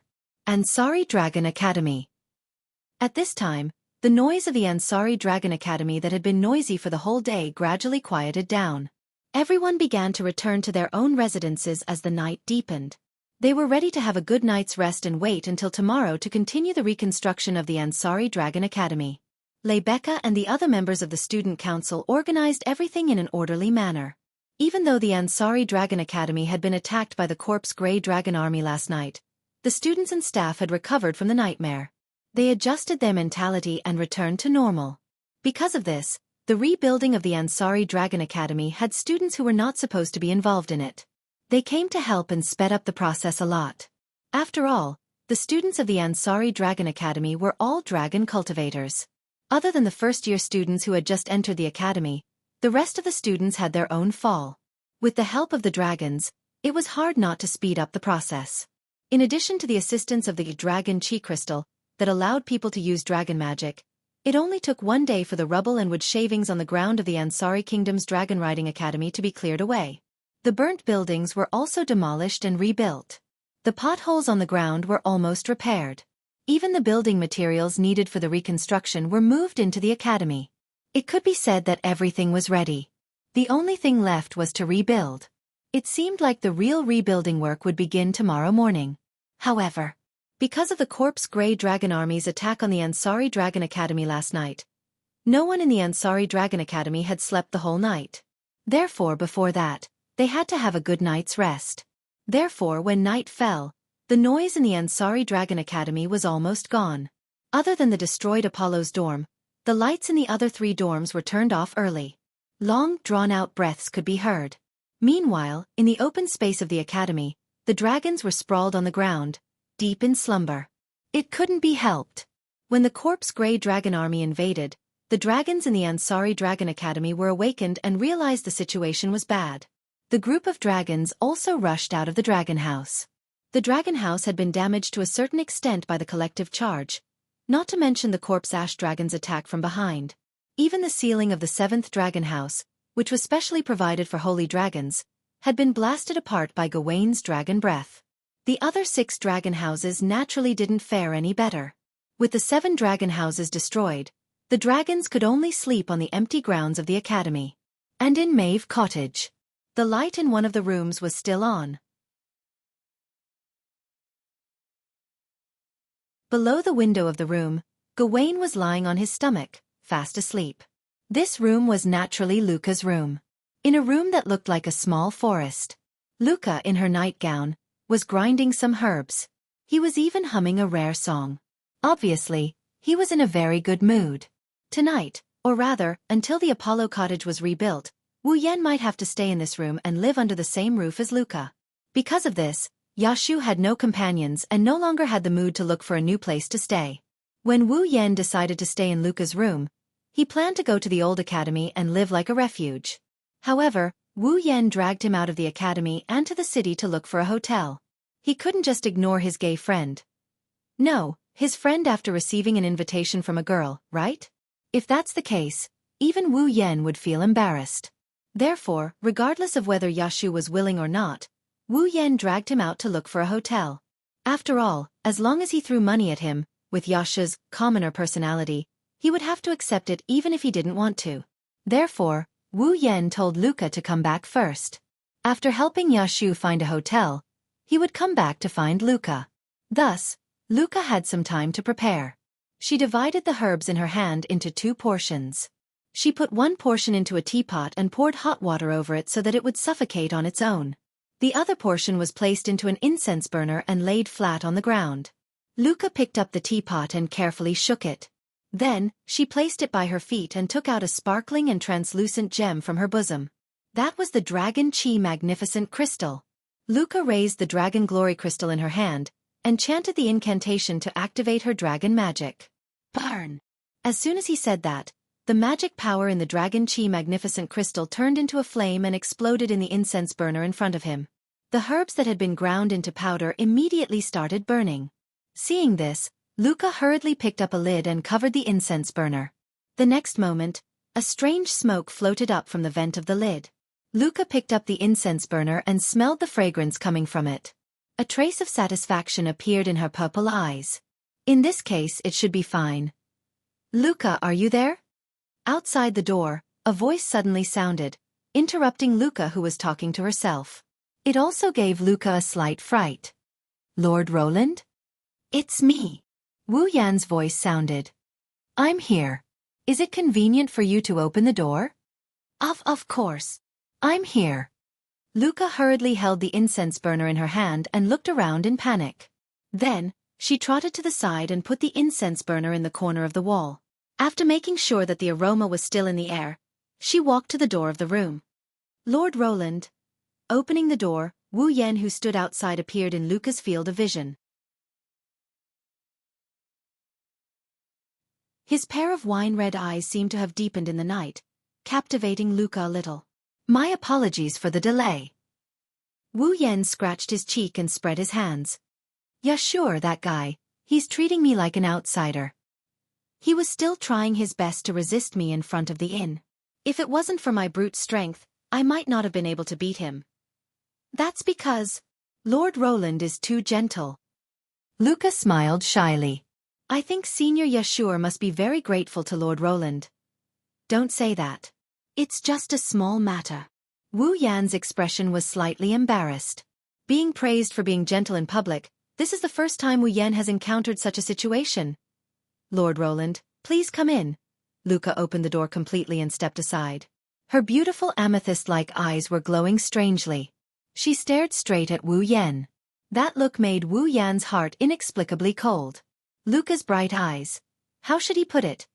It gave Wu Yan the feeling that she gave him. It was like Mei Jiao and Origami were planning to push him down.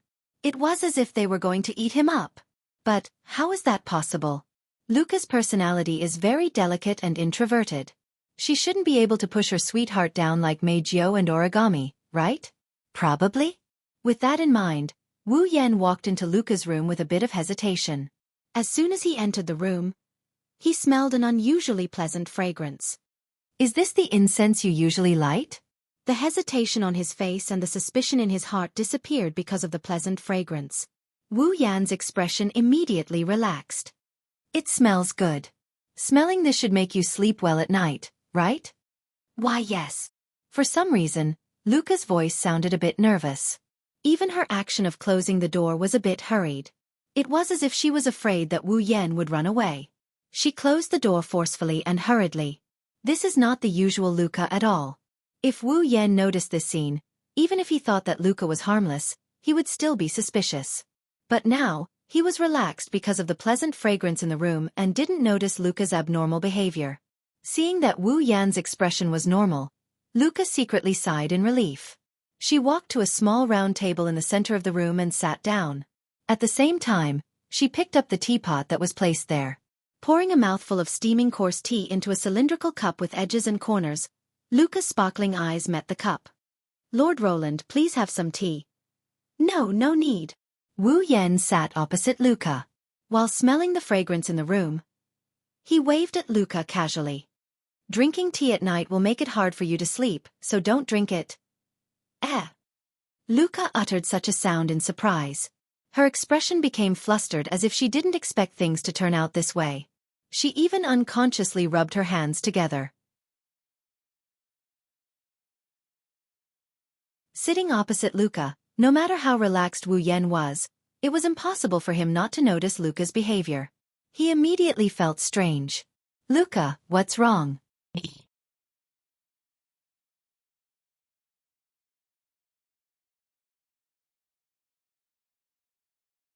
Chapter 1385. Luca.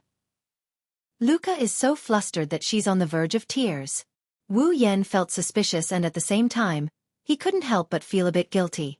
He has to admit, Luca's attitude is too much of a foul. Luca had a pitiful appearance to begin with, and her delicate temperament was even higher than Cannon's. Only Ikaros, who easily aroused the desire of others to protect her, could rival her. Not to mention, Luca had an introverted personality. When she pretended to be pitiful, it was more lethal than any weapon. No, there's no need for her to act pitiful. This girl's every move and action is so natural that it exudes a pitiful aura. Even though he knows he did nothing wrong, he still felt like he has committed a grave sin. His expression instantly turned awkward. All right. Stop acting like you're breaking the rules. Before long, Wu Yan surrendered. I'll drink it. Really? Like a sunny day after a storm, Luca's expression turned for the better. Her watery eyes stared at Wu Yan with watery eyes. That look of hers. It's even more of a foul than before. Really? Wu Yan was shocked. His heart couldn't help but waver. He forced himself not to look at Luca's expression. As if he was trying to escape, he quickly picked up the steaming teacup on the table and brought it to his mouth.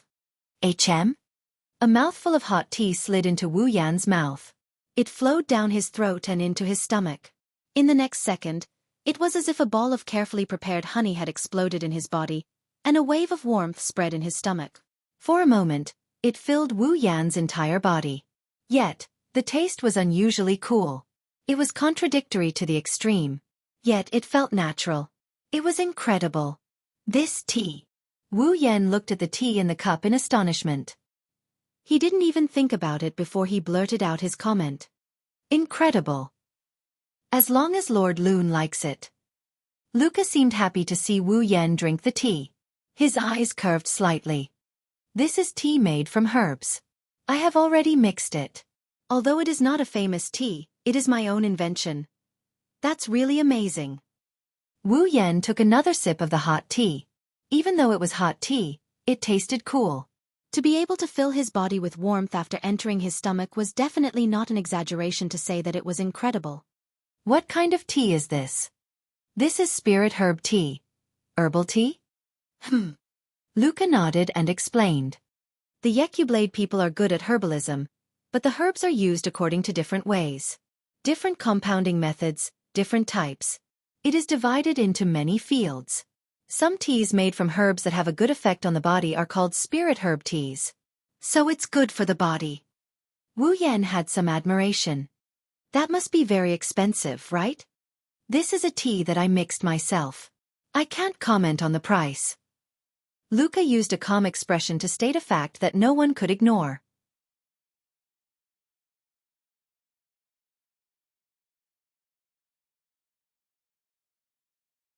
Soon after, the seemingly light nightgown on her body slid down her body and fell to the ground. Luca's fair and delicate body was completely exposed to the air, without a trace of cover. Luca! Wu Yan's face stiffened. Why did you take off your clothes? It's cold at night. Luca answered matter-of-factly. That's why I have to warm Lord Loon with my body. You're not warming me, you're inviting me to commit a crime. Wu Yan wanted to bang his head against the wall. Aren't you afraid I'll eat you? Eat. At first, Luca tilted her head in confusion. Then she realized what he meant by eat. A blush appeared on her pretty face as she began to blush shyly.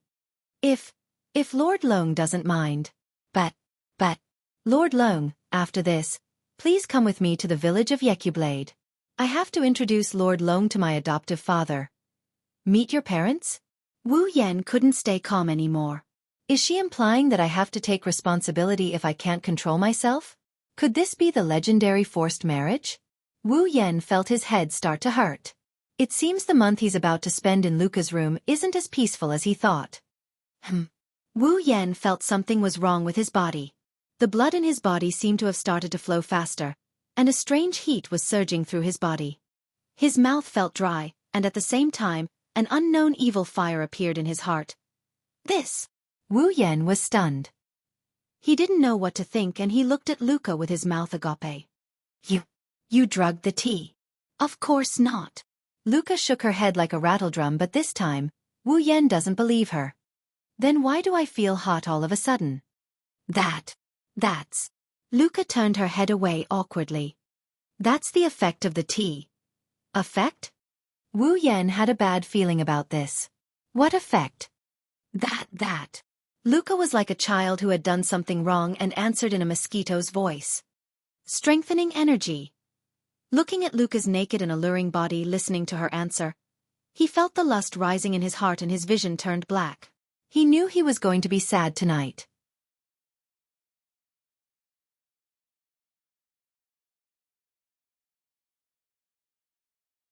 Chapter 1386. In the following days, Wu Yan's life could only be described as an abyss of suffering.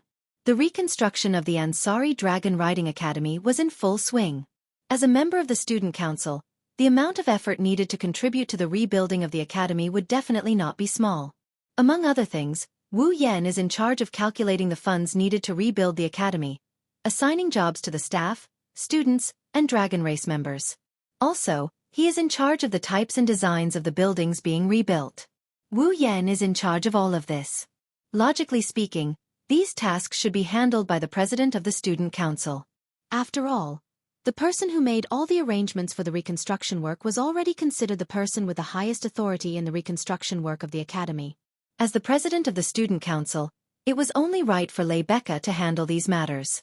However, Lebecca still had to sort out the matter of the Corpse Grey Dragon Army attacking the Ansari Academy and report it to the Knighthood Kingdom. She also had to explain and discuss with the relevant higher-ups. Sometimes, she even had to go to the city council for a meeting. Her workload was already very heavy, so she couldn't take care of the academy. Thus, All the arrangements for the reconstruction of the academy were made. All of them fell to Wu Yan, the student council's assistant.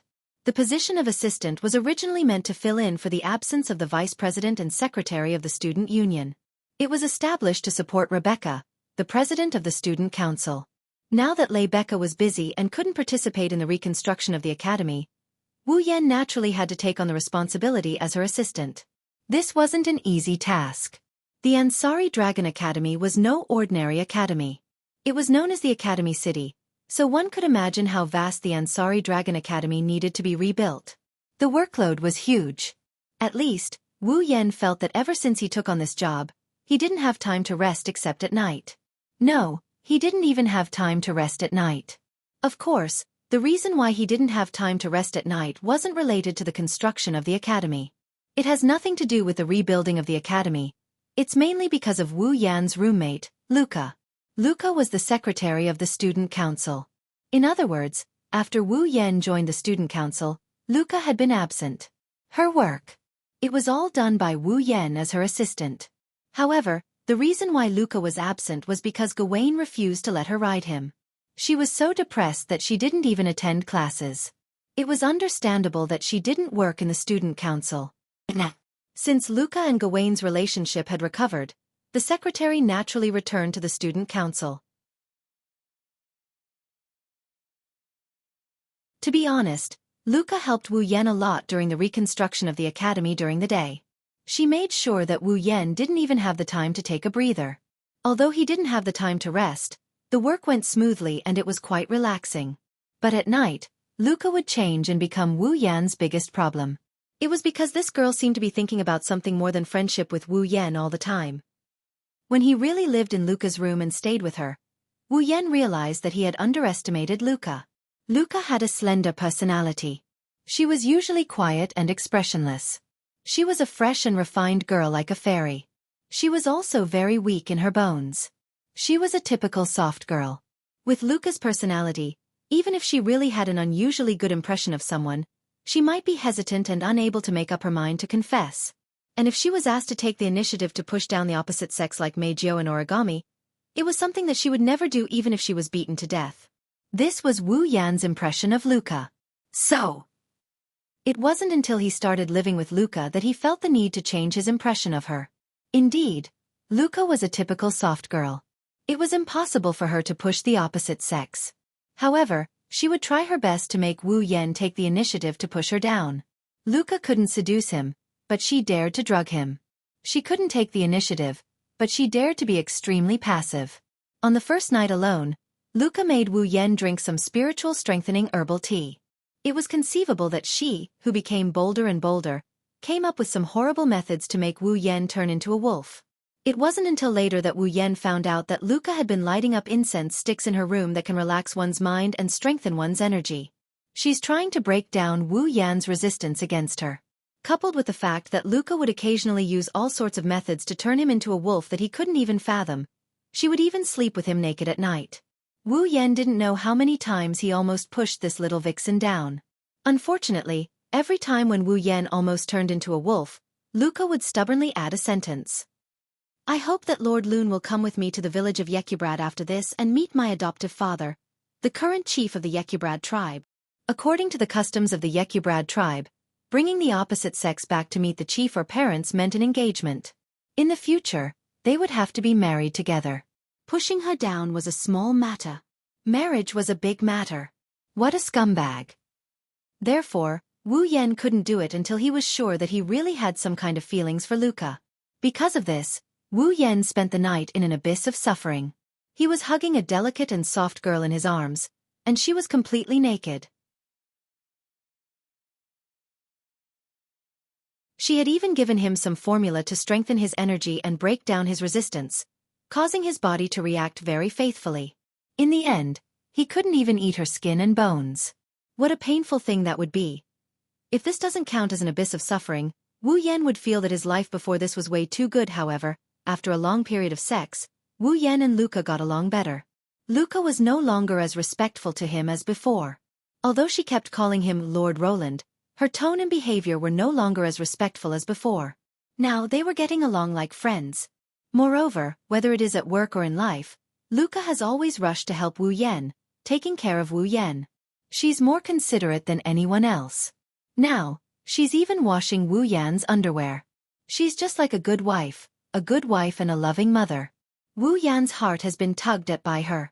If it went on like this, Wu Yan might not be able to resist the temptation and go back to her hometown to marry her. Of course, Cosette was dissatisfied with Luca's taking care of her daily life. This was supposed to be her job. However, Sylvia had been acting strangely recently. She didn't talk much and would be absent-minded from time to time during work. Even when she was sleeping, she would stare blankly at the sky, as if she had something on her mind. She was even more silent than Luca, which made Cosette very worried. Under such circumstances, Cosette didn't have time to compete with Luca to take care of Wu Yan. She was racking her brains to find a way to restore Sylvia to her original state. Unfortunately, before Cosette could think of a solution, her peaceful life was once again disrupted. Boom! One morning, an explosive sound accompanied by a shockwave reverberated in front of Epona House. Like an earthquake, the entire Epona dormitory shook slightly. The glass windows also trembled. In the dormitory, the girls of the advanced classes screamed and caused a commotion. What's going on? Following a nervous voice, the window of the Eponache royal family's private room was opened, revealing Sylvia's panicked face. However, when Sylvia poked her head out of the window, the scene that entered her eyes caused her to freeze on the spot. Excuse me. On the empty ground in front of Epona's house, a beautiful woman wearing a yellow-green dragon riding suit saluted Sylvia energetically. I am the court's first-rank postmistress, Ovita Brown. Ovita Brown. Sylvia? Lorleman's fourth princess. The woman named Ovita took out a scroll from her bag. The Night King has a letter for you. Father. Sylvia was shocked.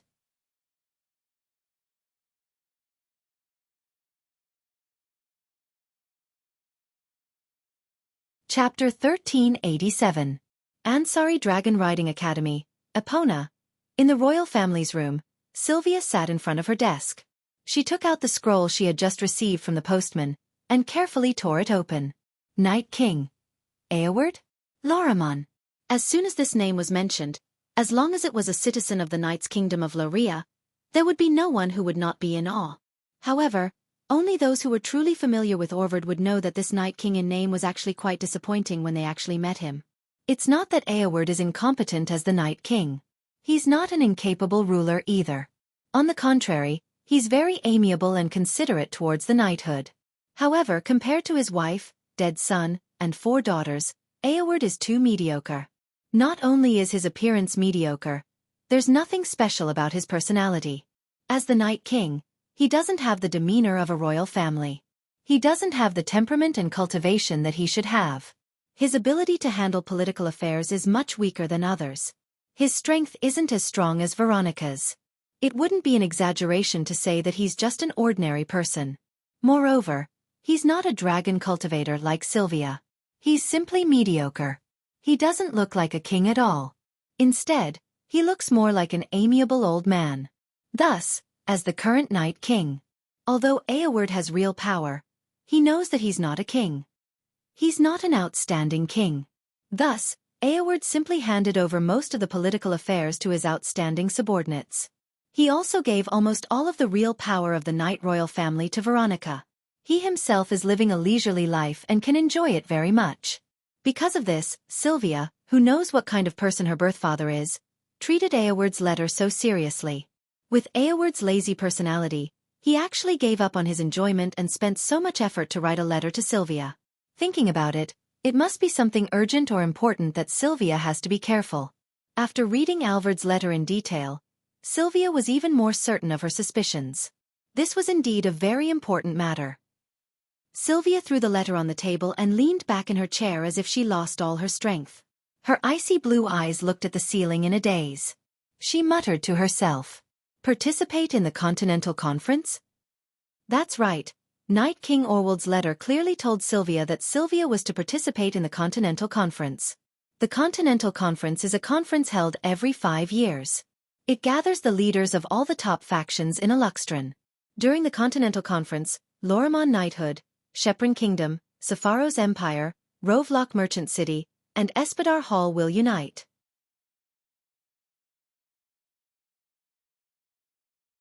These 5 forces that each held a place in the Aruxtran continent would send their own representatives to gather together for an important summit that would determine the future of the Aruxtran continent.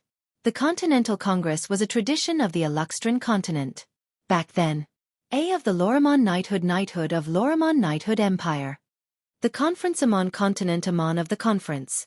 Amon the of Amon of Knighthood of Amon the continent had.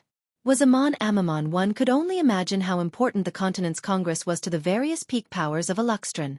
Now, the Continental Conference that is held every 5 years is finally going to be held again.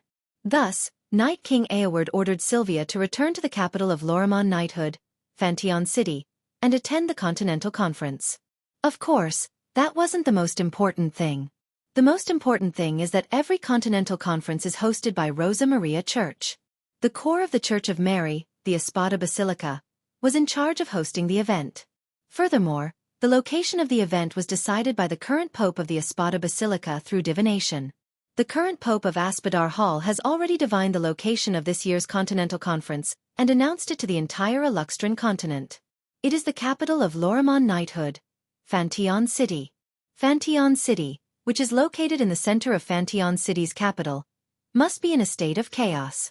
They must be preparing for the Continental Conference, right? In other words, it won't be long before the representatives of the top factions of Aluxtran arrive at the capital of Lorimon Knighthood. They might even gather in the capital of Lorimon Knighthood. This matter could not be said to be small. However, Sylvia was only annoyed. She wasn't in a hurry. Originally, Sylvia had been troubled by a certain matter during this period of time. Now, before the matter had been resolved, her home had become the venue for the Continental Conference, and even her student had to attend the conference. How could Sylvia not be annoyed? Moreover, Eoward didn't only ask her to go to Fantion City. There are others apart from her as well. Sigh. With a sigh, Sylvia walked to her bed in a mess and fell down. Her skirt flew up and the lower half of her fat-two suit was completely exposed to the air. Your Highness, you're being too rude. Corset, who had prepared black tea for Sylvia, happened to walk in and saw this scene. You don't look like a princess at all. Don't mind me, Sylvia said in a muffled voice. There's no one else here anyway. Let me relax for a bit. Corset shook her head with a smile but didn't say anything else. Putting the black tea in his hand on the table, Corset glanced at the letter written by Alvard on the table and asked, What did the Night King say in the letter? He.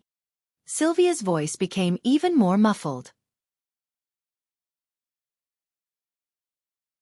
He ordered me to return to Fantion City and attend the Continental Conference. Really? Cosette's eyes lit up. Congratulations, Your Highness. The Continental Conference is a conference that only the representatives of the top factions in Aluxtran can attend. It will decide the future of the continent. Such an important meeting also meant that those who could attend would definitely become the most important figures in their respective factions in the future. The fact that Sylvia was present proved that the royal family of knights really intended to push her up the ranks. How can Corset not be happy for Sylvia? However, Sylvia was still in a bad mood. But you know, with my abilities, attending a conference like this is too much of a burden. Your Highness, how can you think that way? Corset raised an eyebrow. Did you forget? Lord Loon hates it when you give up before you do anything. If he finds out, he will be very disappointed. I know. Sylvia couldn't help but care. Although she still looked unhappy, she sat up from the bed and tidied up her messy skirt. Seeing this, Cosette secretly heaved a sigh of relief. During this period of time, Sylvia had always looked as if she had something on her mind, which really worried Cosette. But now, Corset was a little relieved. At the very least, no matter how depressed Sylvia is, she still cares about Wu Yen, right? Then forgive my rudeness. Corset politely informed Sylvia, and immediately picked up the letter from the Night King on the table and began to read it. It didn't take long for Corset to raise her eyebrows and laugh out loud. Bring Loon with you when you return home? With Randall? Is this a meeting with the parents? Ha! Sylvia was stunned for a moment before her pretty face turned red with a bang. You! What nonsense are you talking about? Ah, isn't that right? Of course not. Sylvia didn't hide her wavering. Father's letter also said to bring Yashur and Yak. How could he mean that? Well, this only means that the Night King doesn't mean that. Corset gloated. But Your Highness, don't you want to bring Lord Loon to see your father? You! Shut up! Sylvia's face flushed red as she grabbed a pillow and threw it at Corset with all her might. Corset hurriedly caught the pillow thrown by Sylvia, and the smile on her face grew wider. The princess has finally returned to her normal self.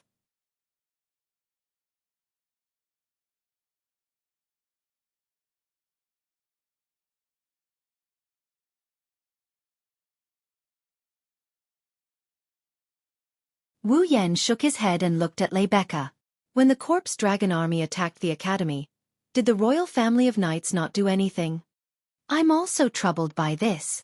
Rebecca frowned and rubbed her chin. I've sorted out the details many times and had a lot of discussions with the city council. The report should have been sent to Fantion City, but the royal family of knights' response left me scratching my head. Oh? Wu Yan looked at Rebecca with everyone's gaze. How should I put this? They said. Rebecca met Wu Yan's gaze. How about we wait for Roland?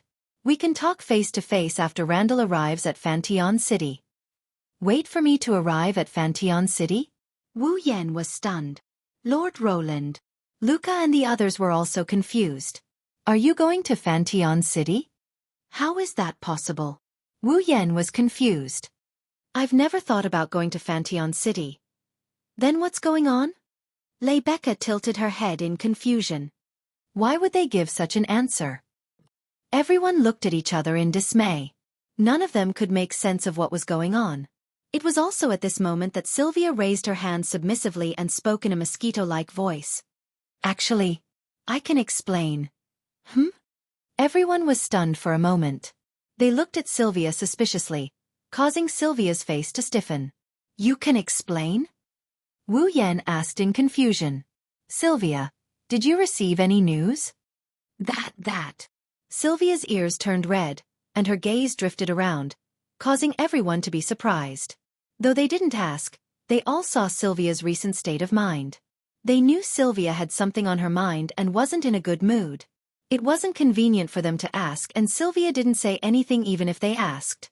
They could only wait and see. Now that Sylvia was like this, could it be that her problem had been solved? Thinking of this, everyone also released a kind smile. Take your time. Wu Yan handed Sylvia a cup of black tea. Have some tea first. Thank you. Sylvia blushed and took the black tea. She took a sip and looked around at everyone. When she saw the kind smiles on everyone's faces, Sylvia mustered up her courage. Actually, my father sent a letter saying he wants to meet Rune. As soon as he finished speaking, the entire place fell silent. Then, loud gasps of surprise echoed throughout the student council office. Meet me. Wu Yan flinched at her words. Is that what he means? Yashur asked hesitantly. Meet the parents? Meet the parents? Wu Yan was even more shocked. Meet the parents. Luca gasped. She grabbed Wu Yan's arm out of reflex. No. I can't. I can't? Sylvia's face was starting to redden, but when she heard Luca's words, her body tensed up. Why not? Because. Luca stuttered. After a while, she spoke with tears in her eyes. Even if you want to meet the parents, Lord Rune has to come with me to the village to meet my godfather first. What kind of twisted logic is this?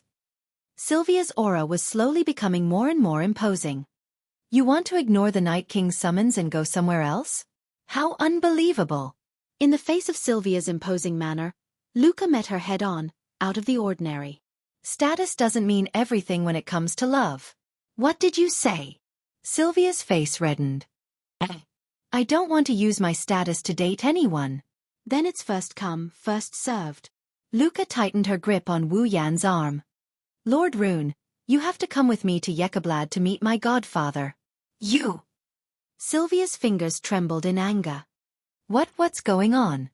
Wu Yan couldn't bear to watch and turned to Rebecca. President, are you going to leave them in the lurch? Well, personally speaking, I can understand their actions. Rebecca's words caused the entire place to fall into silence once more. After all, the people from my family also said that they wanted to see you and asked me to bring you back. Even Rebecca? Luca looked at Rebecca in disbelief. No way. Sylvia was also confused. What's going on? Wu Yan couldn't help but ask. I've never heard of it. That's because I don't think there's a need. Rebecca glanced at Wu Yan with a half-smile. The people of the Randall family want to see you because you, who is my guard and given the surname Randall by me, have defeated the strongest Captain Ursula. This made the people of the family ecstatic. Each of them expressed that they want to see you, an outsider who has the surname of the family. I think they want to try their best to rope you in, so I didn't think about bringing you back. I see. Wu Yan was relieved. Sylvia and Luca also let out a sigh of relief. However, reality proved that it was still too early for them to be relieved. However, putting aside my family, I actually want to bring you back home to meet my family. Rebecca's words shocked everyone. No matter what, you're the only person of the opposite sex who has moved my heart. For a moment, Sylvia and Luca emitted a deadly aura of resentment. Wu Yan laughed dryly.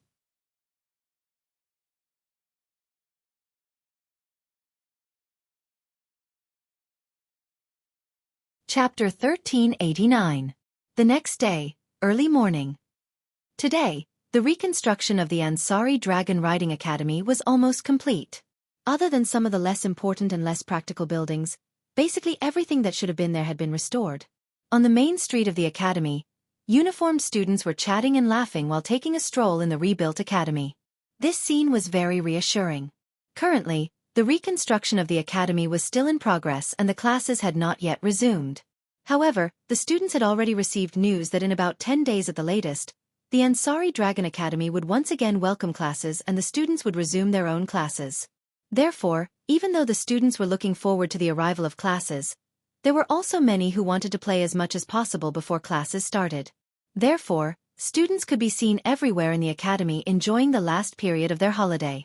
In the open space in front of Epona's dormitory, Wu Yan, Yashur, and Yak were standing there. Moreover, they weren't wearing their usual uniforms. At this moment, Wu Yan was wearing the academy's dragon riding uniform. The hem of his coat was fluttering in the wind. This caused the entire space to reverberate with the fluttering of his coat. On the other hand, Yashur was wearing a nice-looking uniform. The uniform was embroidered with the insignia of the Night Palace and had a bow tie. It looked very stylish. However, those who were in the know knew that the uniform was stylish, but it was actually a servant's uniform in the palace style. Not only was Yashur wearing a palace-style servant's uniform, even Yak, who was standing next to him, was wearing a palace-style servant's uniform.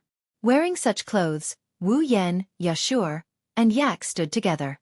It was as if some royal family was about to bring their two servants out for an inspection. This caused Yashur to be embarrassed and Yak's expression to be a bit unsightly. Not long after, Yak angrily complained in a loud voice. They actually made a noble dragon wear this kind of servant's uniform. Is this how the Night Kingdom treats dragons who are connected to their lives? Just bear with it for a while. Yashur finally heard Yak's complaint and showed an expected expression. He made a pre-prepared appeasement. Look, aren't I also wearing servant's uniform? Unfortunately, Yashur's consolation only brought about the opposite effect. You're a servant to begin with. Yak retorted matter-of-factly. How can a mere watchdog compare to the honorable dragon clan?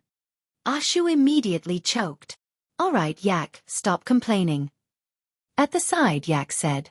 Wu Yan shrugged. This is also for Sylvia, isn't it? Needless to say, the fact that Yashio and Yak had dressed up like this was naturally not their own will. In fact, this was Cosette's proposal. Although Fenchon City wasn't too far away from Ansari City, it wasn't a place where one could go whenever they wanted to. If he used the usual method of moving, he might not be able to reach it even after an entire day. Therefore, in order not to waste time, the only way to travel to Fenchon City was to ride on a dragon. However, this was where the problem came from. Yashur's fall was Yak.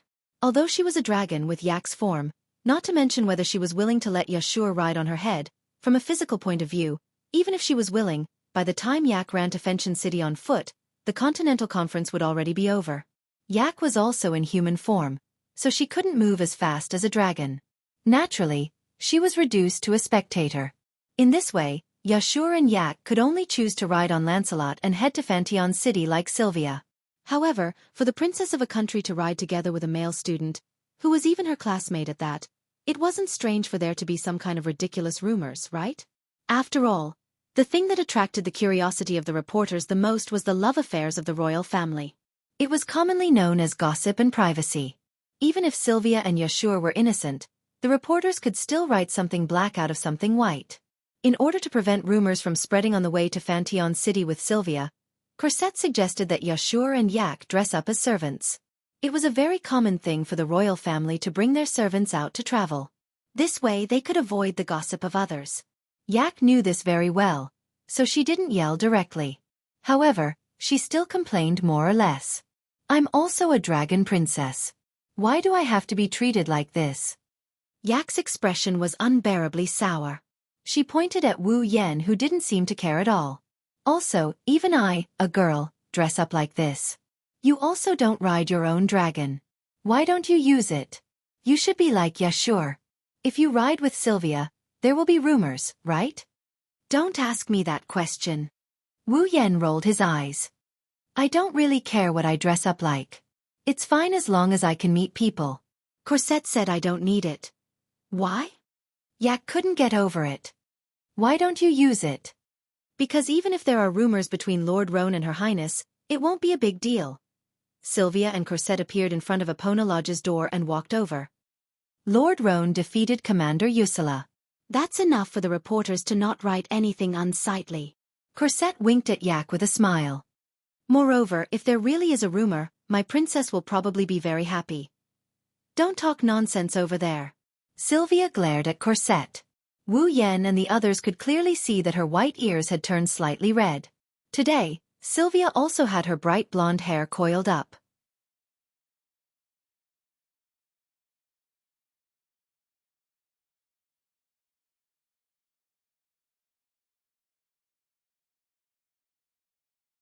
Chapter 1390.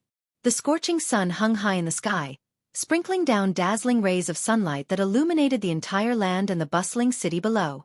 Fantillon City, the capital of the Loriman knighthood, where the royal family of knights and the royal palace were located. Compared to Ansari City, regardless of importance, in terms of land area and prosperity, Fantillon City was several levels ahead of Ansari City. The tall city walls drew a path in a very regular pattern, surrounding the entire city of Fantillon. There were streets, urban areas, and rivers inside. It was just like a small country. There were a lot of people in Fantillon City. Although it wasn't a sea of people, it could still be a sea of people if they gathered together. The buildings were more elegant, like small courtyards. It was said that they were all built according to the style of the Shepron Kingdom, the suzerain of the Lorimon Kingdom of knighthood. If one looked down from the sky above Fantillon City, they would discover that the city walls that surrounded Fantillon City formed a pattern. That pattern had traces of the royal family's emblem, as well as the shadow of the star carving of the dragon nurturer. Similarly, it also had a part of the flag of King Xie Pulong. Although the overall combination couldn't be described as beautiful, it was more than enough to say that it was exquisite. By the way, Fantillon City also had city walls. It seemed to separate the entire Fantillon City into regions. Because of this, it looked more like a small country. However, the regions were connected to each other. There was no priority. If one had to say which region was more important, then only the central region was more important than the other regions. That was because the royal palace of the Loriman knighthood, the castle that was shaped like a tower, Fantillon City, was located here. Originally, Fantillon City was a metropolis with Fantillon City as the center. Therefore, it was understandable that the central region of Fantillon City was more important than the other regions. Fantillon City, which was located in the central region of Fantillon City, was about to become the venue for this continental conference. The representatives of the top forces from all over the continent would gather and decide the future direction of the continent.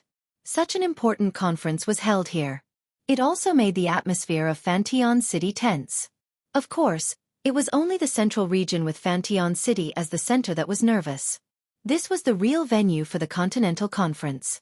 Therefore, on normal days, the rarely seen dragon knights seemed to have gathered in one place today. They rode their respective holy dragons and circled back and forth above Fantian City. The dragon knights were all armed, and their faces were solemn. These dragon knights. They were all dragon knights of the Loriman Holy Dragon Knights. During the Continental Conference, the venue and the safety of the representatives of the top forces naturally became the most important. Under such circumstances, the knighthood couldn't afford to be careless. Thus, during the limited time the Continental Conference was held, Loriman's Holy Dragon Knights would gather and be in charge of guarding before and after the conference. When Lancelot brought Wu Yan and the others to Fantian City, the vigilant Dragon Knights all rode their holy dragons and adjusted their magic power, causing a whirlwind of magic power to sweep up above Fantian City. However, these Dragon Knights all seemed to recognize Lancelot. They knew that Lancelot was Sylvia's fall. When they confirmed that it was Lancelot and Sylvia on the dragon's back, the magic power in the sky gradually calmed down. "Your Highness Sylvia." A moment later, all the Dragon Knights in the sky above Fantian City lined up neatly and bowed to Sylvia in unison. "Thank you for your hard work, everyone." Sylvia responded to the Dragon Knights in a loud voice.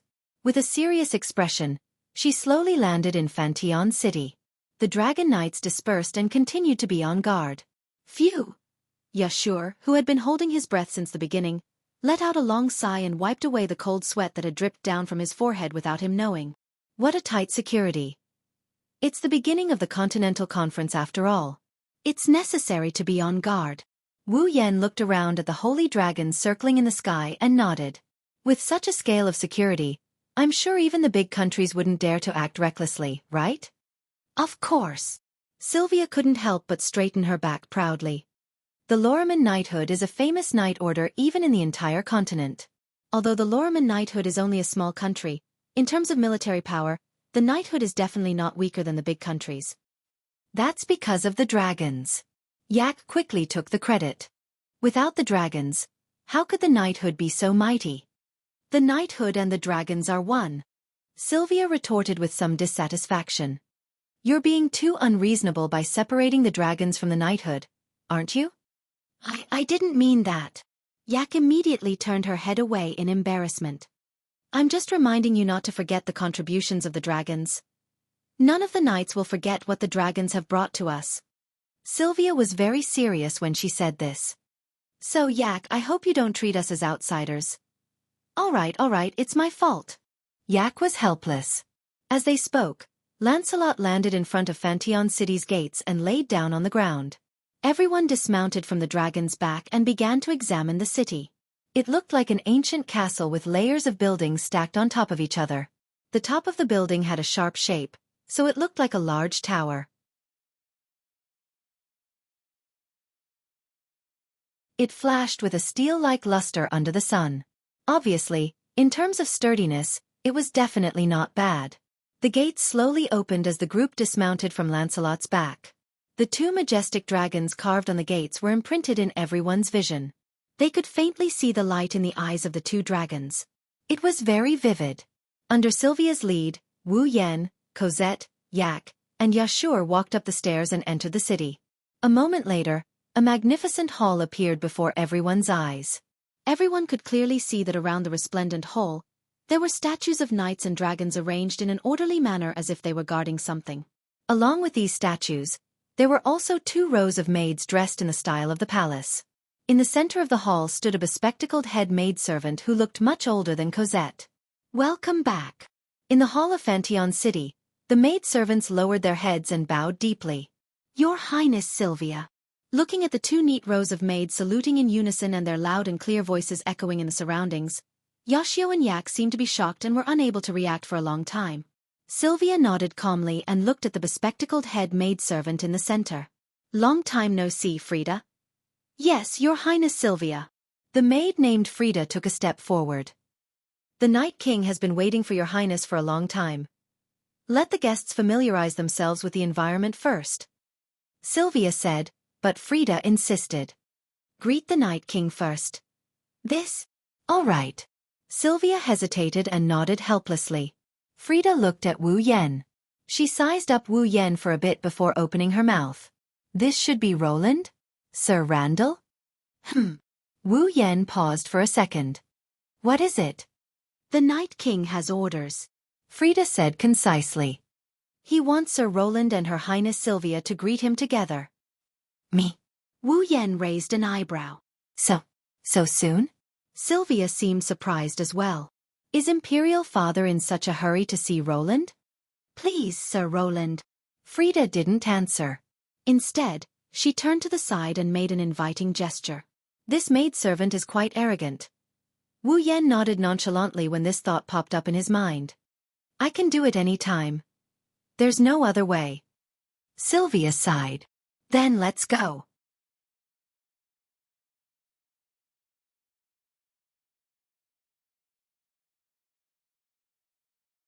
Chapter 1391. Under Corset's care, Wu Yan and Sylvia changed out of their dragon riding clothes and put on formal attire before heading to the Night King's residence. Walking along the endless corridor, Wu Yan stretched his body that was restrained by the formal attire and spoke in a bored tone. Why does the Night King want to see me so soon? Sylvia frowned in confusion. With my father's personality, he shouldn't be the kind of person who is thirsty for talent just because someone is more talented than him. To be honest, I don't really understand. Even you don't understand? Wu Yan continued to stretch his body while asking curiously. Speaking of which, the Night King, who is your father, what kind of person is he? Sylvia's face turned green at a speed visible to the naked eye. She seemed to have recalled something that she didn't want to recall. She sighed. You'll find out soon enough. Is that so? I hope you won't be too disappointed. Now that you mention it, I'm curious. Wu Yan has heard rumors about the Night King. Of course, they aren't all that good of a rumor. However, Wu Yan only knew that the Night King was an unqualified king. As for what kind of person the Night King was, Wu Yan didn't know. Seeing Sylvia like this, the Night King didn't seem to leave a good impression on others. What kind of person is he? With that thought in mind, Wu Yan and Sylvia arrived at the Night King's hall. Wu Yan soon found out why Sylvia didn't want to talk about her father. Oh, I've been waiting for you for a long time. My dear daughter. Along with such a horrifying voice, a black shadow suddenly rushed from the front. Halfway through, it jumped up and drew a perfect parabola in the air. It pounced on Sylvia, who just entered the hall. Wah! Wu Yan didn't expect this. To think that they would be attacked when they came to the hall where they had an audience with the Night King. So, it was a conditioned reflex. Wu Yan sent out a flying kick. It hit the face of the charging black shadow. Oh! The black shadow let out a miserable cry. He flew out at a speed faster than when he came, leaving a trail of blood behind him as he landed on his back. It smashed into the floor not far away. Its two legs twitched and straightened. Then it stopped moving. Only then did Wu Yan see the full appearance of the attacker. It was a man in luxurious clothes with a cloak behind him. He had an extremely mediocre face and a large beard. It was hard to tell if he was middle-aged or old. At this moment, this uncle, who seemed to be relying on his clothes to support his image, had his face on the ground. Blood was crazily spurting out from his nostrils, and there was a footprint on his face. His eyes were circled, and he looked like he had fainted. It was extremely embarrassing. Where did this guy come from?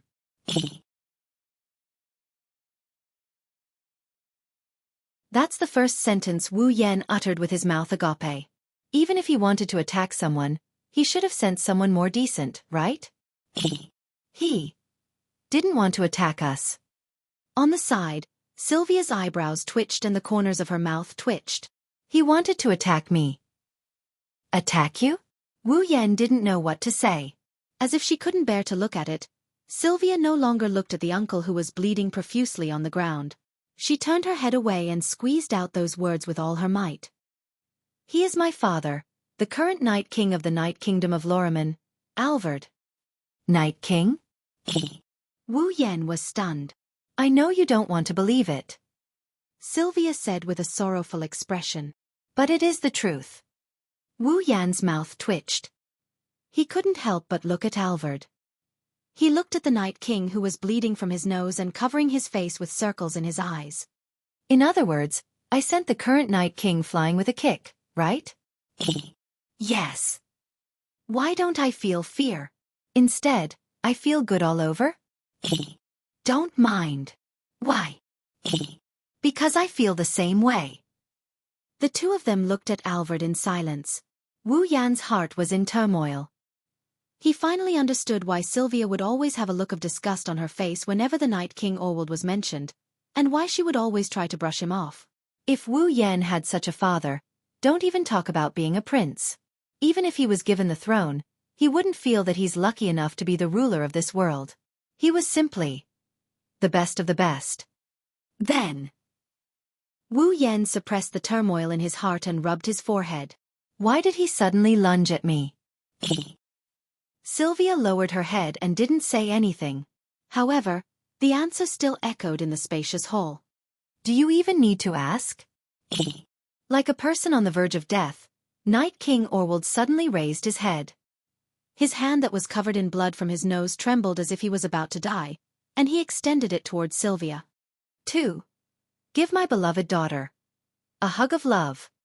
After saying that, Alfred tilted his head and his eyes started to draw circles again. Wu Yan and Sylvia looked at each other and saw the speechless expression on each other's face. Sigh. Wu Yan sighed and looked at Sylvia. What should we do now? Let's go back. Sylvia replied without hesitation. When he wakes up, he will naturally summon us again. Is that so? Wu Yan laughed dryly. Then let's leave it at that. Although I can understand your situation, let's wait a little longer before leaving. Just as Wu Yan and Sylvia were about to turn around and leave, a metallic clanging sound entered their ears. Along with it came the sound of footsteps that reverberated through the entire space. The two of them stopped in their tracks and turned their heads at the same time to look at the source of the sound. Wearing a heavy and revealing armor, she slowly walked over from the direction of the throne. Her sharp eyes stared at Wu Yan and Sylvia. Her lips curled into a small grin. Long time no see, Roland, Sylvia. Wu Yan and Sylvia were stunned. When they realized who it was, they were shocked. Veronica, royal sister? The newcomer was the first princess of Lorraine's Kingdom of Knights, the iron-blooded Valkyrie, Veronica. Behind Veronica, Gul Yen, the captain of her personal guards, followed closely behind her. He was wearing the cold Holy Knight armor, and his eyes were equally cold. You're early. Veronica had a rare smile on her face. I thought you two would be late. When Sylvia saw Veronica's smile, she felt as if she was a prey being watched by an eagle. She instinctively shrunk her neck. It's mainly because Sylvia thinks it's better to be early. Wu Yan glanced at Sylvia.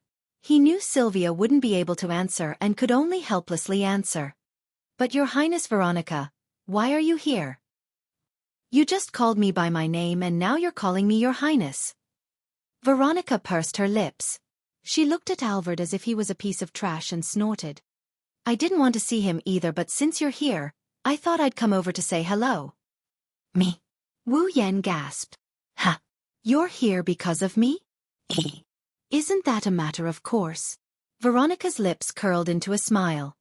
After all, I'm the one who told him to write a letter to Sylvia and have her bring you here. Wu Yan and Sylvia looked at each other. What? Veronica frowned and said with dissatisfaction. Is that strange? Not that it's weird. Wu Yan scratched his cheeks and he asked in an uncertain tone. But why did you ask me to come over? After I left Ansari, something big happened in Ansari, didn't it? Veronica's hawk-like eyes narrowed. Let's have a good talk about this. Wu Yan finally understood why Lei Becca got that kind of response when she reported to the knighthood about the corpse dragon army attacking the Ansari Dragon Academy. It was all part of Veronica's plan.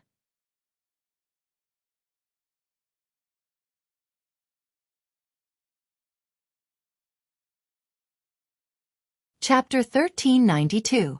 That was a pretty heavy kick. Holding a handkerchief, Ao de Hua wiped his face as if he was washing his face, wiping away the nosebleed and the footprints on his face. At the same time, he added a regretful sentence. If possible, I wish it was my dear daughter who kicked me. Do you wish for your daughter to kick you that much? Veronica lifted her foot coldly and stomped on the ground. Her iron boots collided with the ground and stirred up a small circle of dust. I don't mind giving you a hand. Alvard shuddered and looked at Sylvia with tears streaming down his face. I just want to take a good look at my daughter's face after not seeing her for a long time. Is this too much? I don't mind letting you see, Sylvia said with a conflicted expression. Can you please do it in a normal way? Yes. My way is very normal, Alvard said solemnly. As a father, I want to take a good look at my daughter's face after not seeing her for a long time, right? That's true. Then carefully touch every hair and facial features on that beautiful face, and rub my face against it twice. That's not wrong, right? If you dare do that, I won't mind giving you another nosebleed. Wu Yan turned his head away. He didn't want to see Alvard's smitten expression and Sylvia's clenched fists. Night King Alvard is definitely a daughter-con. Furthermore, he was a daughter-con who only had eyes for Sylvia. What's more, he was a super daughter-con. Wu Yan has seen daughter-con kings before. For example, Sylph's father, Emperor Kite of the Ailu Empire, is also a daughter-con. However, Kite at least has the demeanor of a king. His actions are normal and he even has the strength of a Tier 9 knight. No one would think that he doesn't look like a king. But this Alvard. Demeanor of a king? None at all. Actions? Disgusting. Strength? So weak. How did this guy become the Night King? Did he rely on his royal bloodline? Fortunately, he didn't have any siblings. Otherwise, with the Wang family's power struggle, this fellow would definitely be cheated to the point that he would blame himself for not wearing his underwear properly. Wu Yan ignored Alvard, who was entangled with Sylvia, and shifted his attention to Veronica. What about Ursula? Why didn't he see her? During the Continental Conference, Yuzhura was the commander of Lorea's Holy Dragon Knights. He must be responsible for the security of Fenshin City. He should still be arranging manpower now, right? Veronica looked at Wu Yan with a faint smile.